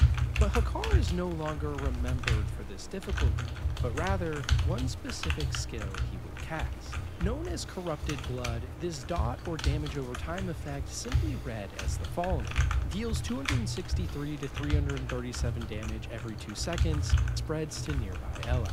It sounds like a fairly normal damage ability healers would need to look out for on the surface, but it's that second portion, spreading to allies, which gave rise to one of the biggest and most terrifying pandemics in games ever. Because you see, the intention of the attack was to spread between players in the raid, forcing teams to fan out and healers to be on high alert. But soon after the raid initially released, some players discovered that the ailment could also transfer to Warlock and Hunter pets. Meaning, while the effect could only last for 4 seconds, if players in the raid saw their pets contract the disease, they could quickly cast Dismiss and store their pet away. When summoning their pet once again later, no matter where they were, whether that be in a raid or in a massive city with thousands of players, the effect still remained for a couple seconds. It was a small oversight by the developers, but one that was about to unleash utter destruction. Early on, some especially mischievous raiders took their diseased pets and summoned them right next to NPCs and guards in the biggest towns, which themselves could not be killed by the effect, but certainly could transmit it. Within just hours, entire cities in World of Warcraft began to fall, as hundreds of players would walk into what they thought would just be another day trading and talking with friends, only to be met with a sea of malaise and death as other players around them fell like flies, succumbing to the corrupted blood. For low-level players especially, this was a catastrophe, as the effect could almost instantly kill you and would force you to run back to your body to revive as a ghost, only to immediately contract the disease again and die over and over. For higher level players too, death was often inevitable, as healers could only cast shields for so long, and paladins, who do have the power to cure disease, proved useless, as so many players and NPCs were spreading the contagion at once that no one could keep up. As you can probably tell, it was an absolutely crazy time to be playing WoW, especially since it was early days for the game and the amount of destruction and ruin it wrought cannot be overstated. Entire bands of heroic players would form teams where healers would come to cities to try and fight back against the onslaught, and other maniacal bands would purposely contract the disease and try to spread it to smaller towns or even unsuspecting newbies just trying to level up their own character in the starter zones. Specific kind-hearted individuals would even run towards the starter zones as couriers of sorts, screaming at new players to run for their lives and hide, as otherwise they would die and never see their character again. I know there has to be some kid out there that started playing WoW for the first time during this era, and I can't imagine what must have been going through their head as it happened. Regardless though, no matter who you were or what server you were on, the corrupted blood incident was directly affecting how you played the game, and it even resulted in full-blown quarantines where guilds and players were setting up secret meeting points to avoid larger populations that spread the plague. Travel virtually halted altogether, and trade in cities became non-existent. World of Warcraft, as players knew it, had completely changed, leaving in its wake abandoned cities and ghost towns full of corpses and death. Initially, Blizzard tried to fix the problem with quick patches, but to no avail. And for literally an entire week, World of Warcraft became a breeding ground for infection, until finally in patch 1.9.0, a change was made to finally make corrupted blood not transfer from players to pets, along with a full reset of servers, forcing NPCs to spawn without the ailment. Looking back, it was an absolutely crazy moment, not just for WoW, but for MMOs and games in general. A disease that wasn't just talked about in lore entries, but quite literally was created and exacerbated by players themselves. And while at the time it was truly horrifying for many and game-breaking for most of the community now looks back on this event fondly, as entire friendships and guilds were formed during this time, with many players banding together to either cause more chaos or help one another. And to me, I think it showed the true power of MMOs to bring thousands of people together all at once, working towards a singular goal. And in a funny way, it could be argued that the community of WoW has never had a better moment than when they were all dying from disease. Truly, one of the most disturbing and fascinating plagues in a game of all time, that led to one of my favorite stories in the medium.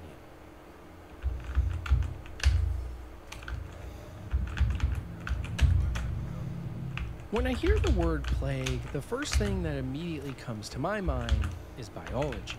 Organisms of the natural world that can twist and mold into death sentences for the human race. But maybe naturally occurring phenomenon like this aren't actually the scariest, but rather the man-made and engineered kind that can be so much worse.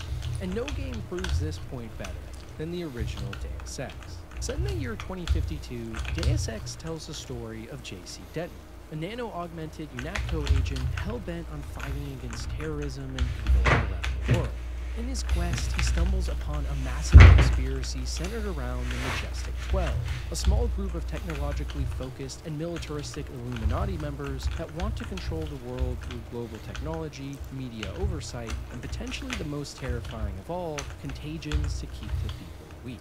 It's revealed through your playtime in the game that the Majestic 12 have manufactured a new nanovirus known as the Grey Death, which is wreaking havoc around the world, especially the United States, sending entire governments into utter chaos and disarray.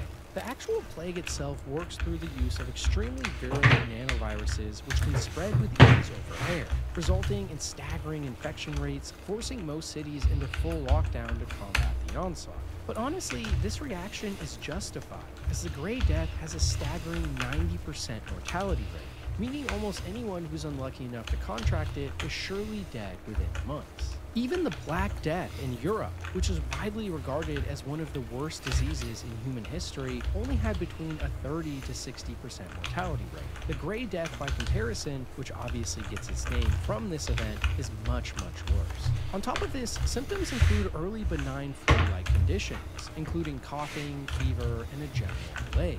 But as things progress, each host is met with more and more painful moments. The virus begins to target the body's own cellular structure, forcing your skin and bones to reject any nano-augments that are installed, which in the world of Deus Ex, many people have. And through this process, those affected begin to see their skin pigmentation fade into a pale and deathly white gray before falling very ill.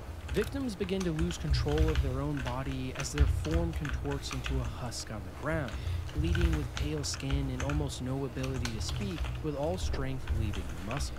Cognitive functions deteriorate almost completely as the host lies in agony in a pool of their own sweat and filth until finally they beg for death and the pain to end as they take their final breaths. It's an absolutely horrifying way to go, and even more so when you make the discovery that the ailment is completely man-made, crafted by some of the most evil Illuminati members hiding in the shadows. And it sheds light on the real-world dangers that something like this could pose in our actual lives. After all, in-game, the Illuminati, after creating the Great Death at Area 51, also make an extremely limited supply of their own treatment, known as ambrosia, which can shut down the effects of the nanovirus for a short period of time. Meaning, not only can they constantly use it on themselves to stay healthy, but they can use the product as a sort of bargaining tool to force powerful governments and officials into doing what they want. When combined with the control over the media and narratives, along with being behind many of the augments that people use in the first place that are now killing them with the Great Death, it's clear that the Illuminati in Deus Ex is a truly omnipotent and powerful force that is always one step ahead. And it's crazy to think that things like this could actually technically be possible in our real lives too. And many people would argue that in some ways they're already happening. Sometimes the most disturbing diseases aren't the ones that destroy our body or make us look horrible, but rather ones that can quite literally pull apart the fabric of our very society as we know it and place power in the hands of too few. Because behind every tragedy is someone willing to try and use it for their own gain, which honestly is what disturbs me most about the Great Death. There are diseases coming up on this list, for example, that do cause much more horrific symptoms, but very few are as far-reaching in implication as the Great Death. And hopefully, just like in Deus Ex, if this ever does really happen, there will be some amongst us, like J.C. Denton, who have genetic abnormalities that make them resistant to the virus, and thus gives them a chance to stand up against the evil organizations in the shadows.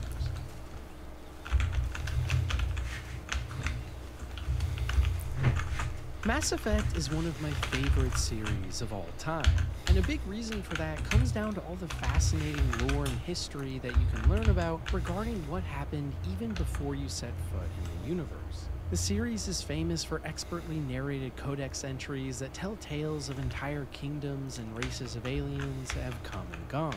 But out of all of these little tidbits of storytelling, far and away one of the most memorable for not only me, but the entire community is the Krogan genophage. For those of you that don't know, a genophage is a biologically engineered weapon or agent that is designed to limit or completely destroy an organism's reproductive capacity and ability to breed.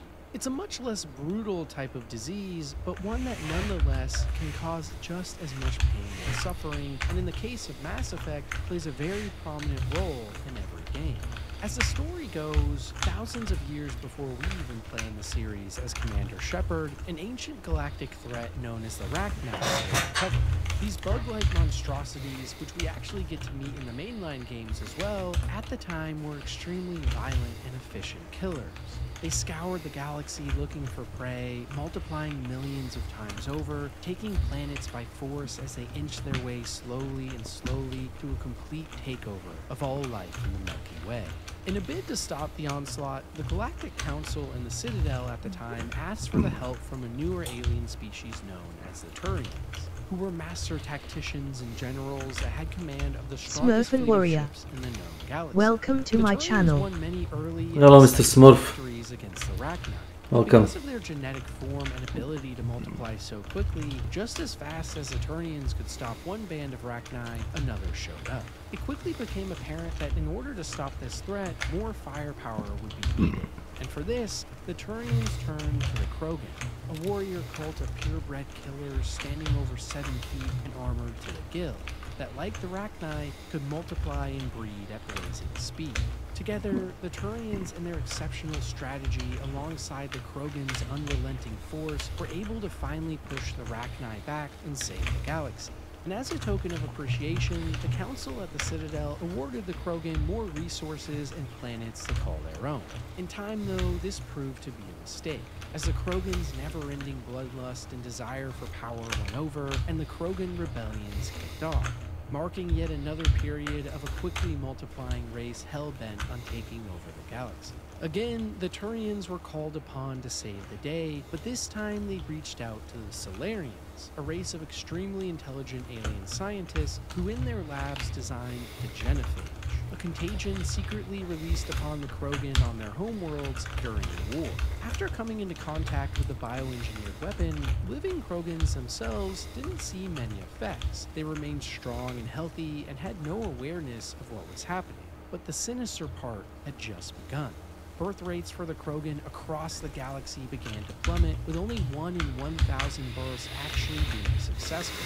And in no time, this forced the Krogan warlords into utter submission, as they could no longer breed themselves into a successful victory. This eventually led to their surrender, but even here, the effects of the genophage did not stop. And by the time we play the games, for over 1,000 years, the Krogan race has slowly been dying off, becoming known simply as a species doomed to one day disappear on account of their inability to have children. It's a horrifying genetic defect that can cause the downfall of an entire empire, and one that led to countless hardships and struggles for all the Krogans that we see throughout the games. In Mass Effect 3, though, specifically, we as the player can actually decide to either doom Krogans to death or to cure the genophage in hopes that they become more peaceful this time. And either choice has both its positives and its negative aspects. But regardless, the scariest thing about the genophage is just how unprecedented it is. The idea of an entire weapon capable of not just killing a civilization, but slowly and ruthlessly tearing it apart from within is so terrifying. In the history of mankind, no such genophage on a scale like this has ever existed. But the idea of it even being possible is enough to induce nightmares. We know of grand empires like, say, the Romans or Mongols who did fall apart eventually, but that was more due to political turmoil, a lack of economic stability, and a breakdown of morals and class structure. Something like this is even more terrifying because it feels like there is no way to fight back. Imagine waking up every day knowing that no matter what you do, your entire race is doomed to a slow extinction at the hands of an invisible force and a genetic defect. Not all diseases or ailments in games are scary because of the outward-facing symptoms they cause. Some induce panic through nothing more than an ability to steal our last bastion of defense, hope.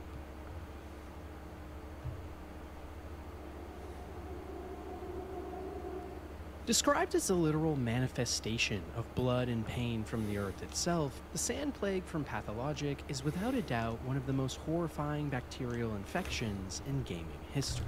For those of you who haven't played, Pathologic tells a story of a small and creepy town that has been overrun by a terrifying disease, where you play from the perspective of multiple different characters trying to unravel the mystery of what is going on in this strange place. The disease in question, known as the Sand Plague or Sand Fever, 5 years prior was first discovered, but quickly was contained due to an awkward layout of the city it arose in, crude sprawl. The main man behind saving the town originally was known as Isidore, and while his intentions seemed good at first, years later he would prove to be one of the most twisted individuals in all of known lore, playing an instrumental part in the period we play in, where the Sand Plague has re-emerged and is killing people in droves. The actual bacteria or germ itself does much more than just get victims sick as well. First, those afflicted with the Sand Plague sit in horror as their bodies begin to dry from the inside out, almost like being filled with sand. The lungs seize and produce a racking cough along with sharp pains, as weakness takes over the rest of the body and a keen and unending thirst is developed. Loved ones must look on to their beloved as their eyes become more and more shallow, followed by bouts of delirium and confusion as the blood inside their veins begins to boil and hallucinations set in. Suddenly, hosts drift into an eerie silence, and the confines of the home quickly shift into the walls of a prison as noxious fumes seep from rotting corpses and fling infection into the air. The condition is just as bad as it sounds and is almost incurable outside of some strange magic from local children who may actually have been abused and tortured babies that have been snuck underground for satanic magic. Yeah, Pathologic is pretty weird. As for how the plague itself even began in the first place, though, many theories are talked about amongst the townsfolk, with most of them using clues pointing to the idea that it's all related to the polyhedron. a massive, almost alien structure near town that defies all known laws of physics. As legend goes, the polyhedron, which also is home to child torture and mind control, might also be leaking some of the tainted blood of children into the earth below, which has caused a supernatural reaction from Earth, which is seen as a living organism by the townsfolk. Potentially, something about the polyhedron and what goes on there has upset the balance of nature, and has caused the almost magical reawakening of a plague that is tragic in every sense of the word. And honestly, it goes to show just how weird diseases can get in games, especially when combined with the realms of mystics and magic, where infection becomes more than just science, now being an affront to God and the natural order. And it's a perfect example of how disturbing diseases in games can actually add so much to a setting, fitting in perfectly with the more fantastical elements of dark magic and witchcraft.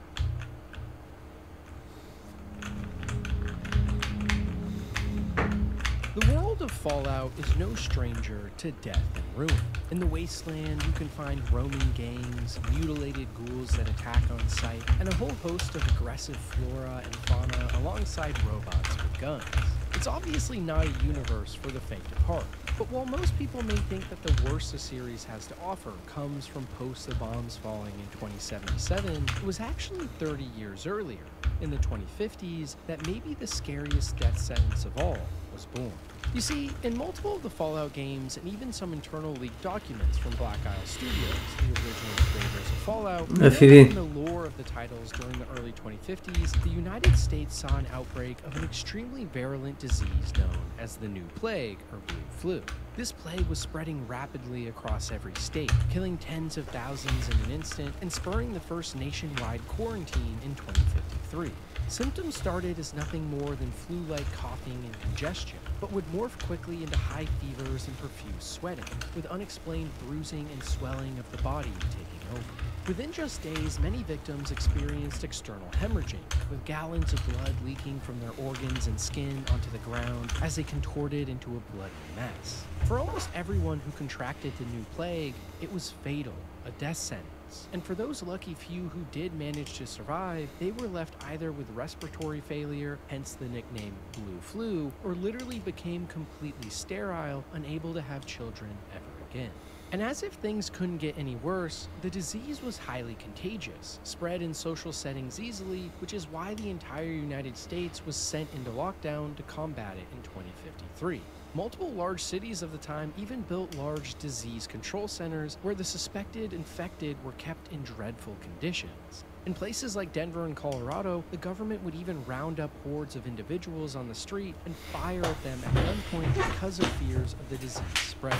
And overall, paranoia was reaching an all-time high, along with the looming threats of more war at the time. It would have been an absolutely nerve-wracking time to be alive, in some ways even more so than the wasteland post-1977 when the nuclear bombs fell. Regardless though, as humanity does, it trailed on, and massive efforts began for a cure for the ailment, but to no avail. As for 2 more years, the disease rocked America. That is until 2055, when West Tech Corporation contracted to research a final vaccine, which they were able to create, but in doing so, crafted something even worse. For those of you who have played Fallout, you know about super mutants, giant hulking meat sacks which devour human flesh and are brutish in nature. They are one of the hardest enemies you can fight in a game, and also, as you might be guessing, the result of those original West Tech vaccine research experiments. Because you see, while West Tech was able to eventually create a cure for the New Plague, they did so through the development of the Pan-Immunity Virion Project, a vaccine that was meant to fight against not just the New Plague, but all disease. And though this project did have lofty goals, it eventually resulted in the first strain of FEV, or Forced Evolutionary Virus, which is what is at the center of super mutants and the most horrid monsters in all of Fallout.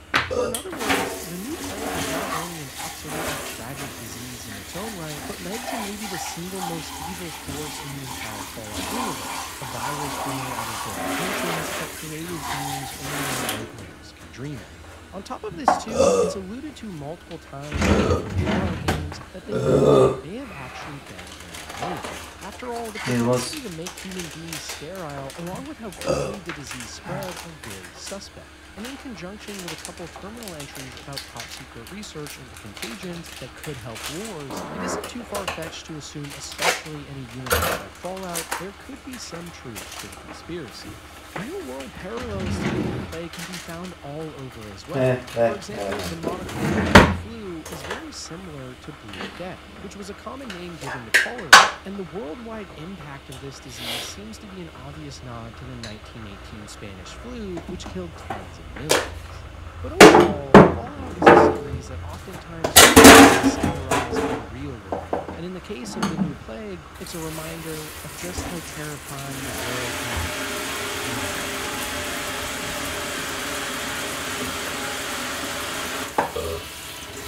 If you've ever played Elden Ring, you know despite how beautiful and calming the world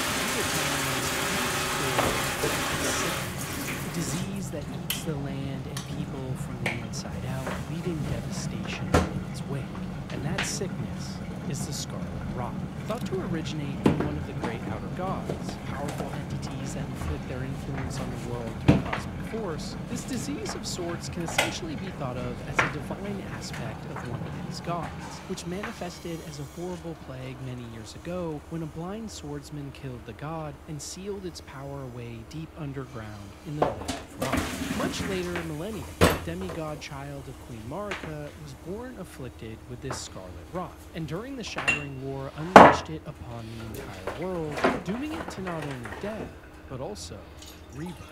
Because you see, unlike most diseases we've already gone into, the Scarlet Rot does not just kill.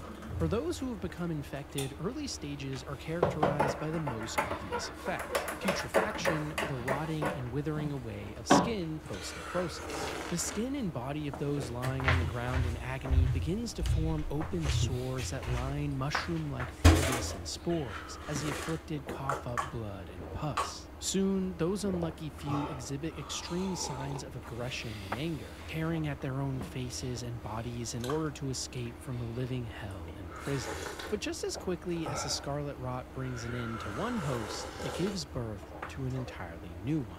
In a process known as blooming, many humans afflicted with the Scarlet Rot explode with a release of energy that manifests as a gigantic scarlet balloon, while others birth new forms of plant life or mushrooms from their chests, with some even expelling small creatures that are alien in form. And this makes sense too, considering the original strains of the Scarlet Rot are thought to come from meteors, meaning that new forms of life being given birth to might be literal aliens, which also fits in with some of the stories of the Outer Gods, which paint them as alien-like entities in which otherwise would have been a medieval world.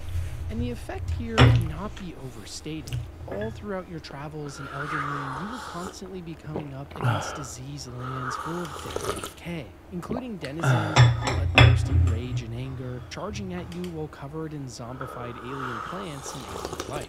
And the Scarlet Rot has not just been devastating to these few forms of plants and animals. It has irreparably altered forever the ecosystem of the entire planet, that now sits in utter ruin and chaos as what used to be familiar countryside is swallowed whole by the emerging of alien life forms. And honestly, there's a certain horror and strangely a beauty in this all, where traveling on Plane's back across the lands between is a mesmerizing experience where we are left guessing about the storied past of a planet long forgotten. To me, this is what's so powerful about diseases in games. They allow for the rise and fall of kingdoms, giving birth to anachronism, a historical amnesia of sorts where the truth will never be fully discovered because of conflicting versions and stories of the past. And every location in this game is death and tragedy, but beneath it all too is a forgotten history of the prosperity before. It's once again a keen reminder of just how devastating and unforgettable diseases like the Scarlet Rot can be, and adds so much to the world building of any game, especially when it's shrouded in mystery like this. Because you see, diseases in games aren't just morbid, they are essential to the world at large.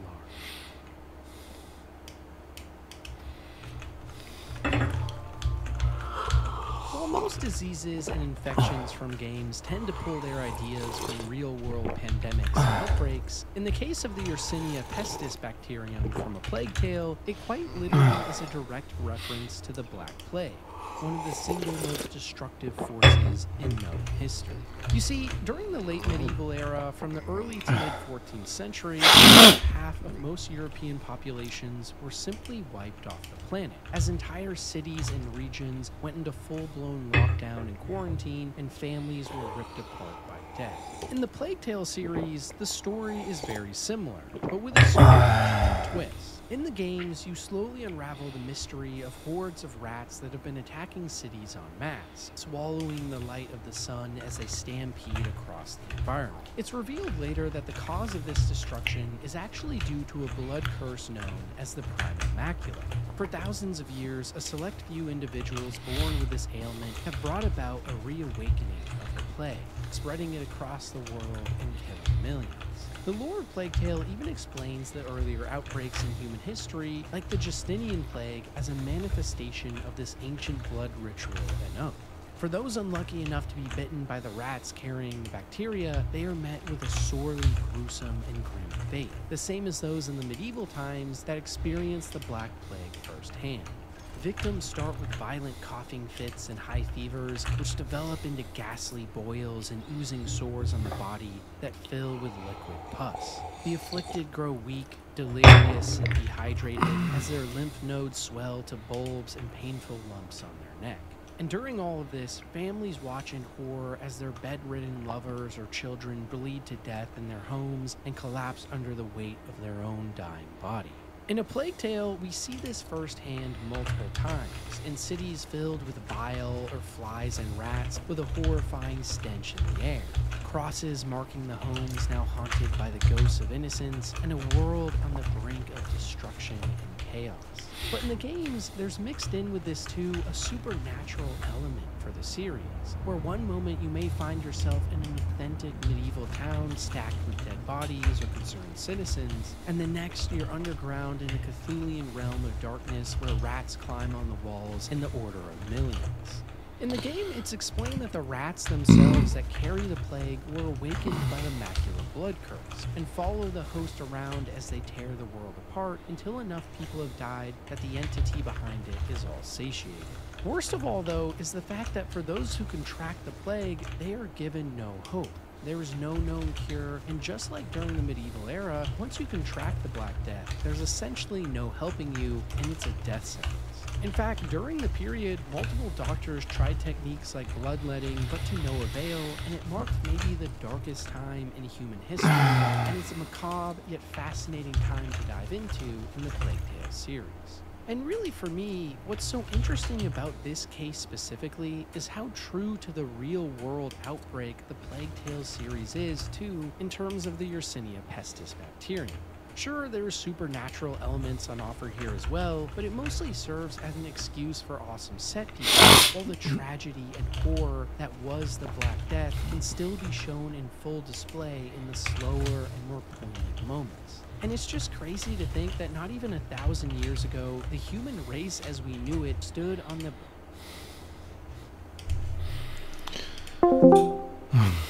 Da, momci, šta ima? Dobro večer. Kako ste? Eve. Eve cigaret. A ti?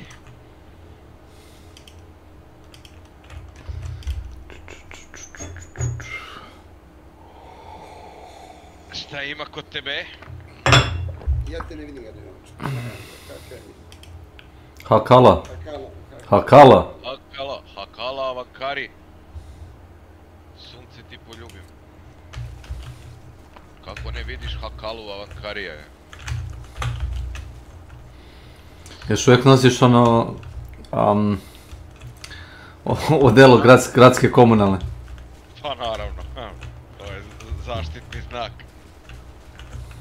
A gas masku? Ne.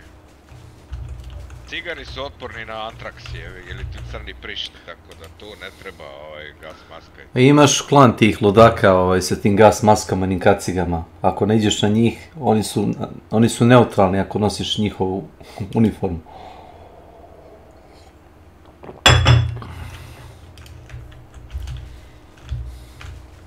Našao sam šta me je jebalo u ovoj igri, a pomalo i u ostalim. Da li možda zamisliš šta? Ne znam, nešto ti je radilo u pozadini, od Windowsa.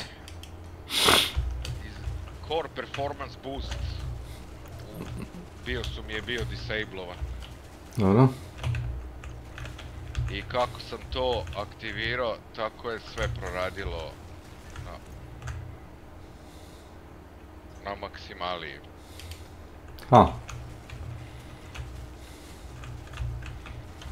Mislim da je to više do Unreal Engine 5.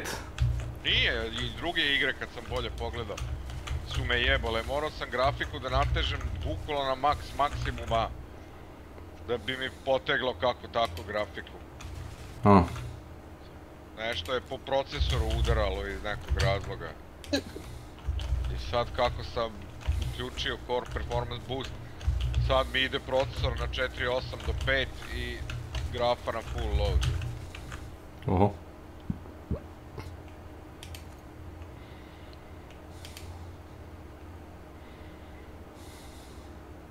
Alo, multitasking Pantiću. Ja sam već. Traži se multitask.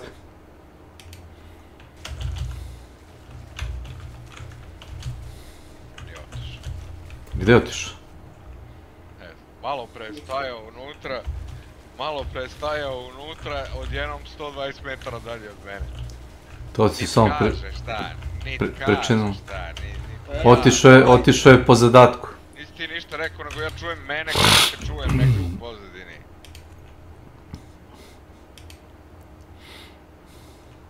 Šta je to? Šta je tuča? To je lovti neki. Rajderi. Vozači.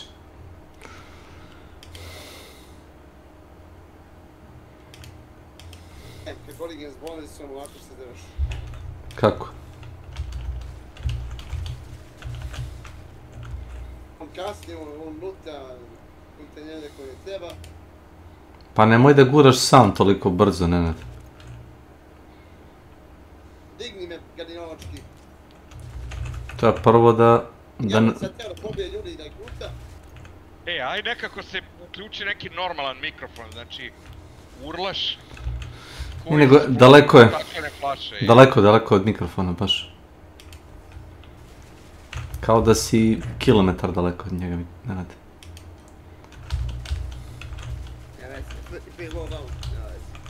Pa onda zašto se sekiraš?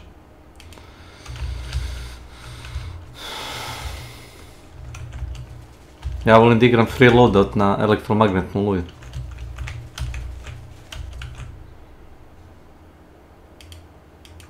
Aj, uključi duosa, nemoj sa ovim triosima. Nepoznatim je. To Tomica ima živaca konjskih da igra sa randomima. Važi, gledaj ću sam da igram.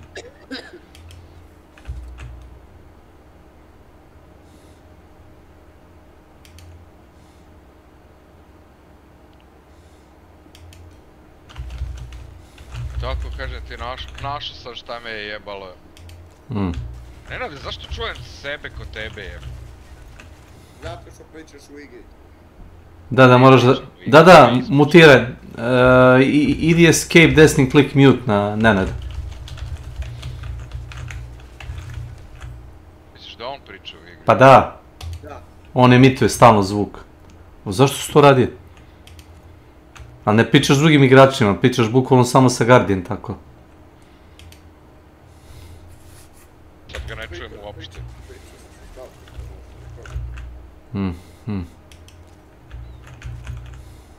Priča si sa Slavkecom, a? A gdje nam je dobri naši pomalo prepošteni Jovanović?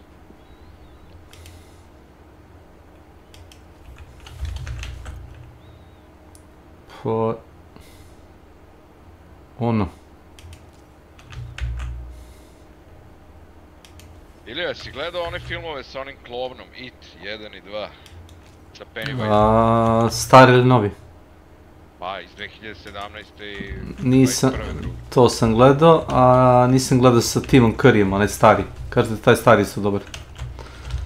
Ima serija sad koja se radnja pre filmova dešava dosta dugo. Zove se Welcome to Derry. O toj kletvi kao, u suštini to je kletva sela, kao toga. Taj entitet koji živi ispod njega. Predobra serija. Ma mislim, u knjizi je opisao King, kako je to prokletstvo još od Indijanaca koji su živjeli tu potiče. To kao biće koje živi ispod grada.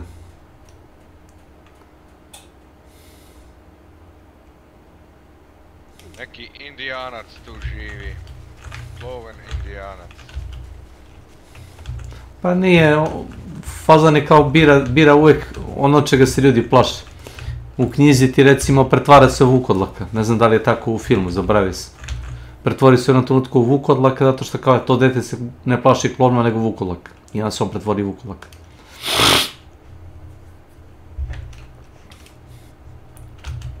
Bogo mi nije.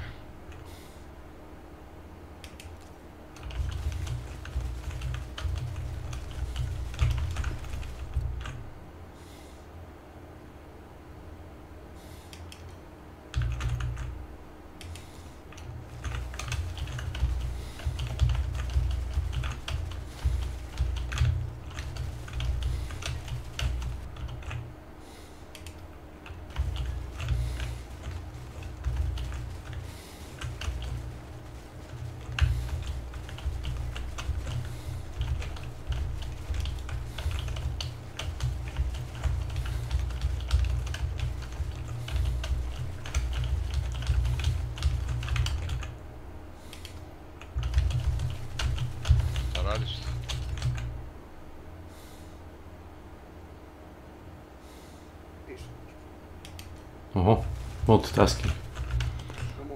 Aloe vera.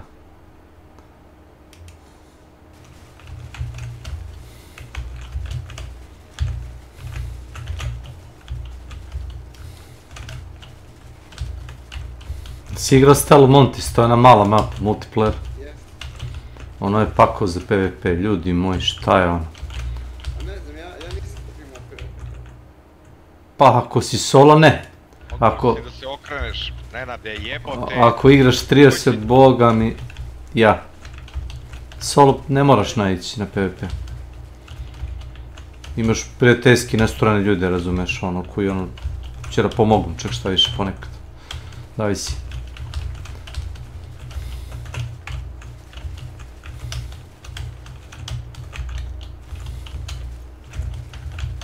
Ne lutam to smeće okolo, znači ne zanima me uopšte da nosim kući. Stare cipele i gumu. To ni ja ne radim. Ja nekad i ne otvaram sanduke, ako mislim da nema ništa normalno. Znači ti otvorni sanduci mi ne zanimaju gadinovački. A oni crni? Ma ne, crni, be ovo što kutije... Ono što pravi buku, jel to? Putu što ima i to, ne zanimam, znači u zgrade trčim i to je to. Ne, oni kontejneri, mali fiokice, ono ima najbolji loot, znaš? 1/1. Kao stick face-ovi to. Da. To ima najbolji loot definitivno.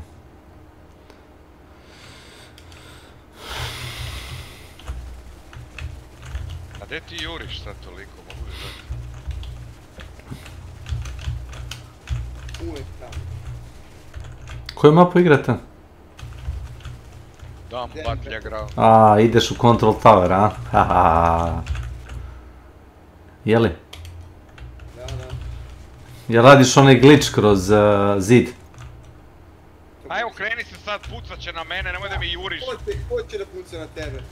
Gdje ti taj? Pote vidi 50 metara od tebe, trči i pusti ga. Nemoj da se biješ sa jebenim... Ne mogu kad piči Rafal iznad mene, jebote. I malo pre si me ostavio, znači odvalio me, jebote. Pa, odvaljujete zato što se biješ sa njim. Ne bijem se, trčim i šiba me s leđa sve. Pa cik-cak, pa radiš... Ti ideš, ne jebeš, znači. Kliziš. Radiš onaj roll i onaj slide. I onda te ne mogu tako lako naciljati, pa ovojte možda 1 metak od 20. Ne znam šta si poludeo odjednom u ovoj igri, evo. Poludo. Sad ja normalno ni bio ni... To... Nismo rekli mi. Imaš gore ljude, čisto da znaš.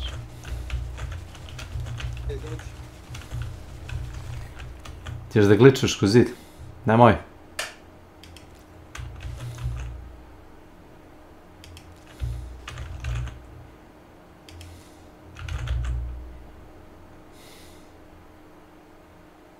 Gledali su nas, ali nisu pucali.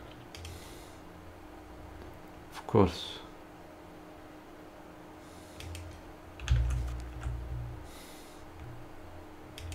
Tu su ti negdje iza bili, tu.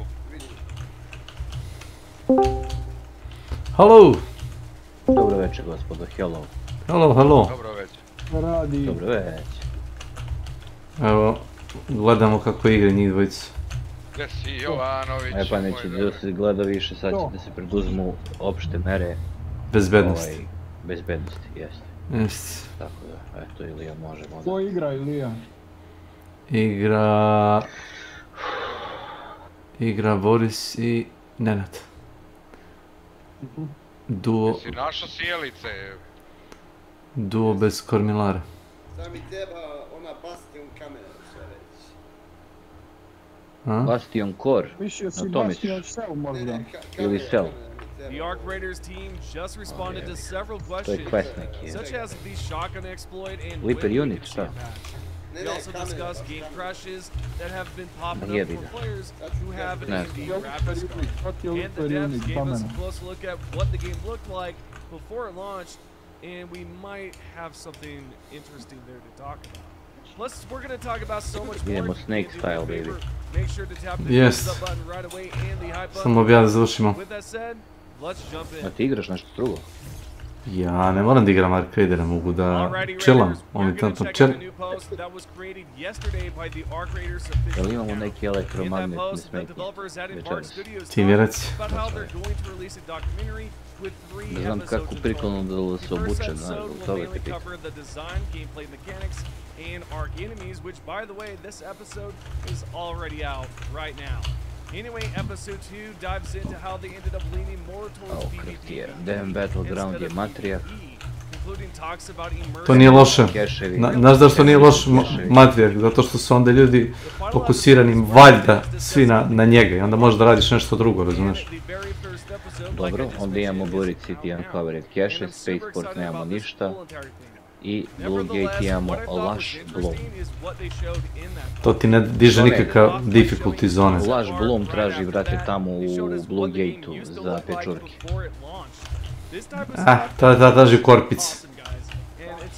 Ili ako bere pečurku, bit će duplo, dvije. Znaš? Jebi ga. Čekaj, nemoj da mi ideš dok ne polutam ovdje šta jem ti. Kažeš idem na izlaz i ode. And it's kind of awesome. I do wonder if we'll see an arc like that, you know, that looks similar to that. Also, speaking of the arcs, they showed an early design of what I'm assuming is the queen, or maybe not. I don't know. It sort of looks like a massive leaper, and I only say that based on the red eye in the center, which you'll see here.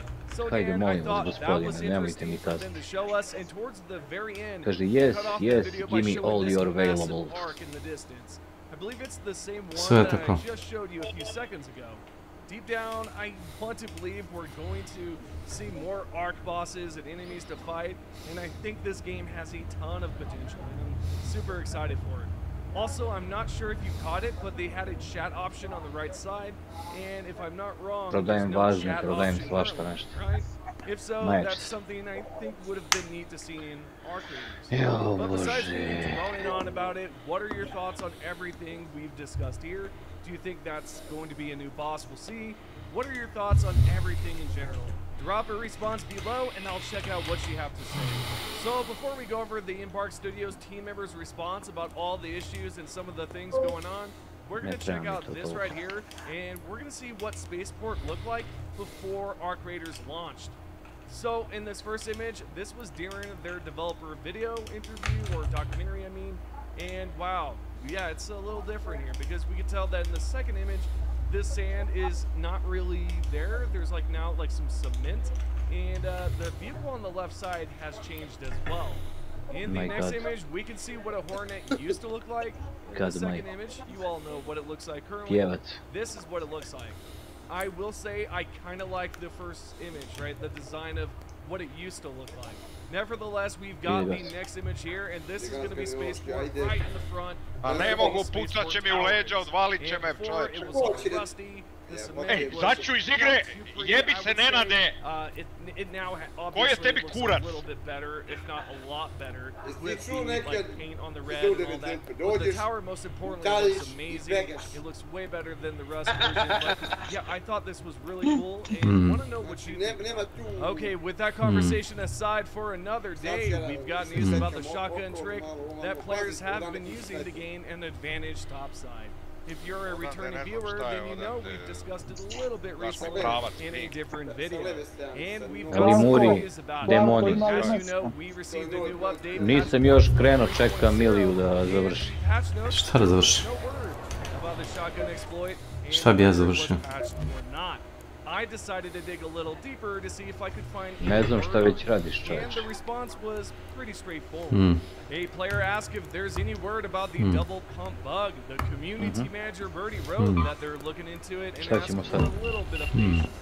A different community manager revealed there's no ETA on when they'll be able to get to. Da nećeš ti, Dragane, da domireš. Nije nužno, ali ako hoćeš, možemo te zvati. Pozovi čoveka. Ako mu si igra. Otko znam! Kekarica, bre, naš. Pičite vi sad dok ja ne uđem na komp, trebam što da izrašavam tu neki sistem, bratu, već sam pred kraj, pa odigrajte pa ako bude... Kekarica.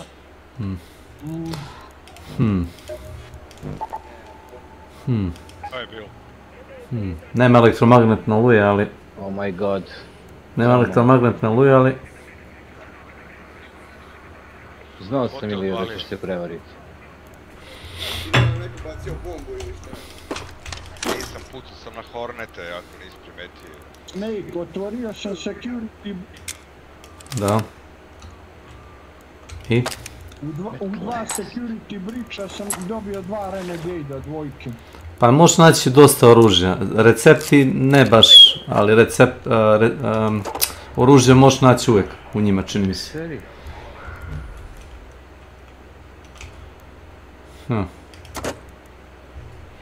Okej. Nice. Ja da ponesem ključ. Ne vredi ti najtreći. Okej, nice. Ne vredi ti. Da ponesem neku specifičnu eksplozivnu napravu. Ja sam poneo ništa. Ništa.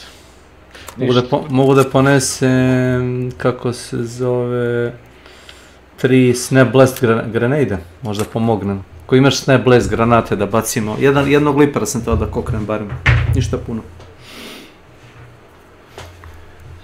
Slušaj ovako, ajde onda ovako, poneću, brate, heavy fuse grenade, može tako? Neće to raditi, pomera se puno. Showstopper? Eto, zaustavit će ga, jednu samo. 2? Dosta, ajde. I heavy fuse ću da ponesem, pa šta? Pa ako uspeš da mu prvo baciš showstopper, pa mu baci 3, koliko, bacimo heavy fuse, to će raditi, da. Možeš prvo da ga zaustaviš, malo da ne mrde. Taj kombo radi, da. Pa taj kombo sam pono. Pa da. Pa da. Malo zanimam jednim Vita sprejom. Ne. Zašto na ne? Zato što radi na tim najbolje, ne radi na 2 igrača. To recimo radi... Jebeni lure, brate, granate, to moram da lepim, ne, tako. A? Ne, baciš ga. Može da ga zalepiš u neprijatelja, možda ga baciš. Jo, pa jesi ikad bacao lure, ne? Šta? Nikad? A jesam, ali nešto mi danas nije htjelo.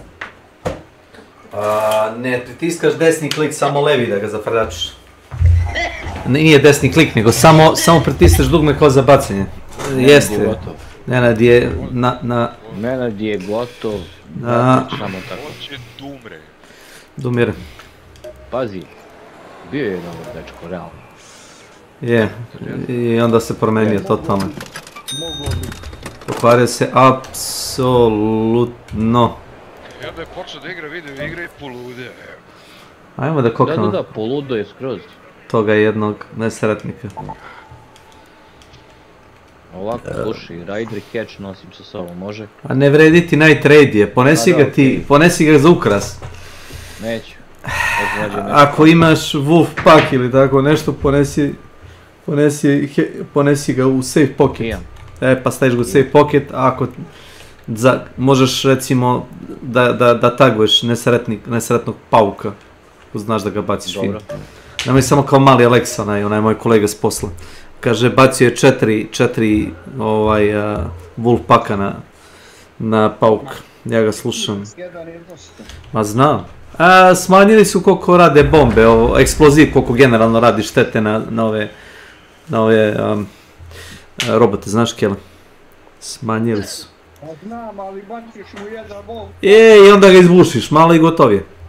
Završiš ga sam ilom lagano, ono. Pa već je sporiji. Puše mu se nožice.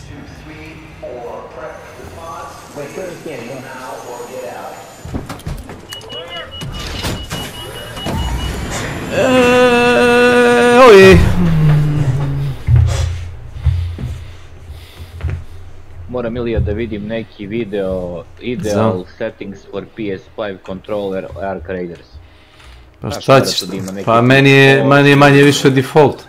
Jedino što sam dodao je dugme za hodanje, to mi je ono što ja koristim stalno. Ne, ja to samo ovako žguram. Znam, ali to ne radi uvijek. Koliko minuta? Pa da.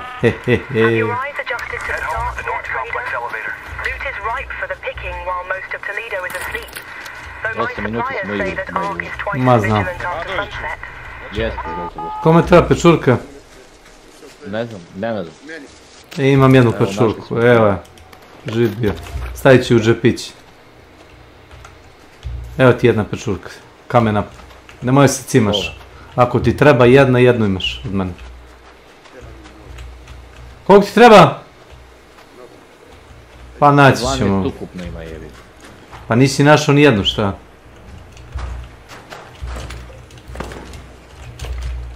Wow.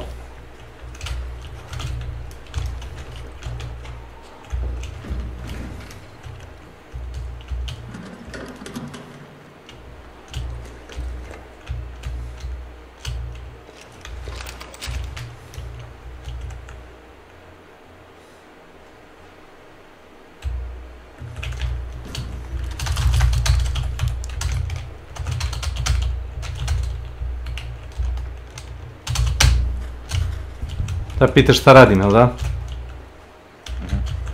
Zaglavio si se to. Da, udari me znači.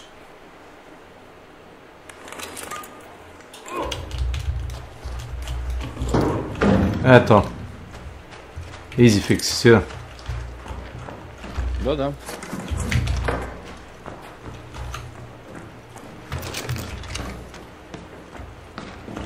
Čudi me da ovdje niko nije došao do sebe. Pa već si odbija. Si uzeo išta iz sanduka? Jesam. Renegade. Renegade? Da. Može misliti. Renegade je najjača puška u igri, 100%. Na level 2, 3 da. Level 1 je relativno spor.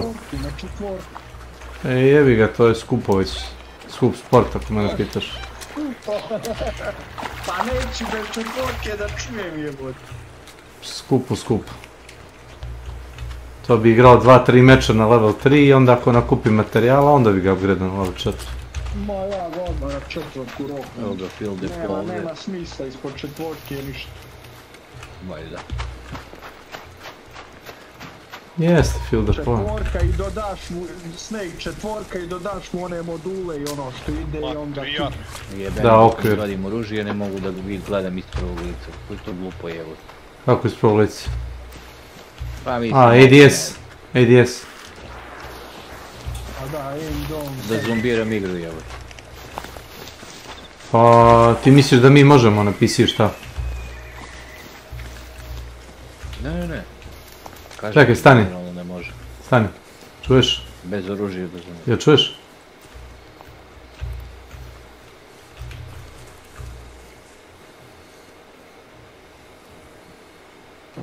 Čujem korak. Metalne korake.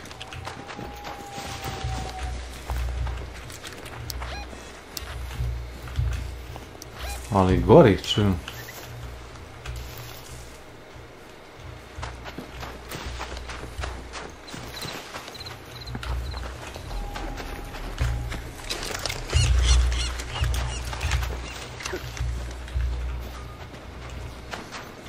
Neko izlazi. Ovdje izlaz nije više validan u šumi. Ko jezivo jebote.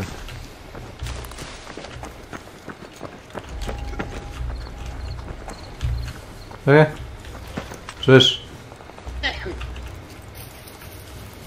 Pa čujem, ja sam mislio da idem kroz šumu, okej? Ne. Super, nisam rechargere stavio, jebe ti mater. Ajmo su tamo negdje. Problemi u raju. Ti čuješ ovo? Lebati. Mogu se zagleda, nis ga čuo. Ma gledam tamo što se dešava. Ma ja čujem metke kako mi izviždu, čujem meci bukvalno lete mi iznad glave.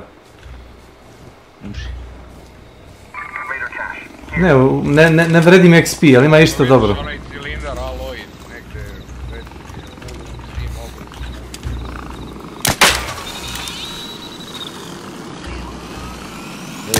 Prizvo si ga. Ma nek jede govna bre. Ajmo daj.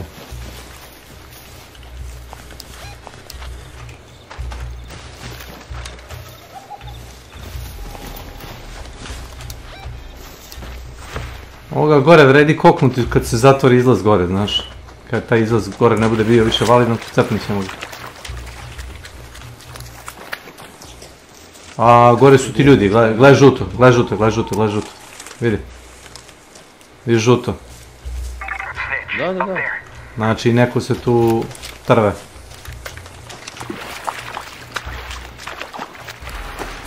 Kakvi su ovo svici, vidiš ovo ludilo? Pa noćno. Noćni vibe. Imaš gore probaj da vidim. Znam, ali... A tu bi trebalo da je liper. Tu ti je... da. Čujem ga.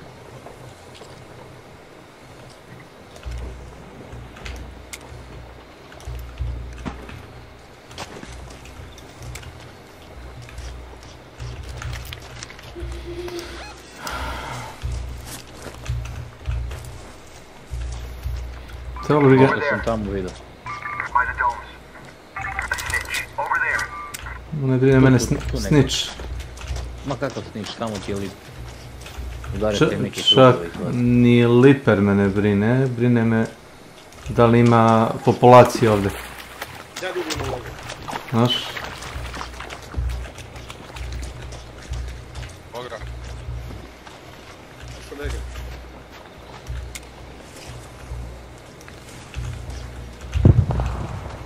Gore se roka onoga izlaza. Da. Čekaj. Kao da neko nešto čereči tamo, neki sanduk.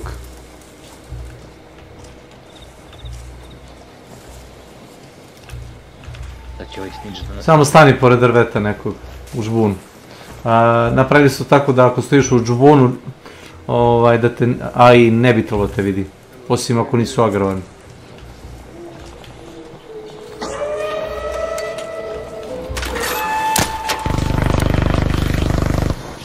Ovo nije na nas. Ovo nije nas.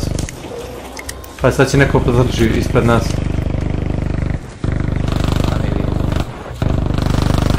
Nije ovo na nas. Viš? Ovo ti je druže Bastian. Ajmo mi odavde. Ćemo dobiti po pički.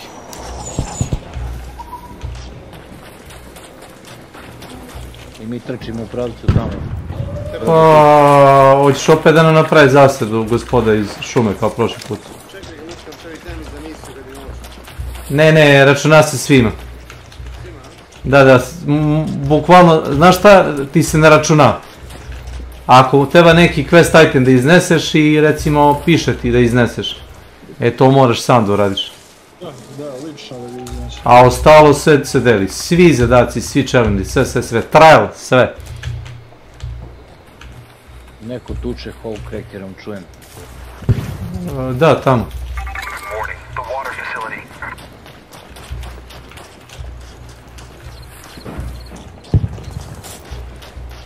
I tamo u šumi, gledaj. Viš? Tamo, gruvanje u najveći.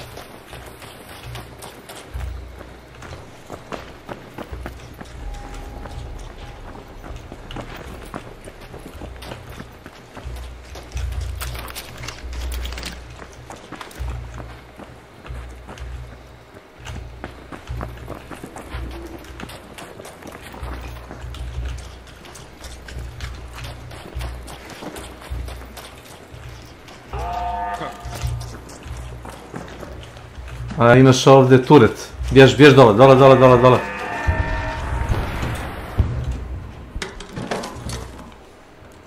Opa, uzmimo. Municiju.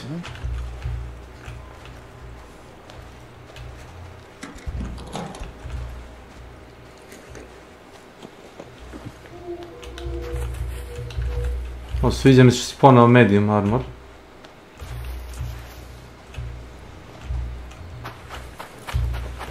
Yes.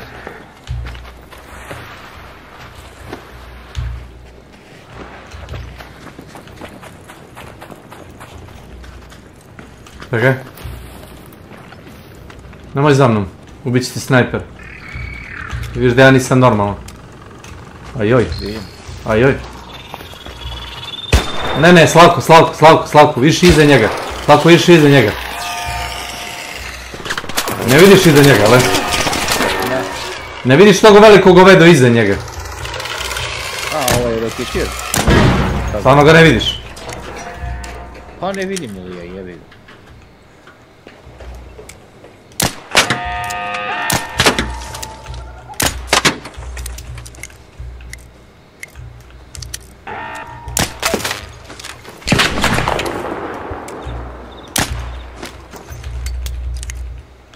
Jesi li ga? Gdje sam? Ega, jesi.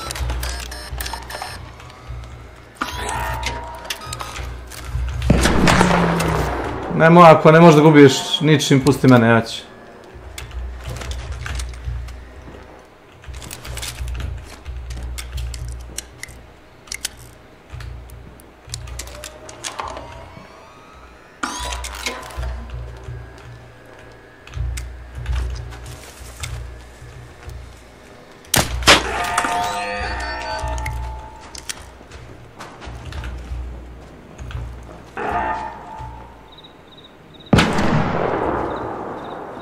Ti pucao? Ne. Gore turent, iznad mene. Znam ja te, Slavko pucao u njega, već 5 puta sam prokao u njega.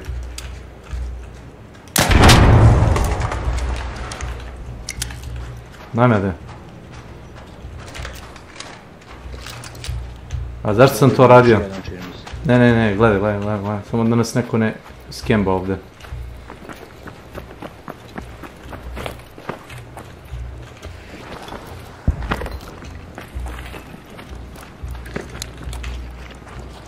Ne možeš me puno pokrivati, imam dimnu bombu, iza glave ti je... ne vidiš ga.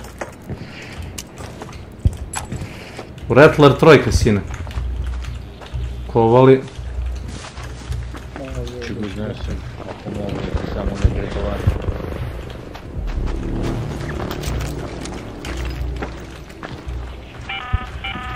An arc orbiter is en route. The safe window is closing. Daj mi jednog pauka, mamu mu jebem. Daj, stavi Wolf paku na quick slot. Odmah.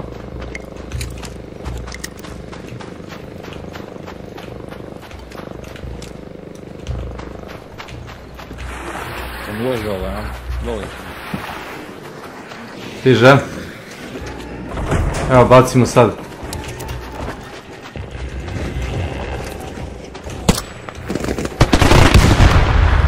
Mrtav. Komplet mrtav, dobij si full XP. Ko ćeš lutujem? čuvaj mi leđa koje mogu. Imam 5 bombi dimnih i jebem ga da ga jebem, ne znam. Da ako preteknemo.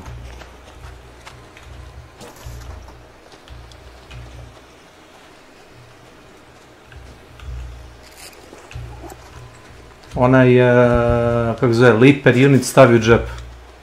Da, to sam mi radio.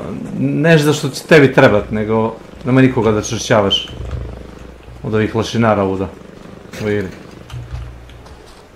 Ma brate, kom treba, ja volim da pomognem čoveku. Pa može ako dođe pošteno i kaže hey, I need one unit, ne znam nija ili... Ali da dođe da me kokne da bi ukro, znaš... Ne ide. Ne ide, brate, prvo pitaj. To je to. Ne znam baš.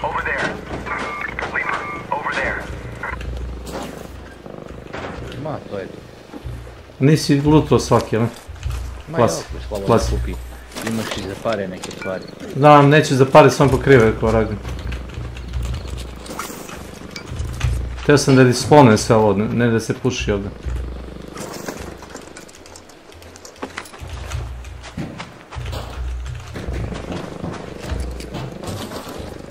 Stvarno mi ne treba, samo... Dugo nam treba da uradimo, znači rekao sam ti uradi samo da disponeš sve, nešto ti treba, nego samo da ga nema ovdje, znaš.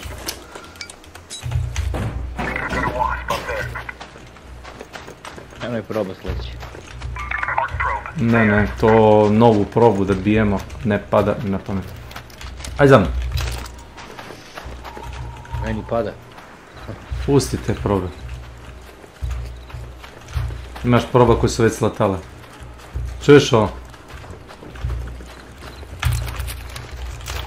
Opet kao da je rejk. Kao da je tu. Evo ti medi, mam. Thanks. Stavi samo izvolite. Ovo je bilo perfekt bačeno na VUPA granat. Perfekt. Pa ja ti kažem Milija, nije da ne znam da bacim, nego jednostavno neki put su uvjeti takvi. Ne otvore. Neš ništa rabi, dobit ćeš gluposti. Baterije.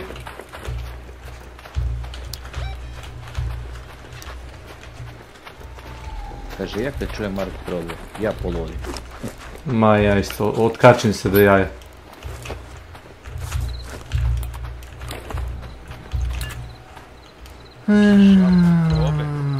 Aha, opa. Vidim da su ovdje još ljudi. A čekaš uvijek zadnji, slušaj me, čekaš uvijek zadnji ekstrakt, znači vrlo je laka računica. Zadnji. Može biti jedna ekipa ili, ne znam, može biti 5 ljudi, 6. Znam, samo kaže, moramo da budemo ekstremno tihi, kapiraš? Ja sam uvijek tih. Ti to vrlo dobro znaš. Zvali su ga tihi. I parla. Kombinovano.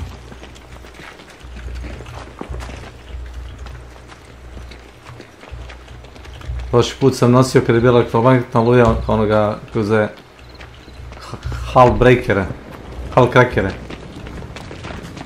Hull cracker, Hull breaker. Jeste, sve tako. Ja kad vidim čovječa ovaj Ark Pro. Ne. Pa znam, nemam vremena. Šta nemaš vremena? Imaš 5 puta vremena.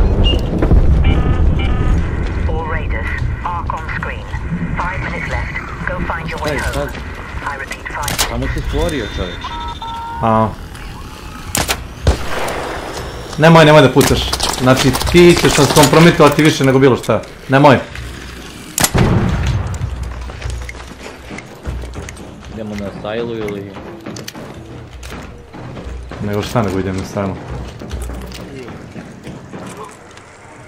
Zipline. Jebi ga ovaj Renegade se čuje šta da mu ja radim.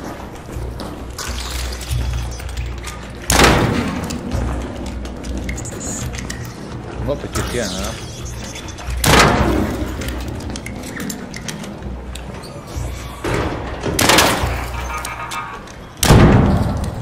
Ovo vred misli da niko ni bio ovdje. Otvori vrata. Otvori vrata. Kako ćeš to da otvoriš, objasnim? Power rodom. Gde ti Power rod? A gde ti je Power rod, Čiko? Power rod je na sigurnom ili... Odlično, ponesi ga sljedeći put pa ga otvori.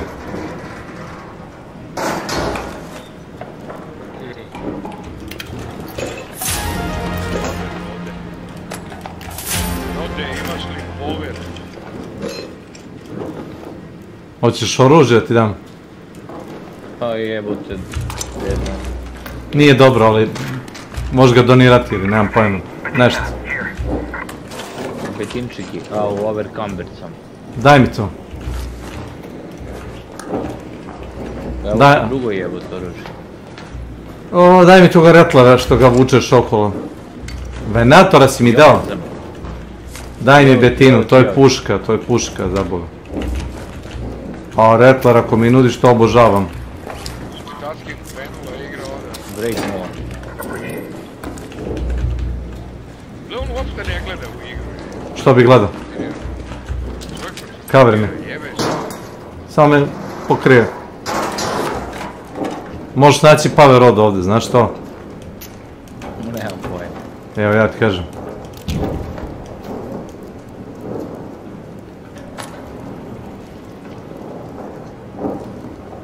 Da ga mi ne pokrivaš. Odmah se osjećam komotnije. Čovječe, nema nikom, 2 minuta je, brate. Garantuješ? 100%. Ova.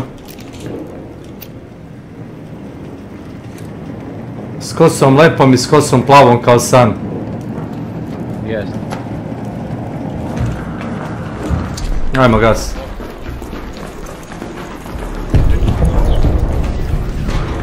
Pazi ove. Pusti mene, ajde, ako ćeš to da radiš. Ba reci meni pucaj ili tako nešto. Gas. Nemoj slatko, nemoj, trči samo, ne možete ubiti ako trčiš. Nemoj lebar.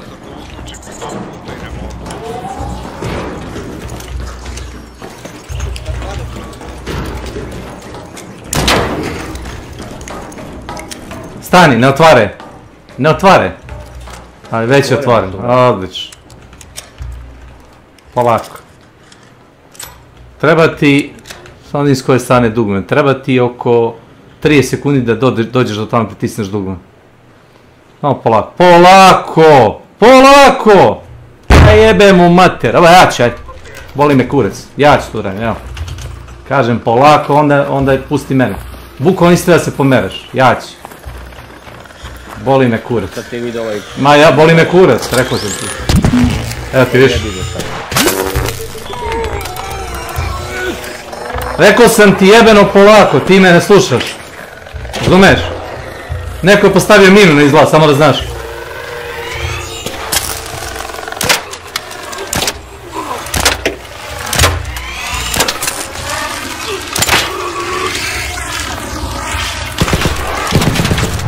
Neko je postavio minu na izlazi, si me čuo? Nisi video? Da su ti izrokali totalno. Jel imaš shield?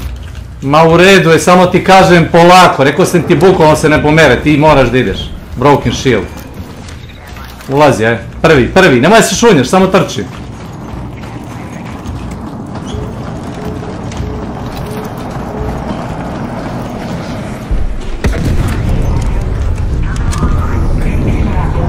Vidim ih. Vidim ih. Ja. GG guys. GG. Postavili su bili minu tamo, čoveče, na sredo noga. Ja ti kažem, slušaj me, znam koliko treba vremena, bukvalno ne pomeraš se. Samo mi veruj jednom u životu, kad svako stvari pitanje. Sad čekaš da timer udari 30 sekundi, ja ću da istrčim tu distancu. Možeš na 1 sekundu da pritisneš dugme i da izađeš. Nema potrebe da žuriš. Ti skrenuo se šunjaš. Ne šunjaš se, bukvalno se ne pomeraš. Ako ima nekoga pustiš da oni to urade, znaš onda da su tamo. Izvini ako sam previše intenzivan, ali ono... Nema potrebe se šunjaš. Jesi, previše si intenzivan. Za manje od 30 sekundi možeš da dotrčiš tamo i pritisneš dugme, čoveče. Pa i to što kažeš. Ne veruj Raideru koji laže. Jeste, ne veruj fake friendly. Ne veruj Raideru koji laže. Jeste, kako ja to da znam? U ostalom...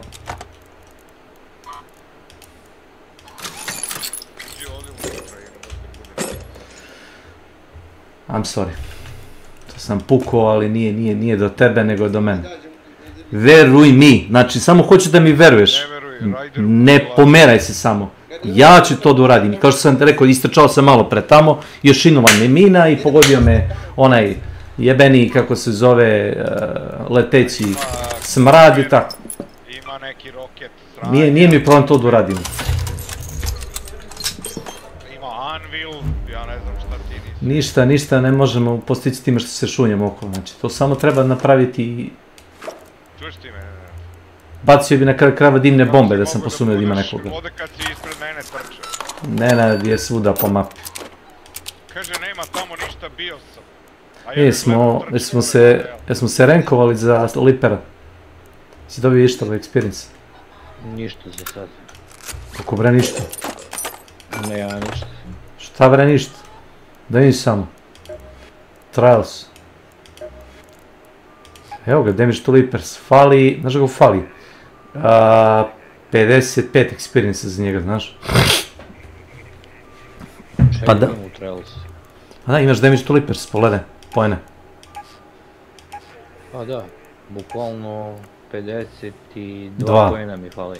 To ti to, pa rekao sam ti da se deli ovo za ekipu čitavu, kad igramo zajedno. Znači zajedno ti ide progres i tebi i mene. Naravno, probe smo otvorili sve. Sve što... Samo damage flying gun, to nema šanse da se... Dobro, mislim, ko stane duže. Ne, zašto? Damage to flying guards, pa to ti je lagano. Sve one male, ne gađaš... Kamenje, više u pičku da te jebe kamenje! Ne gađaš oketira, bukvalno sve i one male robotići gađaš. Znam, i ne možeš da izađeš, jel da? Uspeo sam da izađem, pošto sam se setio kuda sam ušao.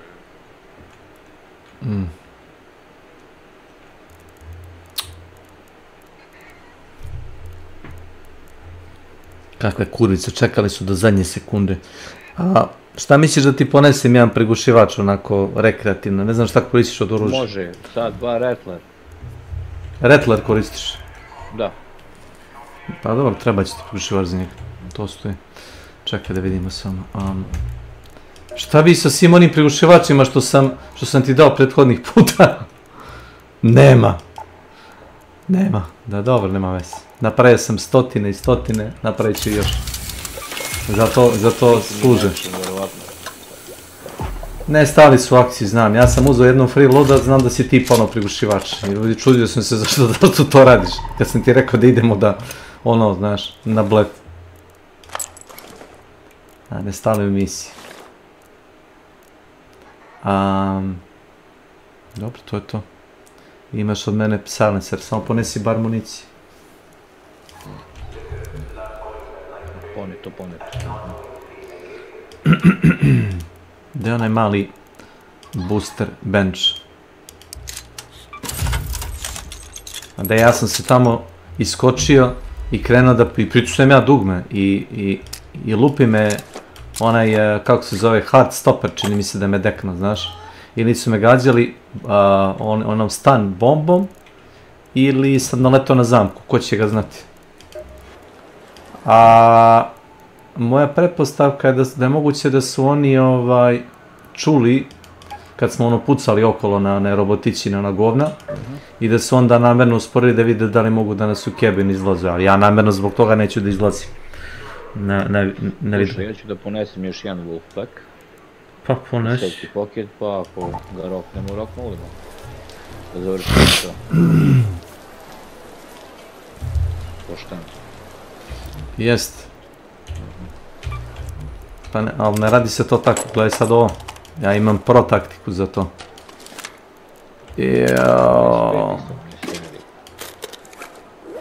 Moja mama ima novi trik, ja ću ponesem nešto još bolje. Taš da viš.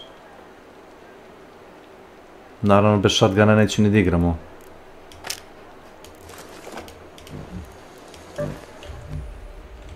fali mi zavoje, izvini.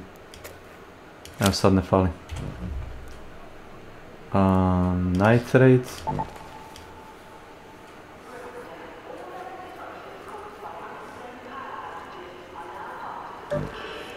Lepo bi bilo kad bi mogao da upadneš na sesiju da se ljudi nekako konsoliduju, da razumeš, svi stanu lepo okolo matrijarha ili kvina i razumeš ono koknu ga, ne. Znači oni će sve samo doradi, samo da ne ubiju boss, razumeš. Ha, jebi. U suštini, to što treba da uradiš je da nađeš još jedan tim koji te neće ubiti, znaš. E, to treba reći, u meču. Unutar meča treba da nađeš ekipu za koju si manje i više siguran, znači nema ništa, nema tu garancije. Naprimjer, vrlo ti je jednostavno, ako imaju Hull Crackera, najvjerojatnije da žele da rokaju AI. Mislim, nije primarno, ali to je pretpostavka. Ima logike. I oni vjerojatno neće pucati ono, zavisi sad kažem kako ko, ali vjerojatno neće pucati na ono shoot on sight ako im kažeš ono preko mikrofona, ej, we wanna kill a boss or something. Lepo.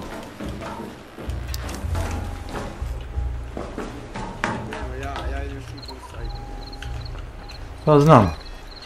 Kad diplomatija ne pomaže, pomaže čelična pesnica. Komunizmu.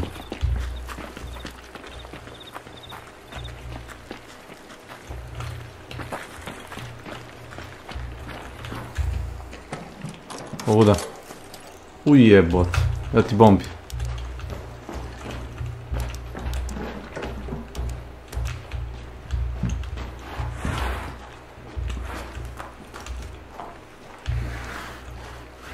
Ovo je sve brisani prostor. Ale ti jebem.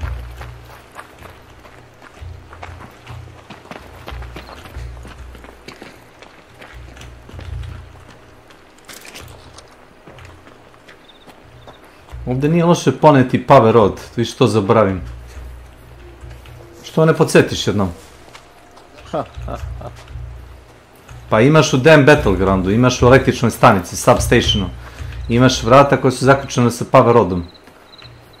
A Power Road možeš sam da krafteš, znaš? Vidio sam da, ja sam dobio jedan Power Road. Dobio sam ga ja 2-3 puta, ali to je ono... random. Ti razmišljao Nenade, jer kad kreneš napolje mi kažeš ej krenuo sam napolje, ne znam ideš ko muva bez glave, nekoj ti kurac jebe. Jebi, ja sam navikao da idem. A Raider cache, over here. A znam, ne treba mi XP, samo si mi trebao mi kažeš shotgun municiju, dobro.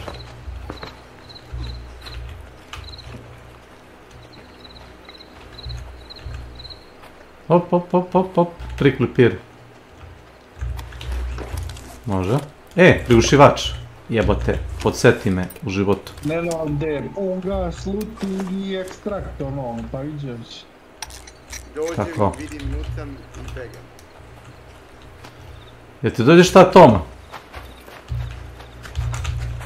Zad poružim. Don't shoot! Alo. Gdje si ih vidio? Nisam ih vidio, čuo sam ih. Svilene uši. Ali budu opet ima ljudi tamo. Ili noći? Da, iza tebe sam. Inače, zna da ubaci duose među 30, to znaš, jel da? Ne. Evo ti free odgovor. Ne često. Ako si pun, šta ćeš ali znam. Levo ti je izlaz. A?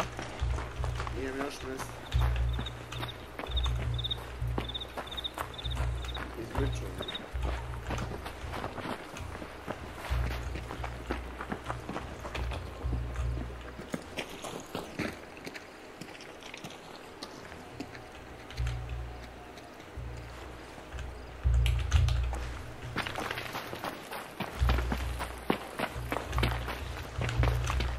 Sve kako gost imao pravo, treba malo da porade na osvetljenju igre.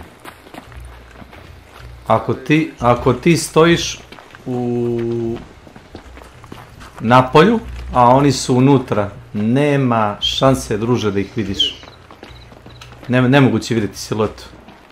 Nemoguće. Ajde. Vamos. Idemo. Vamonos.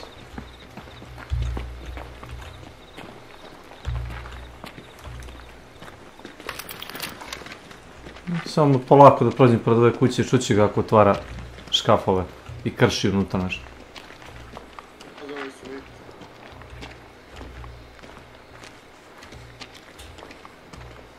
Ček, slušaj samo.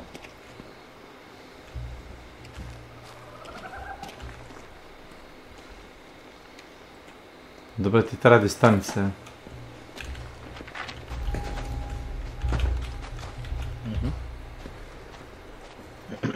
Skoro dobro kao fenjer.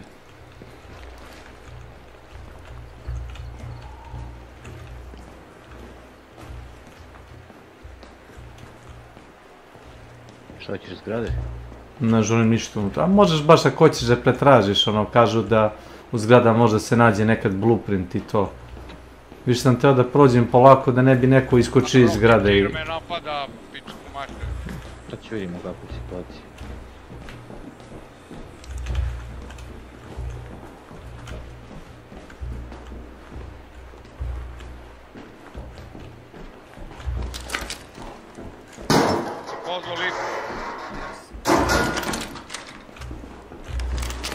Ja kršim ovdje. Ma kršiš to. Ako mi vereš, gledam, neću li naći power rod.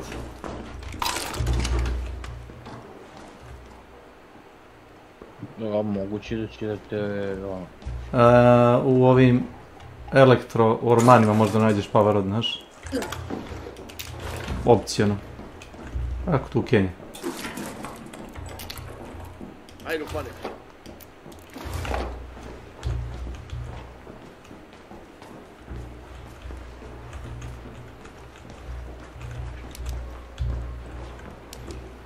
Što nekog vuka jebot, šta je ovo? Ovi stanovi su inače jako mali. Ne znam da li si primetio. Minimalni. Znači, bukvalno skoro ništa nema ovdje.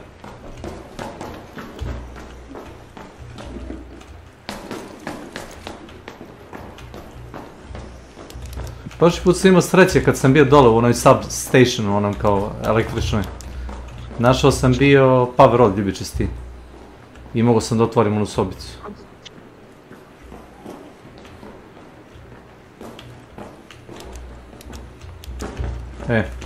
Nema leba do ove.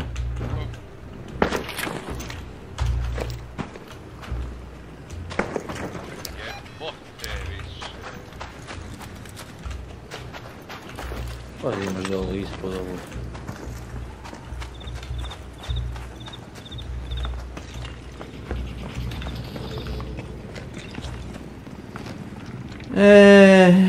Teoretski mogu bi da gubiš sa Hulk-Crackerom. Praktično bi morao da ga navučem da dođe blizu zgrade, da mu kroz vrata to radim. Ajde, pukni ga jednom sa pištoljem da nam se prevuče blizu. Možda mogu da gubim iz zgrade. I utrči odmah unutra.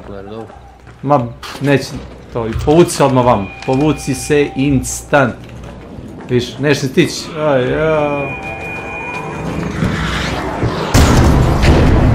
Unutra, moraš ući unutra. Samo sam dođeo.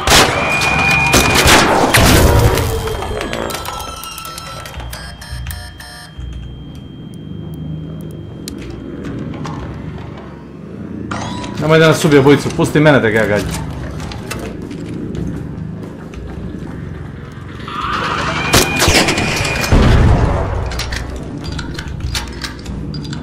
Imam jako malo vremena da opalim kad ga nišani, znaš. Kao što si vidio, evo. Imam delić sekunde. Ne, skinuo sam shield. Kakvo govno jebeno, gledaj ga.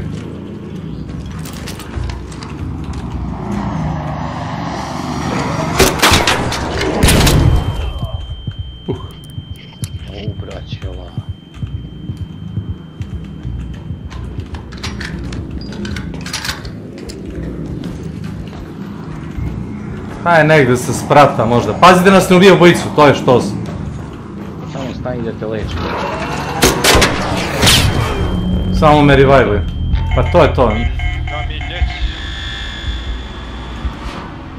Samo da vidimo, ovdje me neće vidjeti. Imaš nešto da lječi. U kaveru. Sad tako. Eto. Dogod možda me revive-uješ dobro, znaš. Samo se skloni u ćošak, ovdje bi se skloni.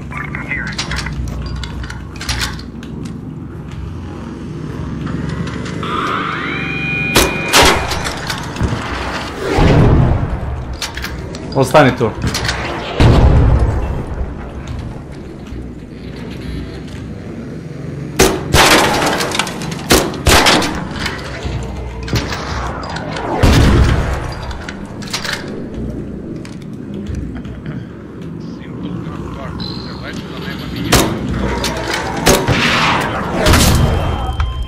Evo, stani tu.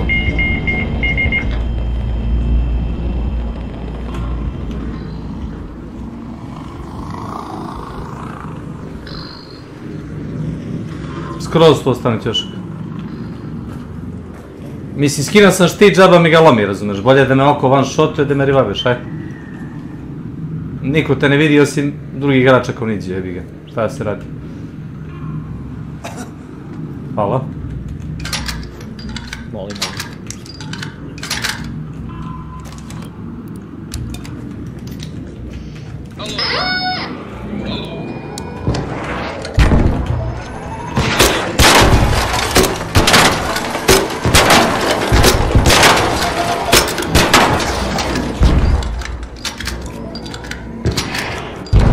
Ovo nije bilo loša fora. Budi spreman da neko uđe niz hodnik i da pravo da puca u nas.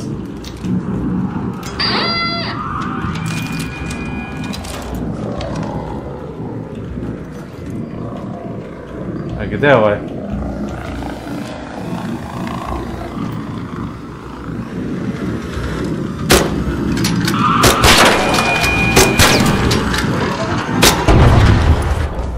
Majku ti jebem. Dobre, sam se pokilam. To ti inače flying enemy pada, znaš? Da. Dobio sam zvezdić. Evo ti ispisu zvezdicu, šta? Da. Poneću ti ja, Možeš jedan za ovaj da me boostuješ s njim. Zapravo... Normalno lijem. Stani, gdje si? Gdje sam? Pa ne pomeram se. Kažem ti, skinuo sam armor da ne bi bilo no armor. To je to.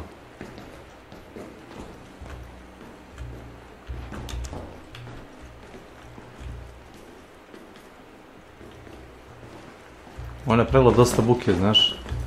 Ne znam.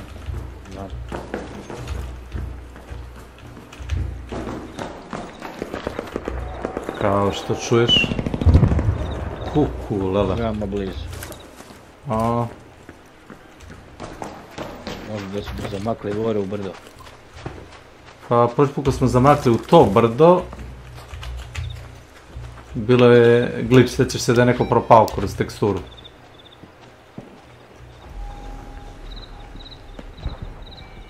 Neko izlazi.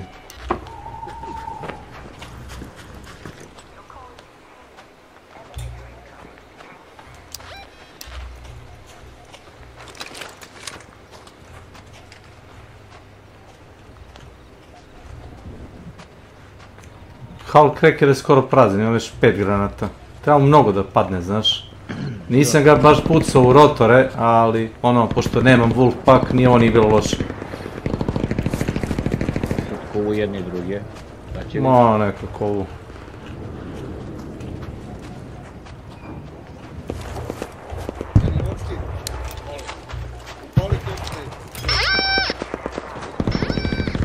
Malo da se igre tamo.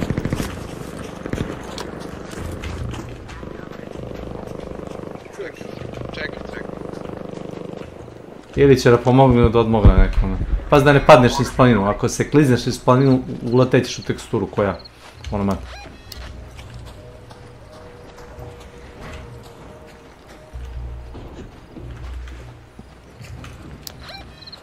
to da upalim crossplay. Je li mogu da se join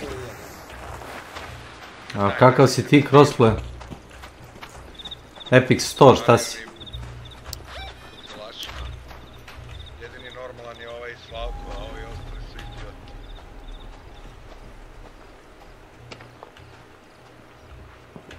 Slavko, nahvalio sam te sad, što ćutiš? Ne znam šta bih mogao da kažem na sve to. Ne znam nije. Si stavio list?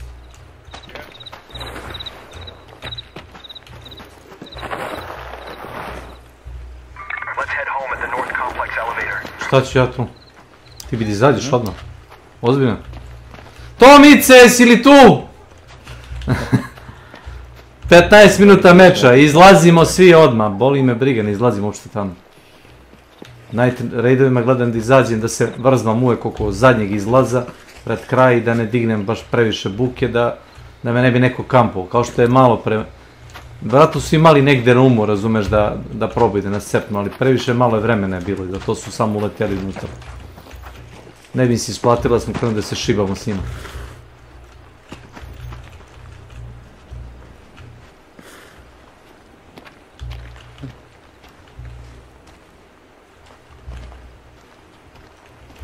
Bilo bi lepo kad mogu da pravim Hulk Cracker municiju u meču.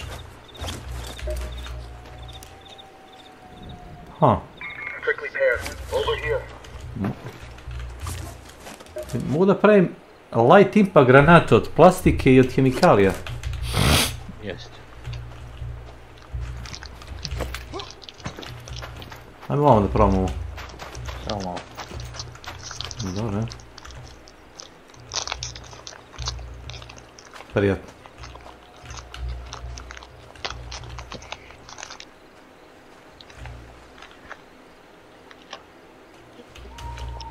Sad me još voice channel. Ja Nenade, ali me maltretiraš čovječe. Cale, hej molim te dođi ovamo na vidi.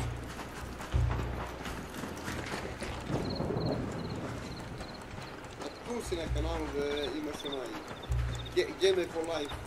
Ma nek ide u casual chat, prevućemo ga mi ako nema pristup ovoj sobi. Nisi mu dao rolu. Za ovoj. Uzo. XP imaš tu. 700.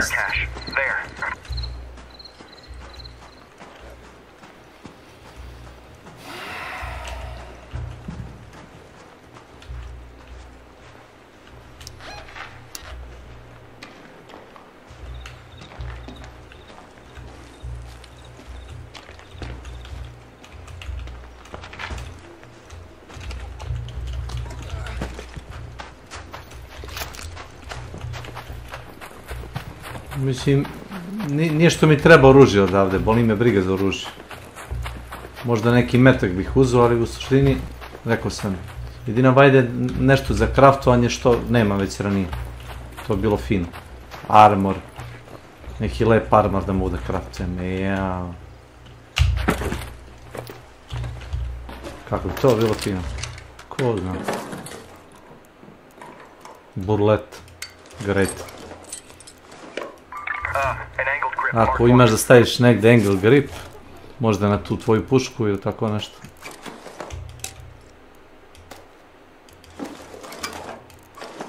Zdravo živo ljudi.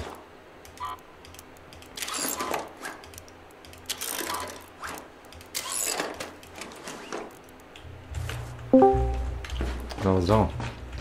Zdravo ljudi. Zdravo, zdravo. Ide. Ide.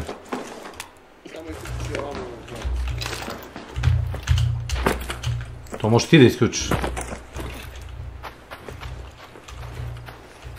Da. Drži Slavko.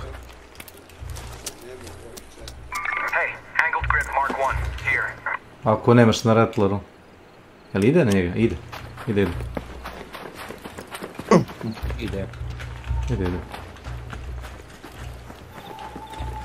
Čak šta više, daj mi taj angle grip, drži ovo. Stavi ovo. Stavi to, daj mi level 1. Neko izlazi, dobro. Je li to lako raditi na konzoli?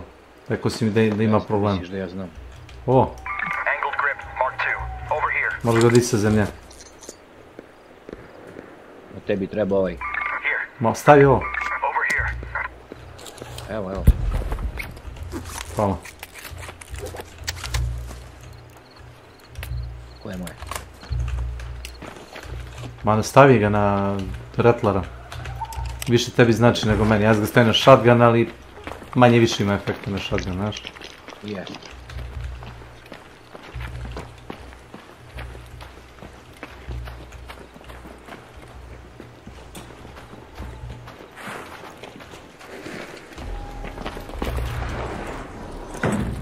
I sad je ovaj Hulk Cracker bez ekstra municije beskorisna masa.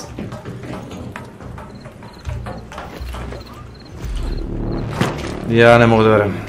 Pa preko glavi sam ti preskočio, nisi vidio? Nisi vidio? Pa vidio sam. Ide na vrata kod normalan čovjek.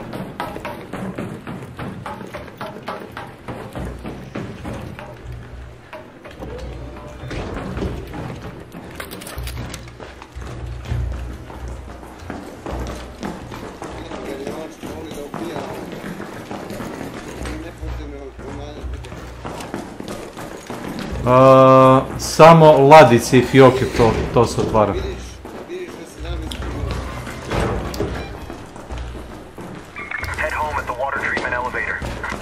Samo sam markao distancu da znam otprilike kada krenemo. Polako.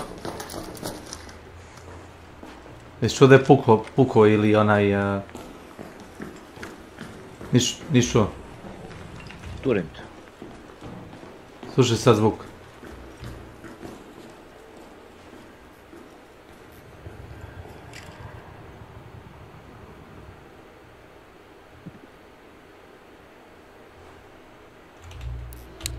Don't shoot!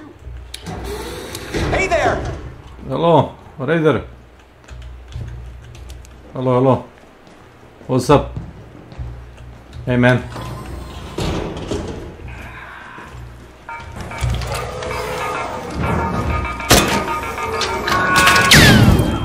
Odlično. Ja se povukao da se, ti slobodno ne moraš.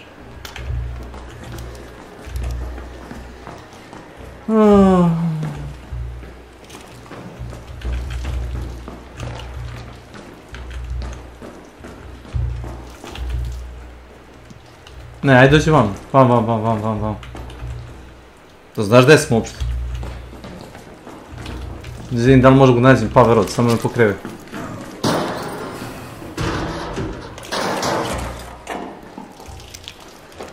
Wow, ništa od power roda. Znam.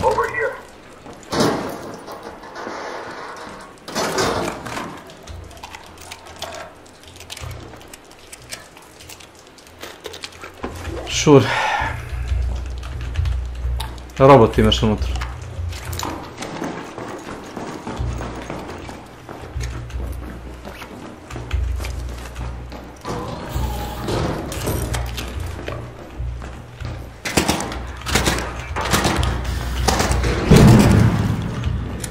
Reloaduj odmah.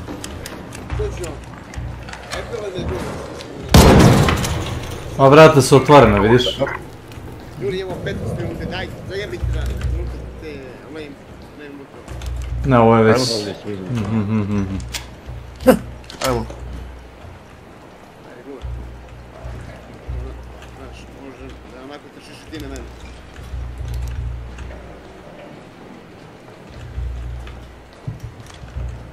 Jesi prošao, jesi? Opa.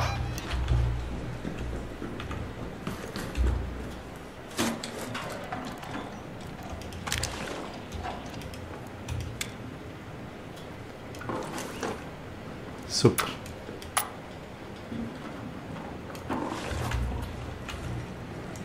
Ja bi preporučio struganje odavde. Ajmo slok, pedalo. Upiće 100 minusom na skalu.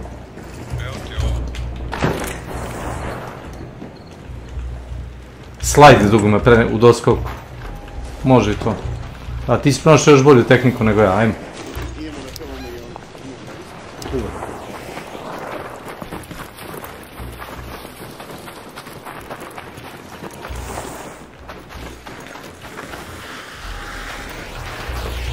Dobro, ne moraš da goriš.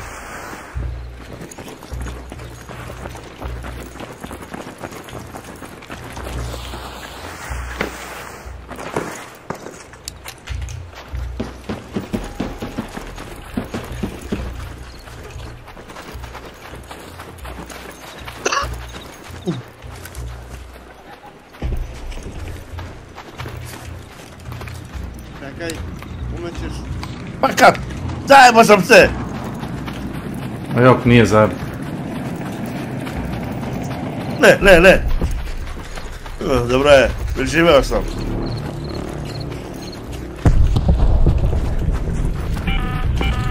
All raiders, we have Ark on screen. 5 minutes left. Go find a way home. I repeat, 5 minutes. Ispod mosta gledaj da dođeš.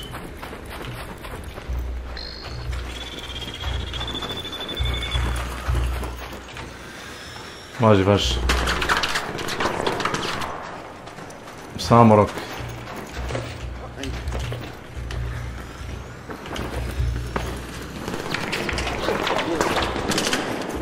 Pići, ne mogu ti stići. Ako imaš shield i charger uzmi, ja nemam ništa ti dam. Ne, ovdje nije. Kako ti je to bug, šta je to? Eno, gore je rokavela na izlazu.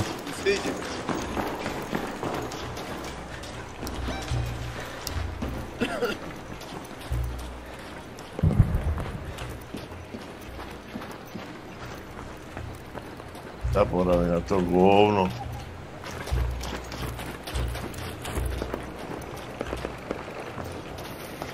Ako imaš prigušivač, ako nas vidi neki leteći dron, imaš zadatak da pucaš u njih. Ja nisam ponovno ništa s prigušivača. Pa no retlere imamo. Dovoljno je. Ja imam shotgun i hull cracker. Hull cracker? Da.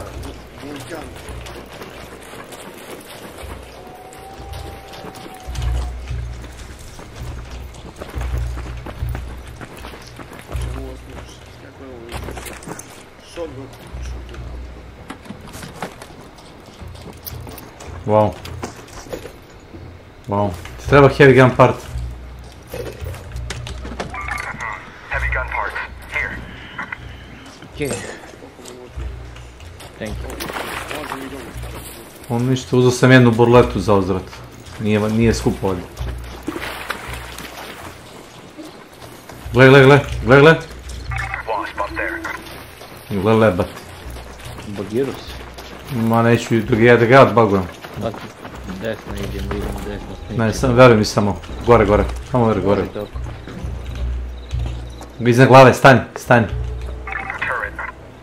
Prođi. Možeš i ovo da prođeš. Samo prođi, trči. Trči slabo.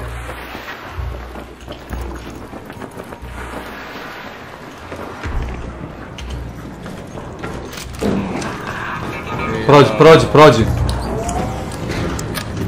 Sjedan. Vidio.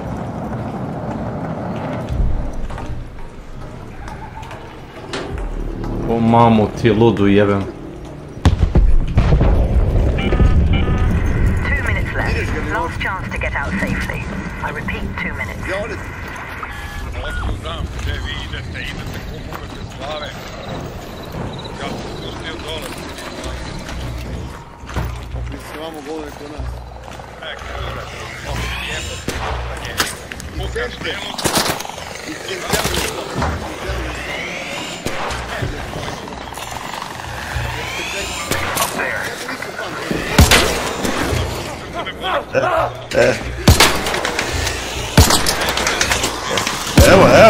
Evo, tu su, evo, vidi, op, ovdje gore. Ja vidim to. Ja pam, ja sam otrčim.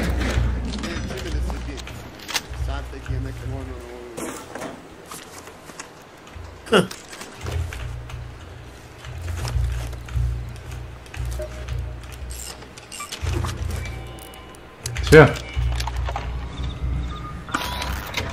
Ti si otišao. Frižider veliki. Ma. Nisam teo da se žurim još, imao sam 0 armora i da tu dođem i da pritisnem dugme da me neko samo one tepo i nisam teo. A zato sam ja išao. Stani među kontejnere tu. Ma gledam ovu jebenu probu.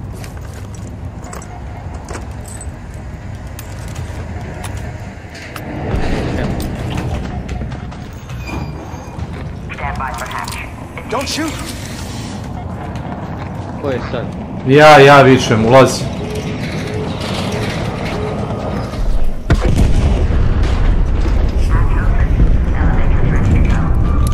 Don't shoot! Samo pritisni dugme, a? Ne dođi.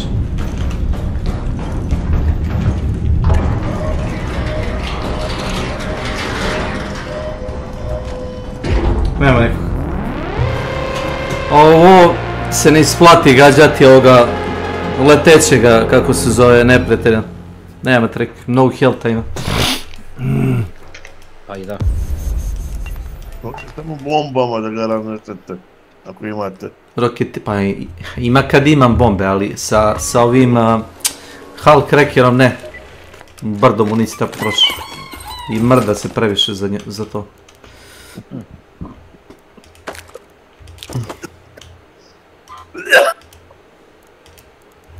Yes, sir.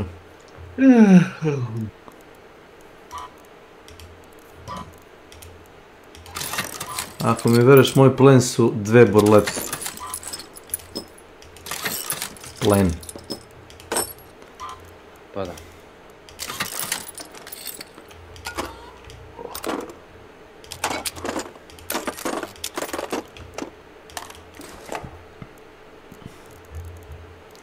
Si se ti levelo na ono? Ne. Kako bre nisi? Da vidim, ma jesi bre. Ne zebavaj.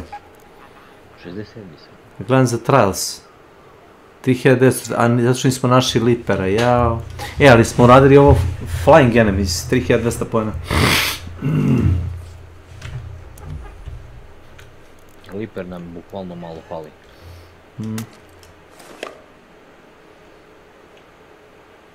Ono, 52 poena jebote. Znam. Treba jednog samo da koknem. Pa samo. Pa samo to nam i treba. Ajmo to jedno i ja udaram ručno. Koliko je sati? 10, 11, pa boga mi.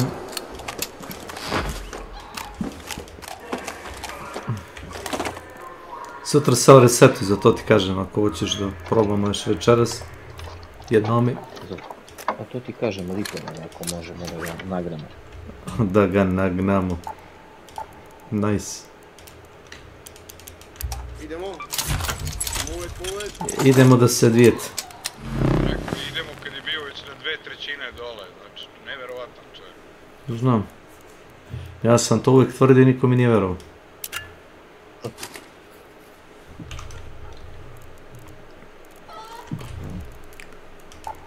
Idemo, vidjeli su nas.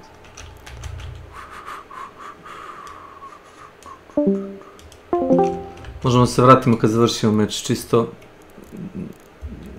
Jel okej, hoćeš da nas vratim nazad? Da se ne nadjačavamo sa 3 čoveka. Ma da, uvažavamo. Mislim, nisam stao da ispadnem Steva đubre i tako to, ali ono...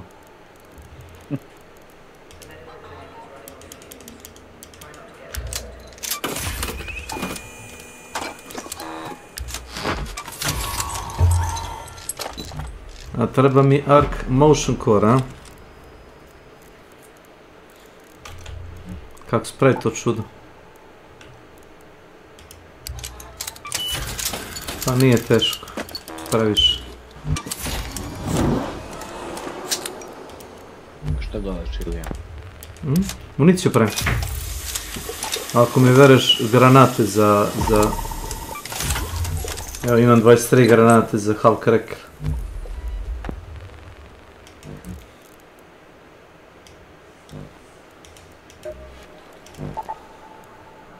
Ima samo regularna mapa, aj dobro, može. Ponesi ključ ako imaš. Kad gubimo da se samo iziđemo na van.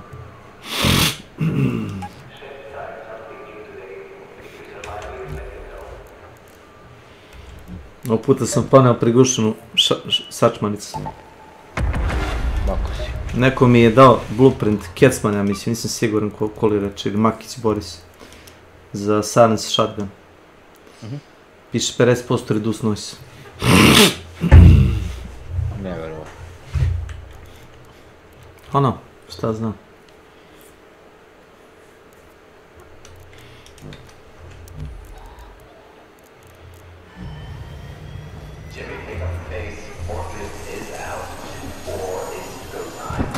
Taj rapor se skoro ne čuje prigušivačem. Minimum zvuka pravi, čini se.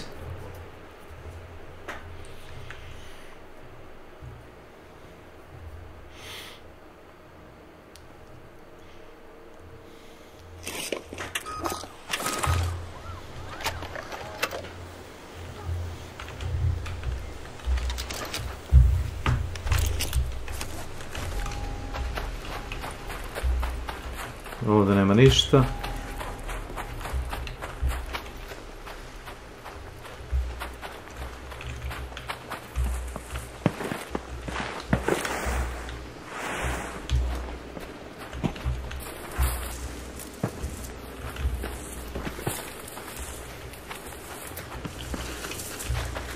Znaš, da ti nekad ili attachment ili ti da blueprint na taj trail. Prošle nedelje sam dobio bio stok ljubičasti kao attachment, a ove nedelje si isto dobio neki attachment, ali fazone što sam ga već imao, znaš.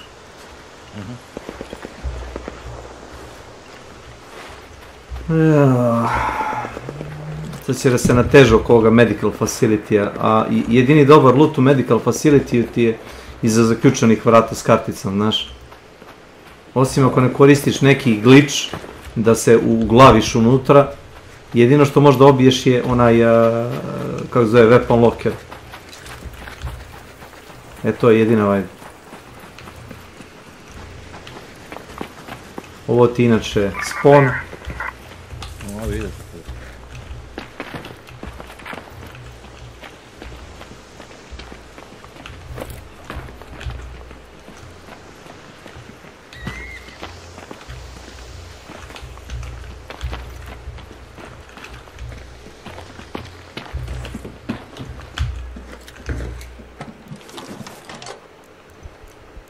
Bravo.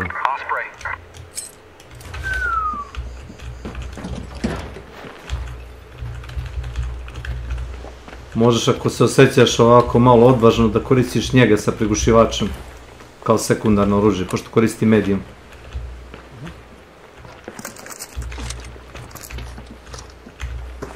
Onako, kao stealth assassin. Gdje kuki prigušivač. Single shot ili kako? Repetirka. Kako, ne repetirka, bolt action. Opali, pa opali bilo gde, nebitno, opali tu. Imaš prigušivač, pukni. Pa ne znam da li imam prigušivač, nešto ne znam. To, druže, nije prigušivač. Ne znam šta si stavio na njega. Čekaj vidim. To prigušivač? Ne, nije. Drago. Prigušivač je njega. Pa skini s Rattlera, aaaaaa! Što bi sad skidao s njega?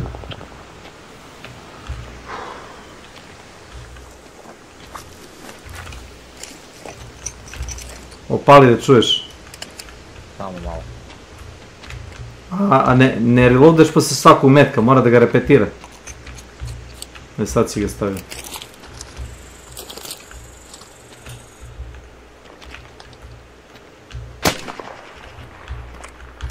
To je, pa pojma nemam, to je išta tiše, valjda jeste.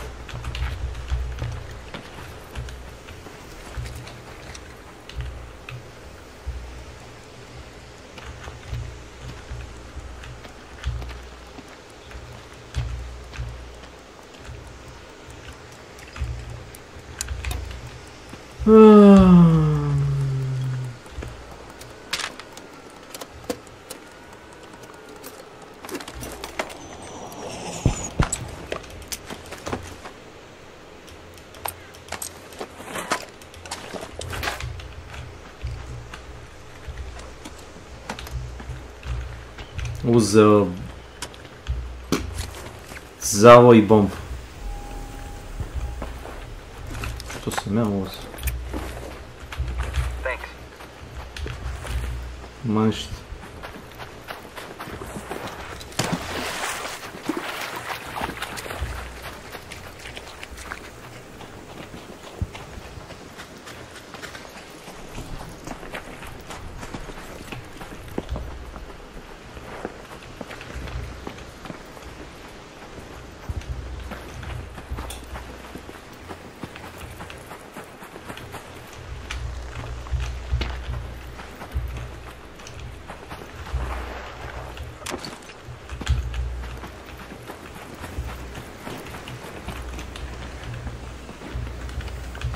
Elektroarmani.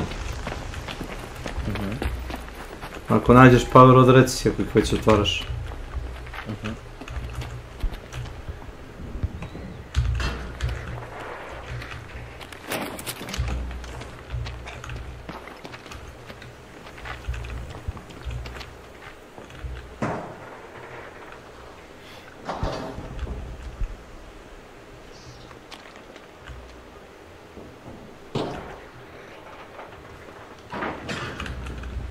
Senzore sačuvaj, treba će ti za one Raider Hatch ključe. Ja čak šta više, ako nakupim 5 senzora, stavim ih u safe pocket. Jer ti za ključ treba 3 senzora, u suštini 5 senzora ti vrede više nego Raider Hatch key. To ti je oko jednostavna računica.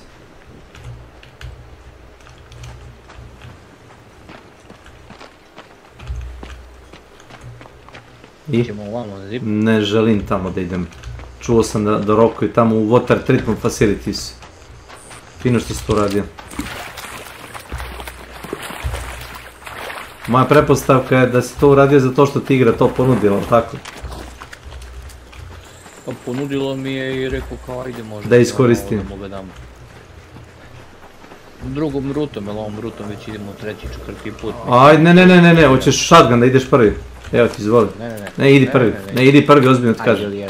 Ne zebavam se. Ne zebavam se, idi prvi slobodno. Pucat ćeš mi u kolena. Imam i ovaj... Pa da, tražimo pauka. Snajper, imam sve. A nema tamo ništa pametno. Treba ti key kartica za podrum. Imaš security locker sa lootom. Može biti oružje, plafon. Blueprinta nisam vidio 100 godina. Pukni ga, puci ga vamo. Jebote kako to zvuči.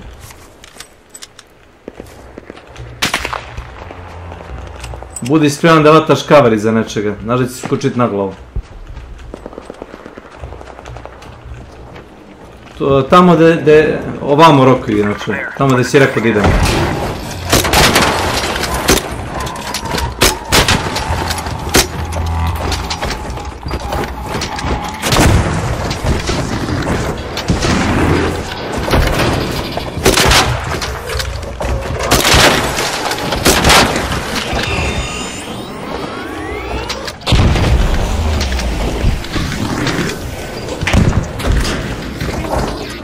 Kakav gad.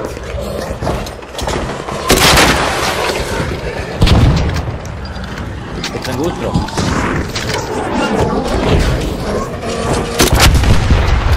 Gotovo. Vamo se puca čoveč. Tamo gde si rekao da idem. A nisam raspoložen da se natežem sa ljudima koji čučaju žbunju. Evo ti liper. Skupljaj samo. Neću uzijam, ajde. Pusti mene da ja pokupim sve, pusti me, ne treba mi ništa, hoću samo da pokupim. Dobro.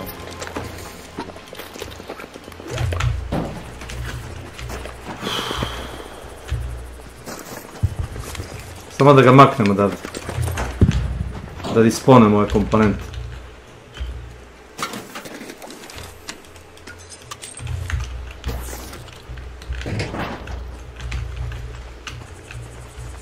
Mi možemo da izađemo slobodno, ti si već dobio rank na ovo, znaš. Možemo ovdje direkt da izađemo. Obori toga robota snajperom, svega ti. Misliš snajper? Pa, nego šta? Ja ne vidim da uđe mi.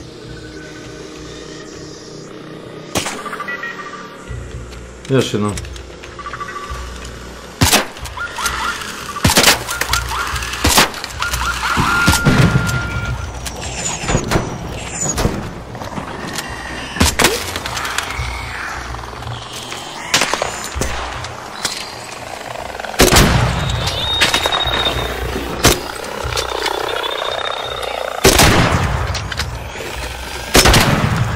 Ajmo dalje. Ma brate, ovaj snajper nije za ovakvu blizinu, taj kurac. Ima zašte, za ovo nije.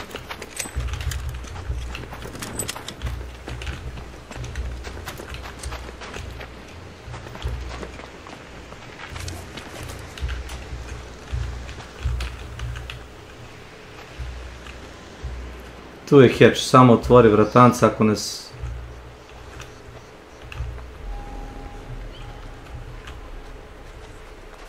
Izvoli. Šta je ovo? Otvori to.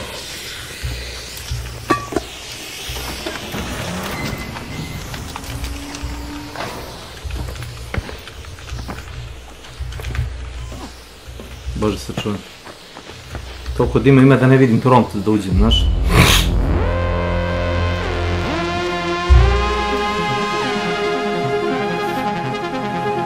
Neću da se natežem s ljudima koji idu da lutuju ništa, razumeš?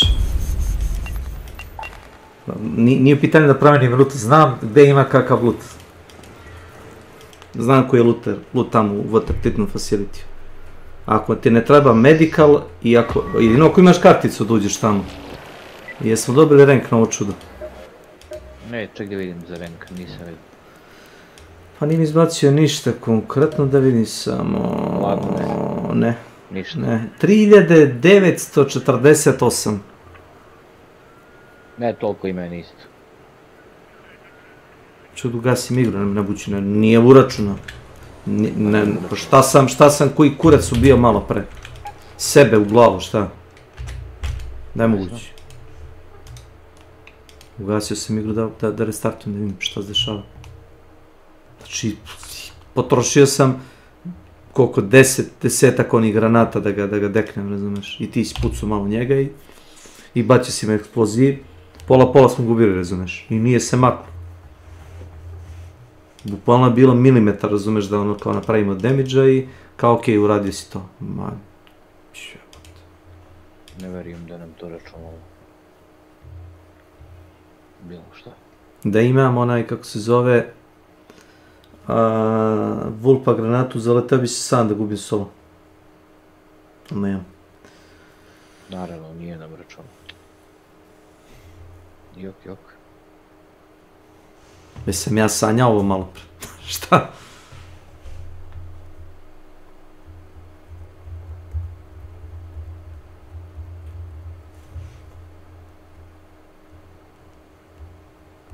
Jer nemoguće da tad uradiš u jednom meču, ne znam koliko štete, da bi ti kao, ono, skočio rank. To treba ubiješ 2-3 pauka onda. Bukvalno. To je...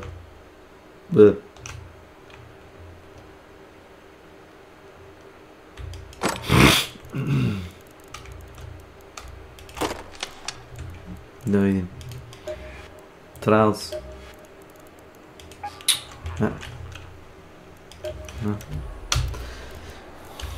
Ništa. Kad si ti tu? Sutra popodne? Pa najverovatnije biti u Steam Deck, pošto sam druga, znaš. Isto, samo što nemam Steam Deck tamo. Ne, nemam Steam Deck tamo da radim.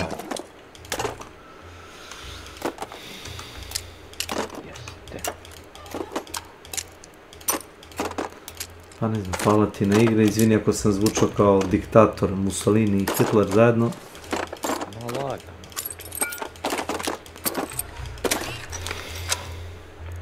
Jebote, 263.000 ljudi gleda Escape from Tarkov, generalno streameri. Prejebali su Yark Raidere, bre. Svaka čast. Možda su Twitch dropovi u pitanju, znaš? Ćeš da se kladiš? Jesu, dropovi su. Jesu, pa vidim, evo. Šta su to, skinovi neki, jel? Ma nemam pojma, ja to igru ni nemam. Mi ne trebati, mi ne trebati. Znaš, ako tamo bauljaju i kriju se kroz žbunje. Tamo ako vidiš mrtvog čovjeka na cesti, to zaobilaziš, znaš, okolo naokolo.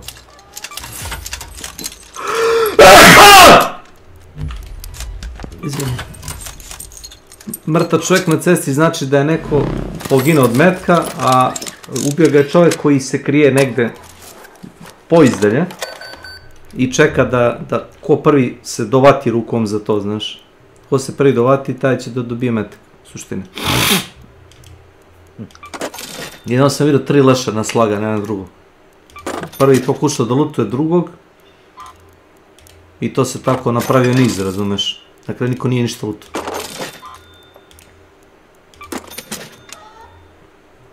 Ne znam da li mogu da napravim blaze granate i da se muvam okolo, da zapalim jednog.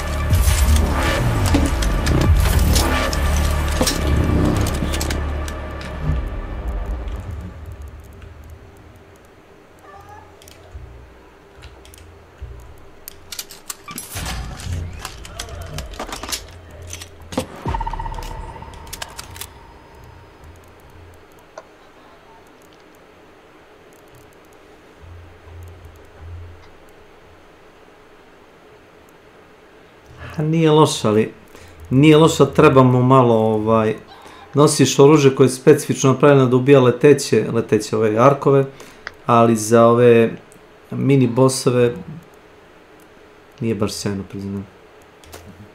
Može biti bolje.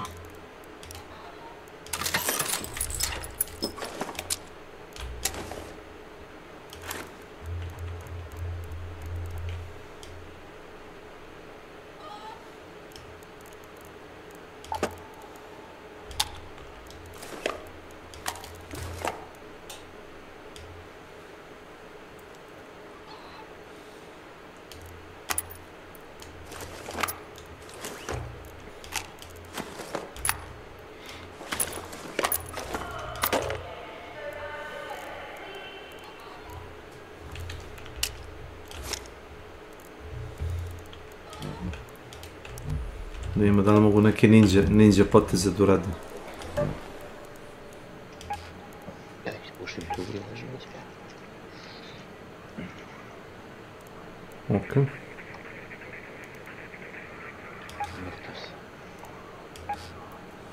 Muerto.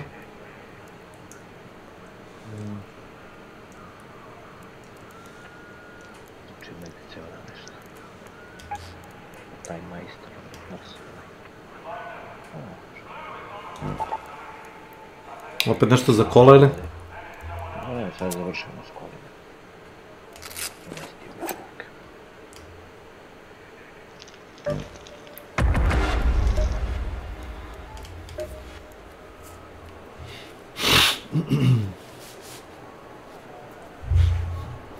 Znaš koliko ima onih kredova?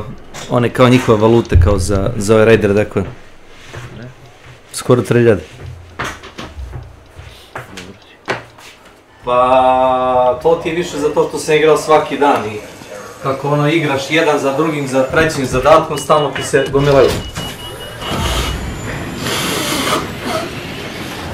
Iskreno nisam se ni trudio da ih radim, znaš, jednostavno ti se ti onako usput. I ovi nesretnici mi se nekad nameste kad igraju agresivno u PvP-u i ne znam, neko od mojih saigrača taguje ga sa heavy ili mediumamo i to se reši.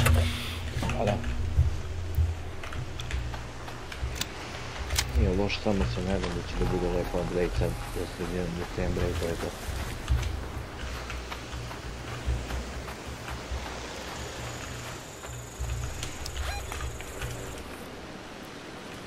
Go to the domes.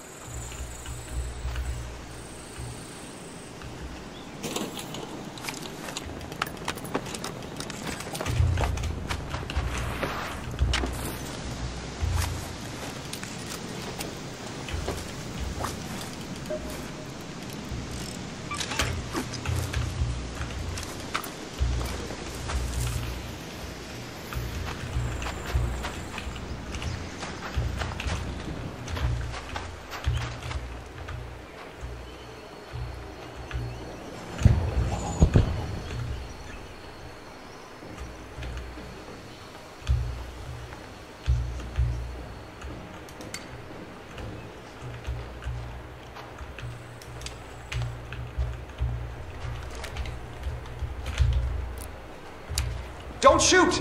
Hello. Hello, Raider! Yeah, there is no weapon box here. Only healing items, man. Only that.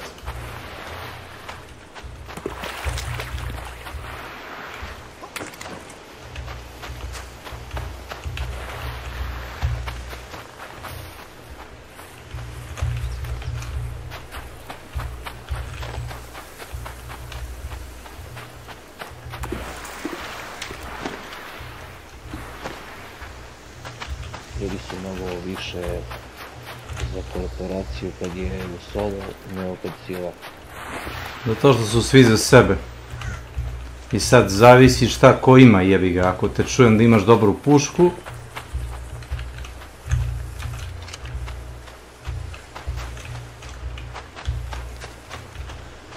na primjer čovjek je čuo da ja imam anvil, on ima fero. Sad anvil u suštini ima 6 metaka i koristi heavy ammo. I ovome se baš htelo da uzme od mene anvil. I znaš šta sam uradio? Otpuzao sam bastionu pod noge. Na sred otvorene ono mape, peska. Tako.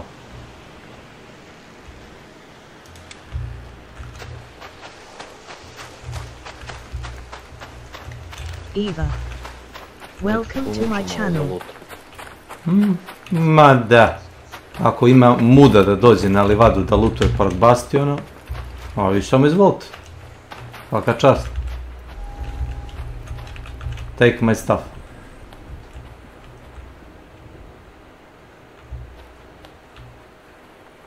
Nekomu ga drvi tuda.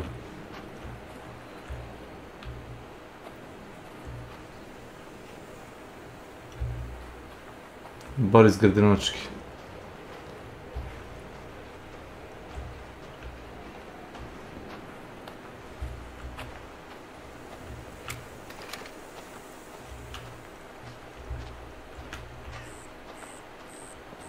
Sad, da li je kod elektrostanice ili je tu?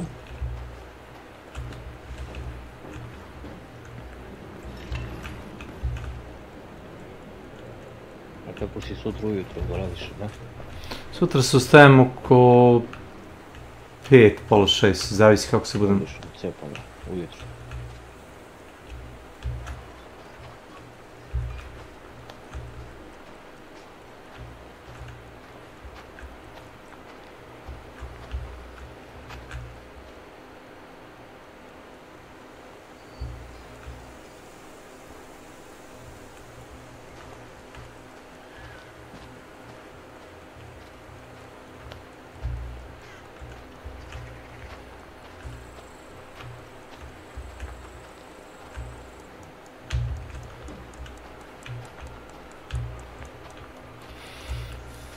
Na ovo se može uzeti level na tom travu. Meni nije nikakav problem da nađem. Nikakav.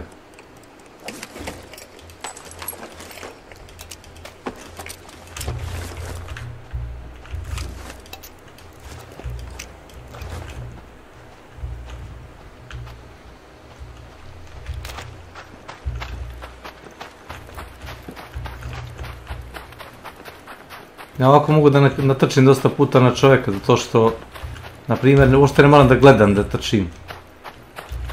Rizično, ali ono, ne moram. Više mi je sumnjiva dole zona, nego što ću da pomislim, sad će neko da niđe od gore. Neće.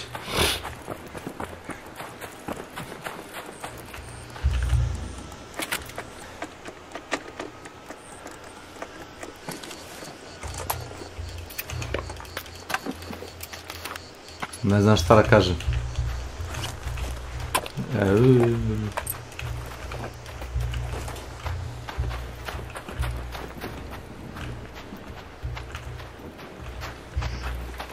Level 4 Rattler.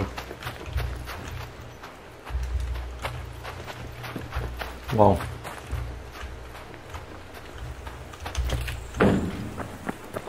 Ovaj streamer što ga ja gledam ponekad, ovaj što streamuje za Hunt Shodan. On kaže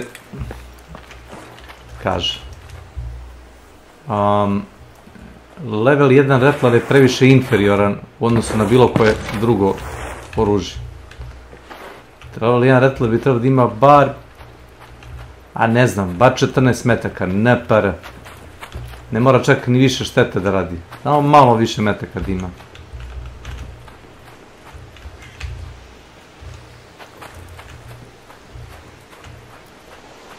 I da ti, ne znam, level 2 i 3 dodaju municiju, level 4 ti dodaje, ne znam, 20% reload ili 30% reload, 20% možda. To je dovoljno.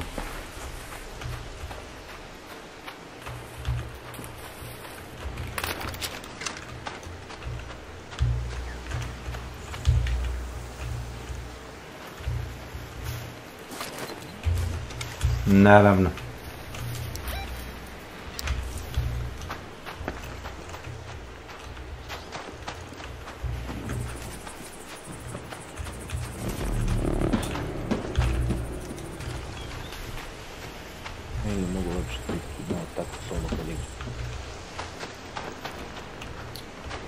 Pa, jedan drugar iz Hunt community-a me nazvao, pa ja se ne ljutim, meni je to okej. Nazvao me Red. Pričao sam, ja. A bio si ti tu kad sam pričao. Ali, pošto znam ko je to rekao, rekao mi je čovjek koji jako dobro sluša sve oko sebe. On je još gori po pitanju zvuka nego ja. On baš maksimalno stavlja na zvuk. Ja volim da čujem druge igrače, ali ne znam ako ćete da lupate i da otvarate sanduke i da trčkate oko mene može, ali ono, ajde šta god. A on je baš za zvuk ono kancer. Još gori nego ja. A kad te vidi, kad te čuje i kad te vidi, otprilike mrtav si, pošto on 90% ćete pogoditi. 10% je ono greška, recimo, njegova.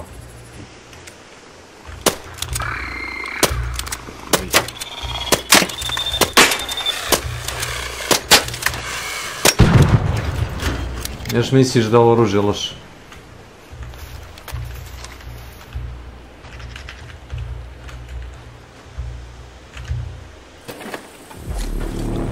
Jeftino se leveluje.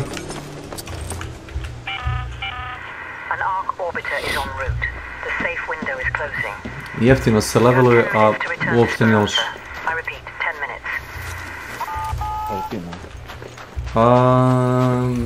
Hairpin da, ali nije za PvP. Znaš šta treba s njim da uradiš da bi ubio čovjeka? Naprimjer da ga pukneš sa ferom, da mu polomiš armor i onda da ga ono natežeš, znaš, sa level 4 hairpinom. Da se nadaš da ćeš da ga ubiješ. Da njega uvati ono panic mod. Zato što ako ima iole mozga i nije gluv, čuće iz čega ga pucaš, razumeš? Head home at the Red Lakes hatch.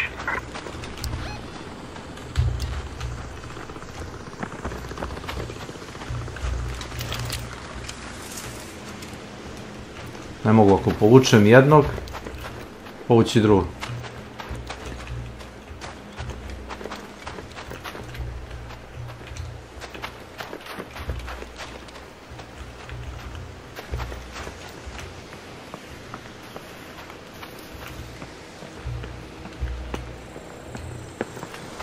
Ću tebe da jebem. Nesretni mali robotić.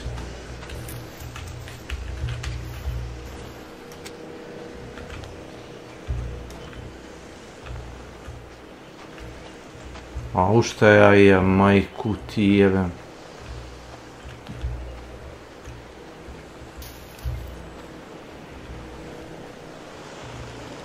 Ovdje fali...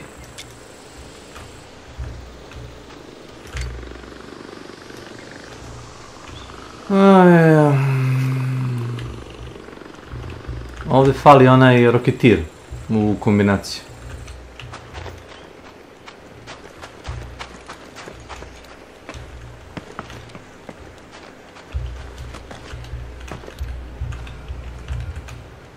Op. Evo ga.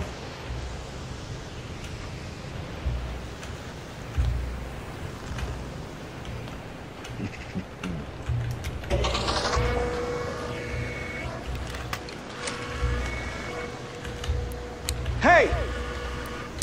Hey, don't shoot! Hello, anybody inside? Hello?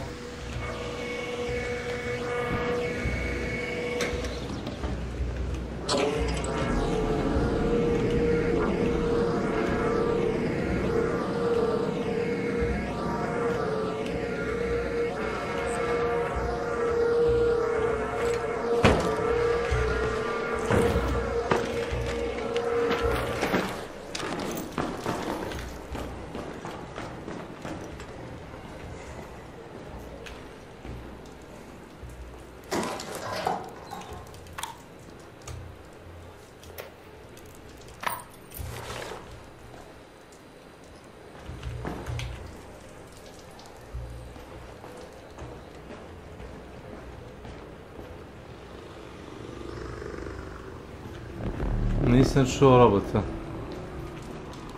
Čuo mislim sam čuo da neko trči.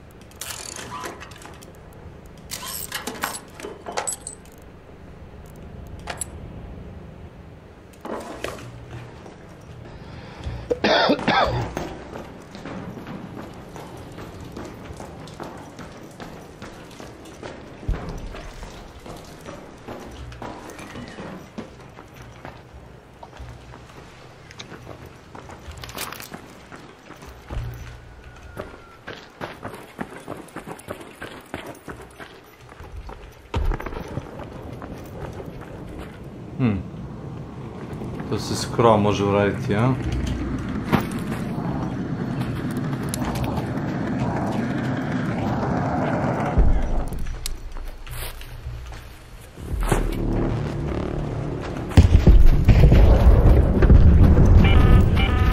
All Raiders, arc on screen. 5 minutes left. Go find your way home. I repeat, 5 minutes. Sure.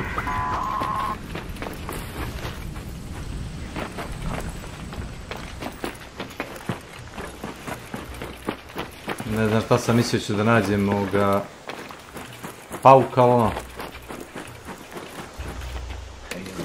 Ma kaki.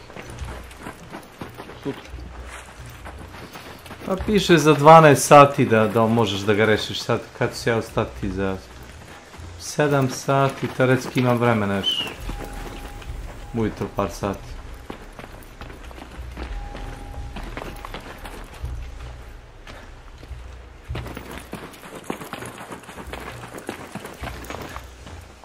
Wolfpack, brate, jedan i ćao. Ja sam ponovno bio Hulk Cracker. No dobro, ovo samo na kerci, pa uđe.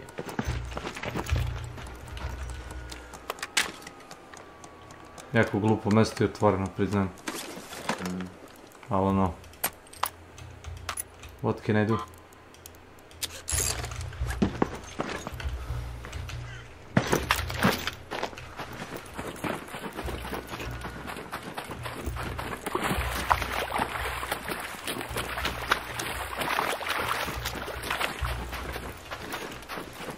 Ne znam da li vredi Rattler level 4 da uzmeš i s njim ono, prigušivačem da ideš. Ne znam koliko je to pametno.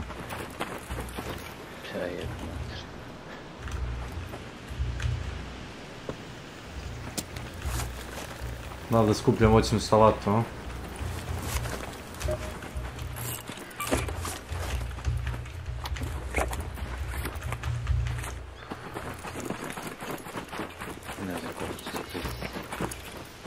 Koliko mi to treba?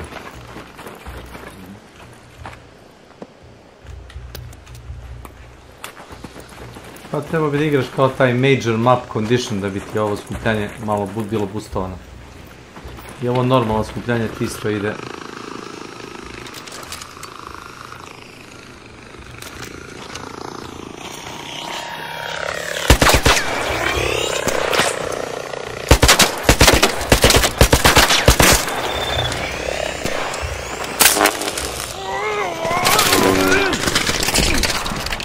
Kakva laž.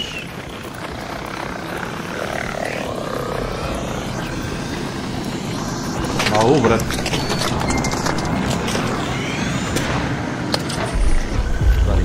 Au! Au, šta je ovdje sve bilo, je?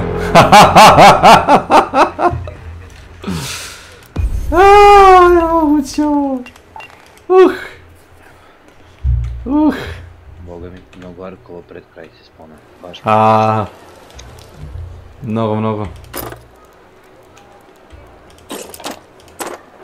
Ima tu 4-5 oko sebe. Boga mi, ovo je bila zasada i po s njihove strane. Krajnje neprofesionalno.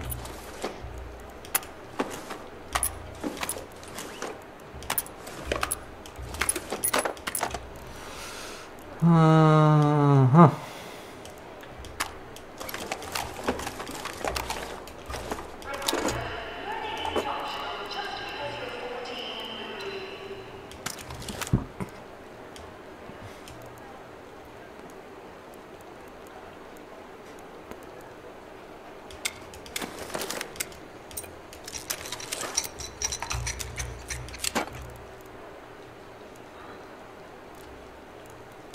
Bolji su attachmenti nego oružje, znaš. Tako uvijek bude. Znači svako. Znači mnogo.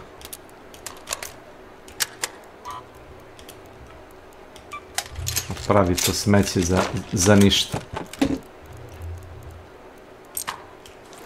Eto, bar da ispucam 2 okvira.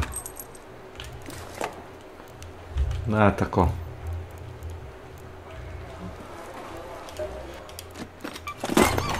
Vidi ga skrapi.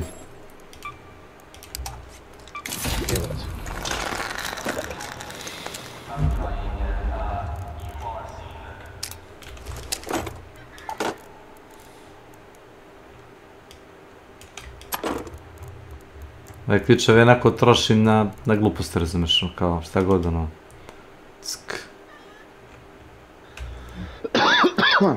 Na nepotrebne stvari.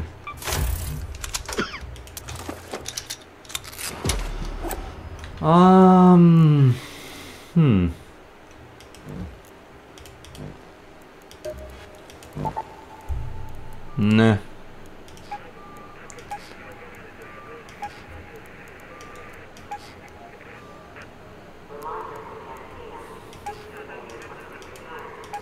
Ne znam, ko zna da će me spawnati.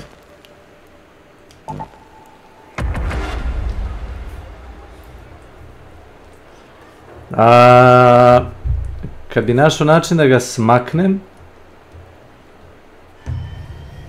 mislim, znam koji je način. Najbolji način je da ga taguješ prigušivačem, negdje da te prati u neku sobu da puka. Zeznuto je kad igraš solo, kažem ti, ima ljudi koji se, ti ga cepaš, a ako iko u blizini u solovima, znaju da se privuku i kao u fazonu na kvarno te ubije, razumeš, kad ti završiš s njim. Ali meni ne treba od njega onaj Liper Unit, to je samo ono side content, jebi ga.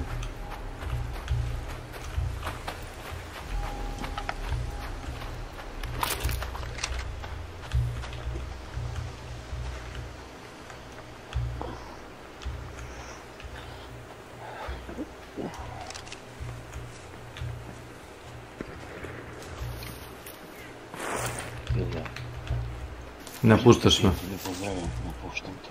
Ja ne možem da se moram. Ajde. Pa cepam ujutro. Može. Pa neće nije dugo, možda i jedan meč. Kako gore se završi, onda ću već da dignem ruke od...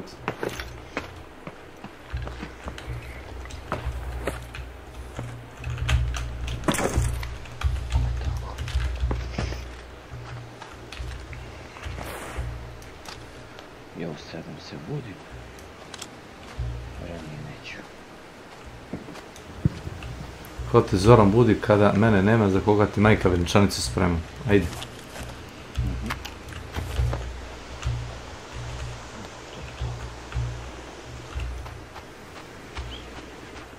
To je ta priča. Pomoć ti želim. Hvala ti. Ajde. Ćao se. Ćao.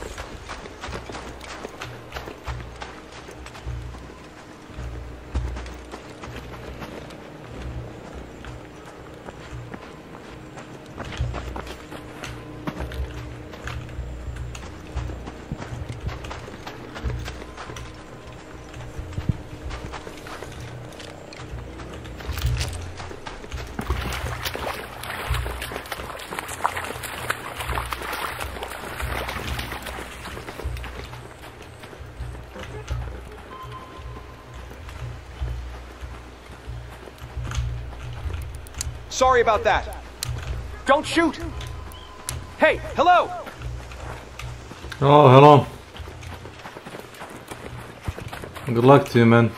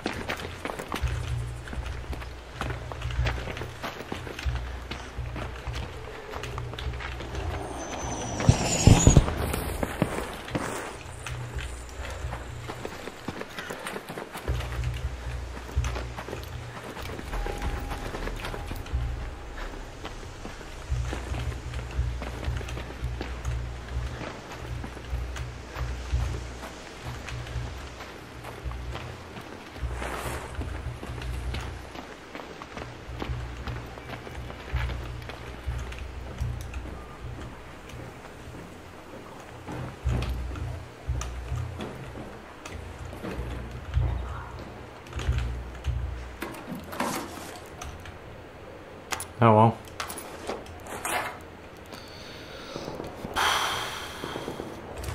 Sure.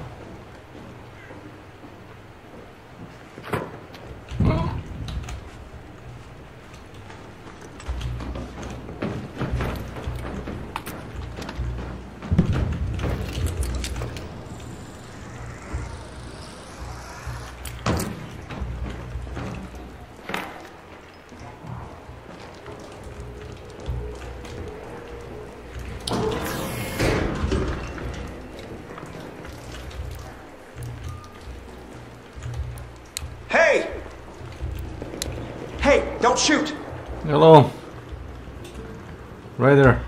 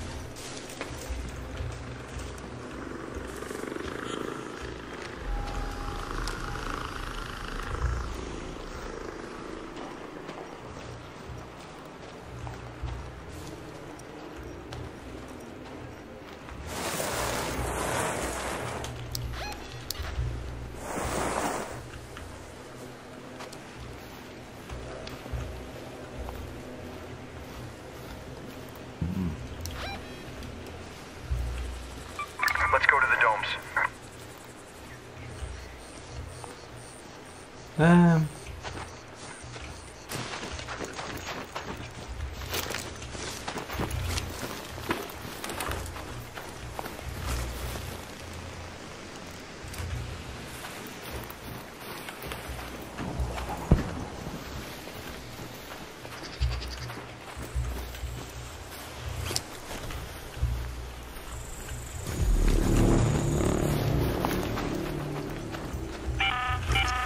An arc orbiter is en route. The safe window is closing. 10 minutes to get out of there. I repeat, 10 minutes.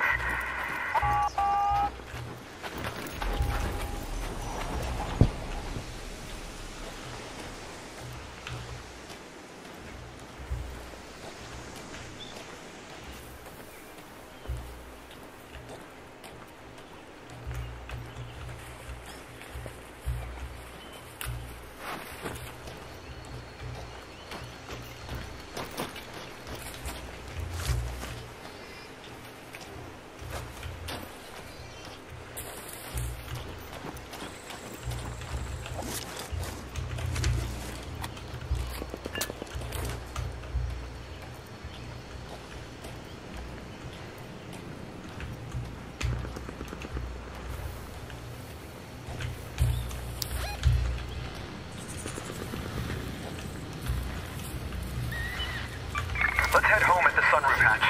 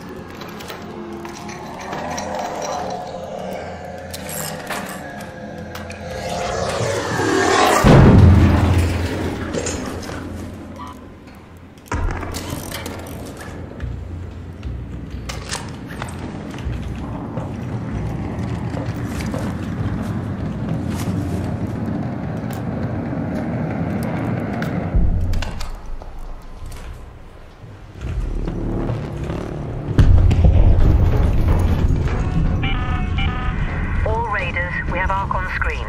5 minutes left. Go find a way home. I repeat, 5 minutes.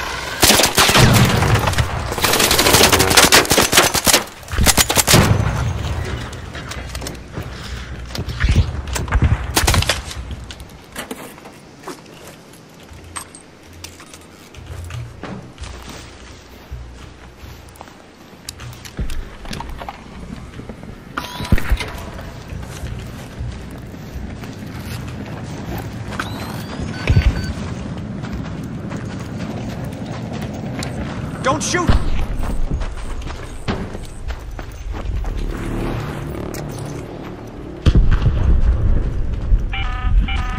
Last warning. 2 minutes left. Head back immediately.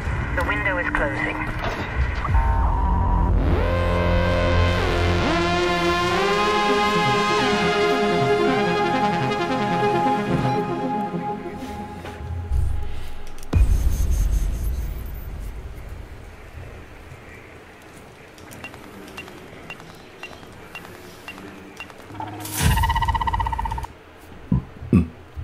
Yeah, time for bed.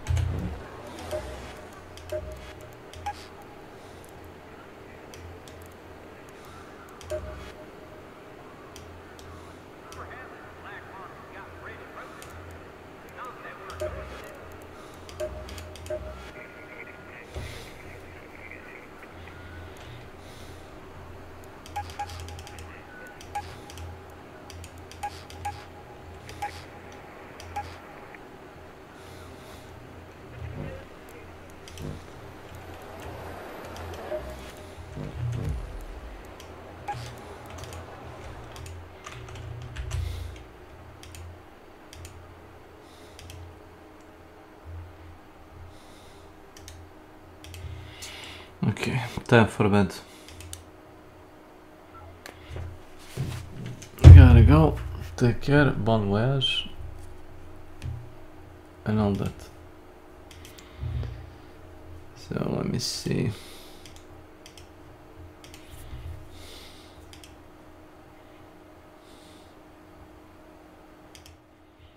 Yeah, see you tomorrow. Tomorrow morning. Like, probably really early.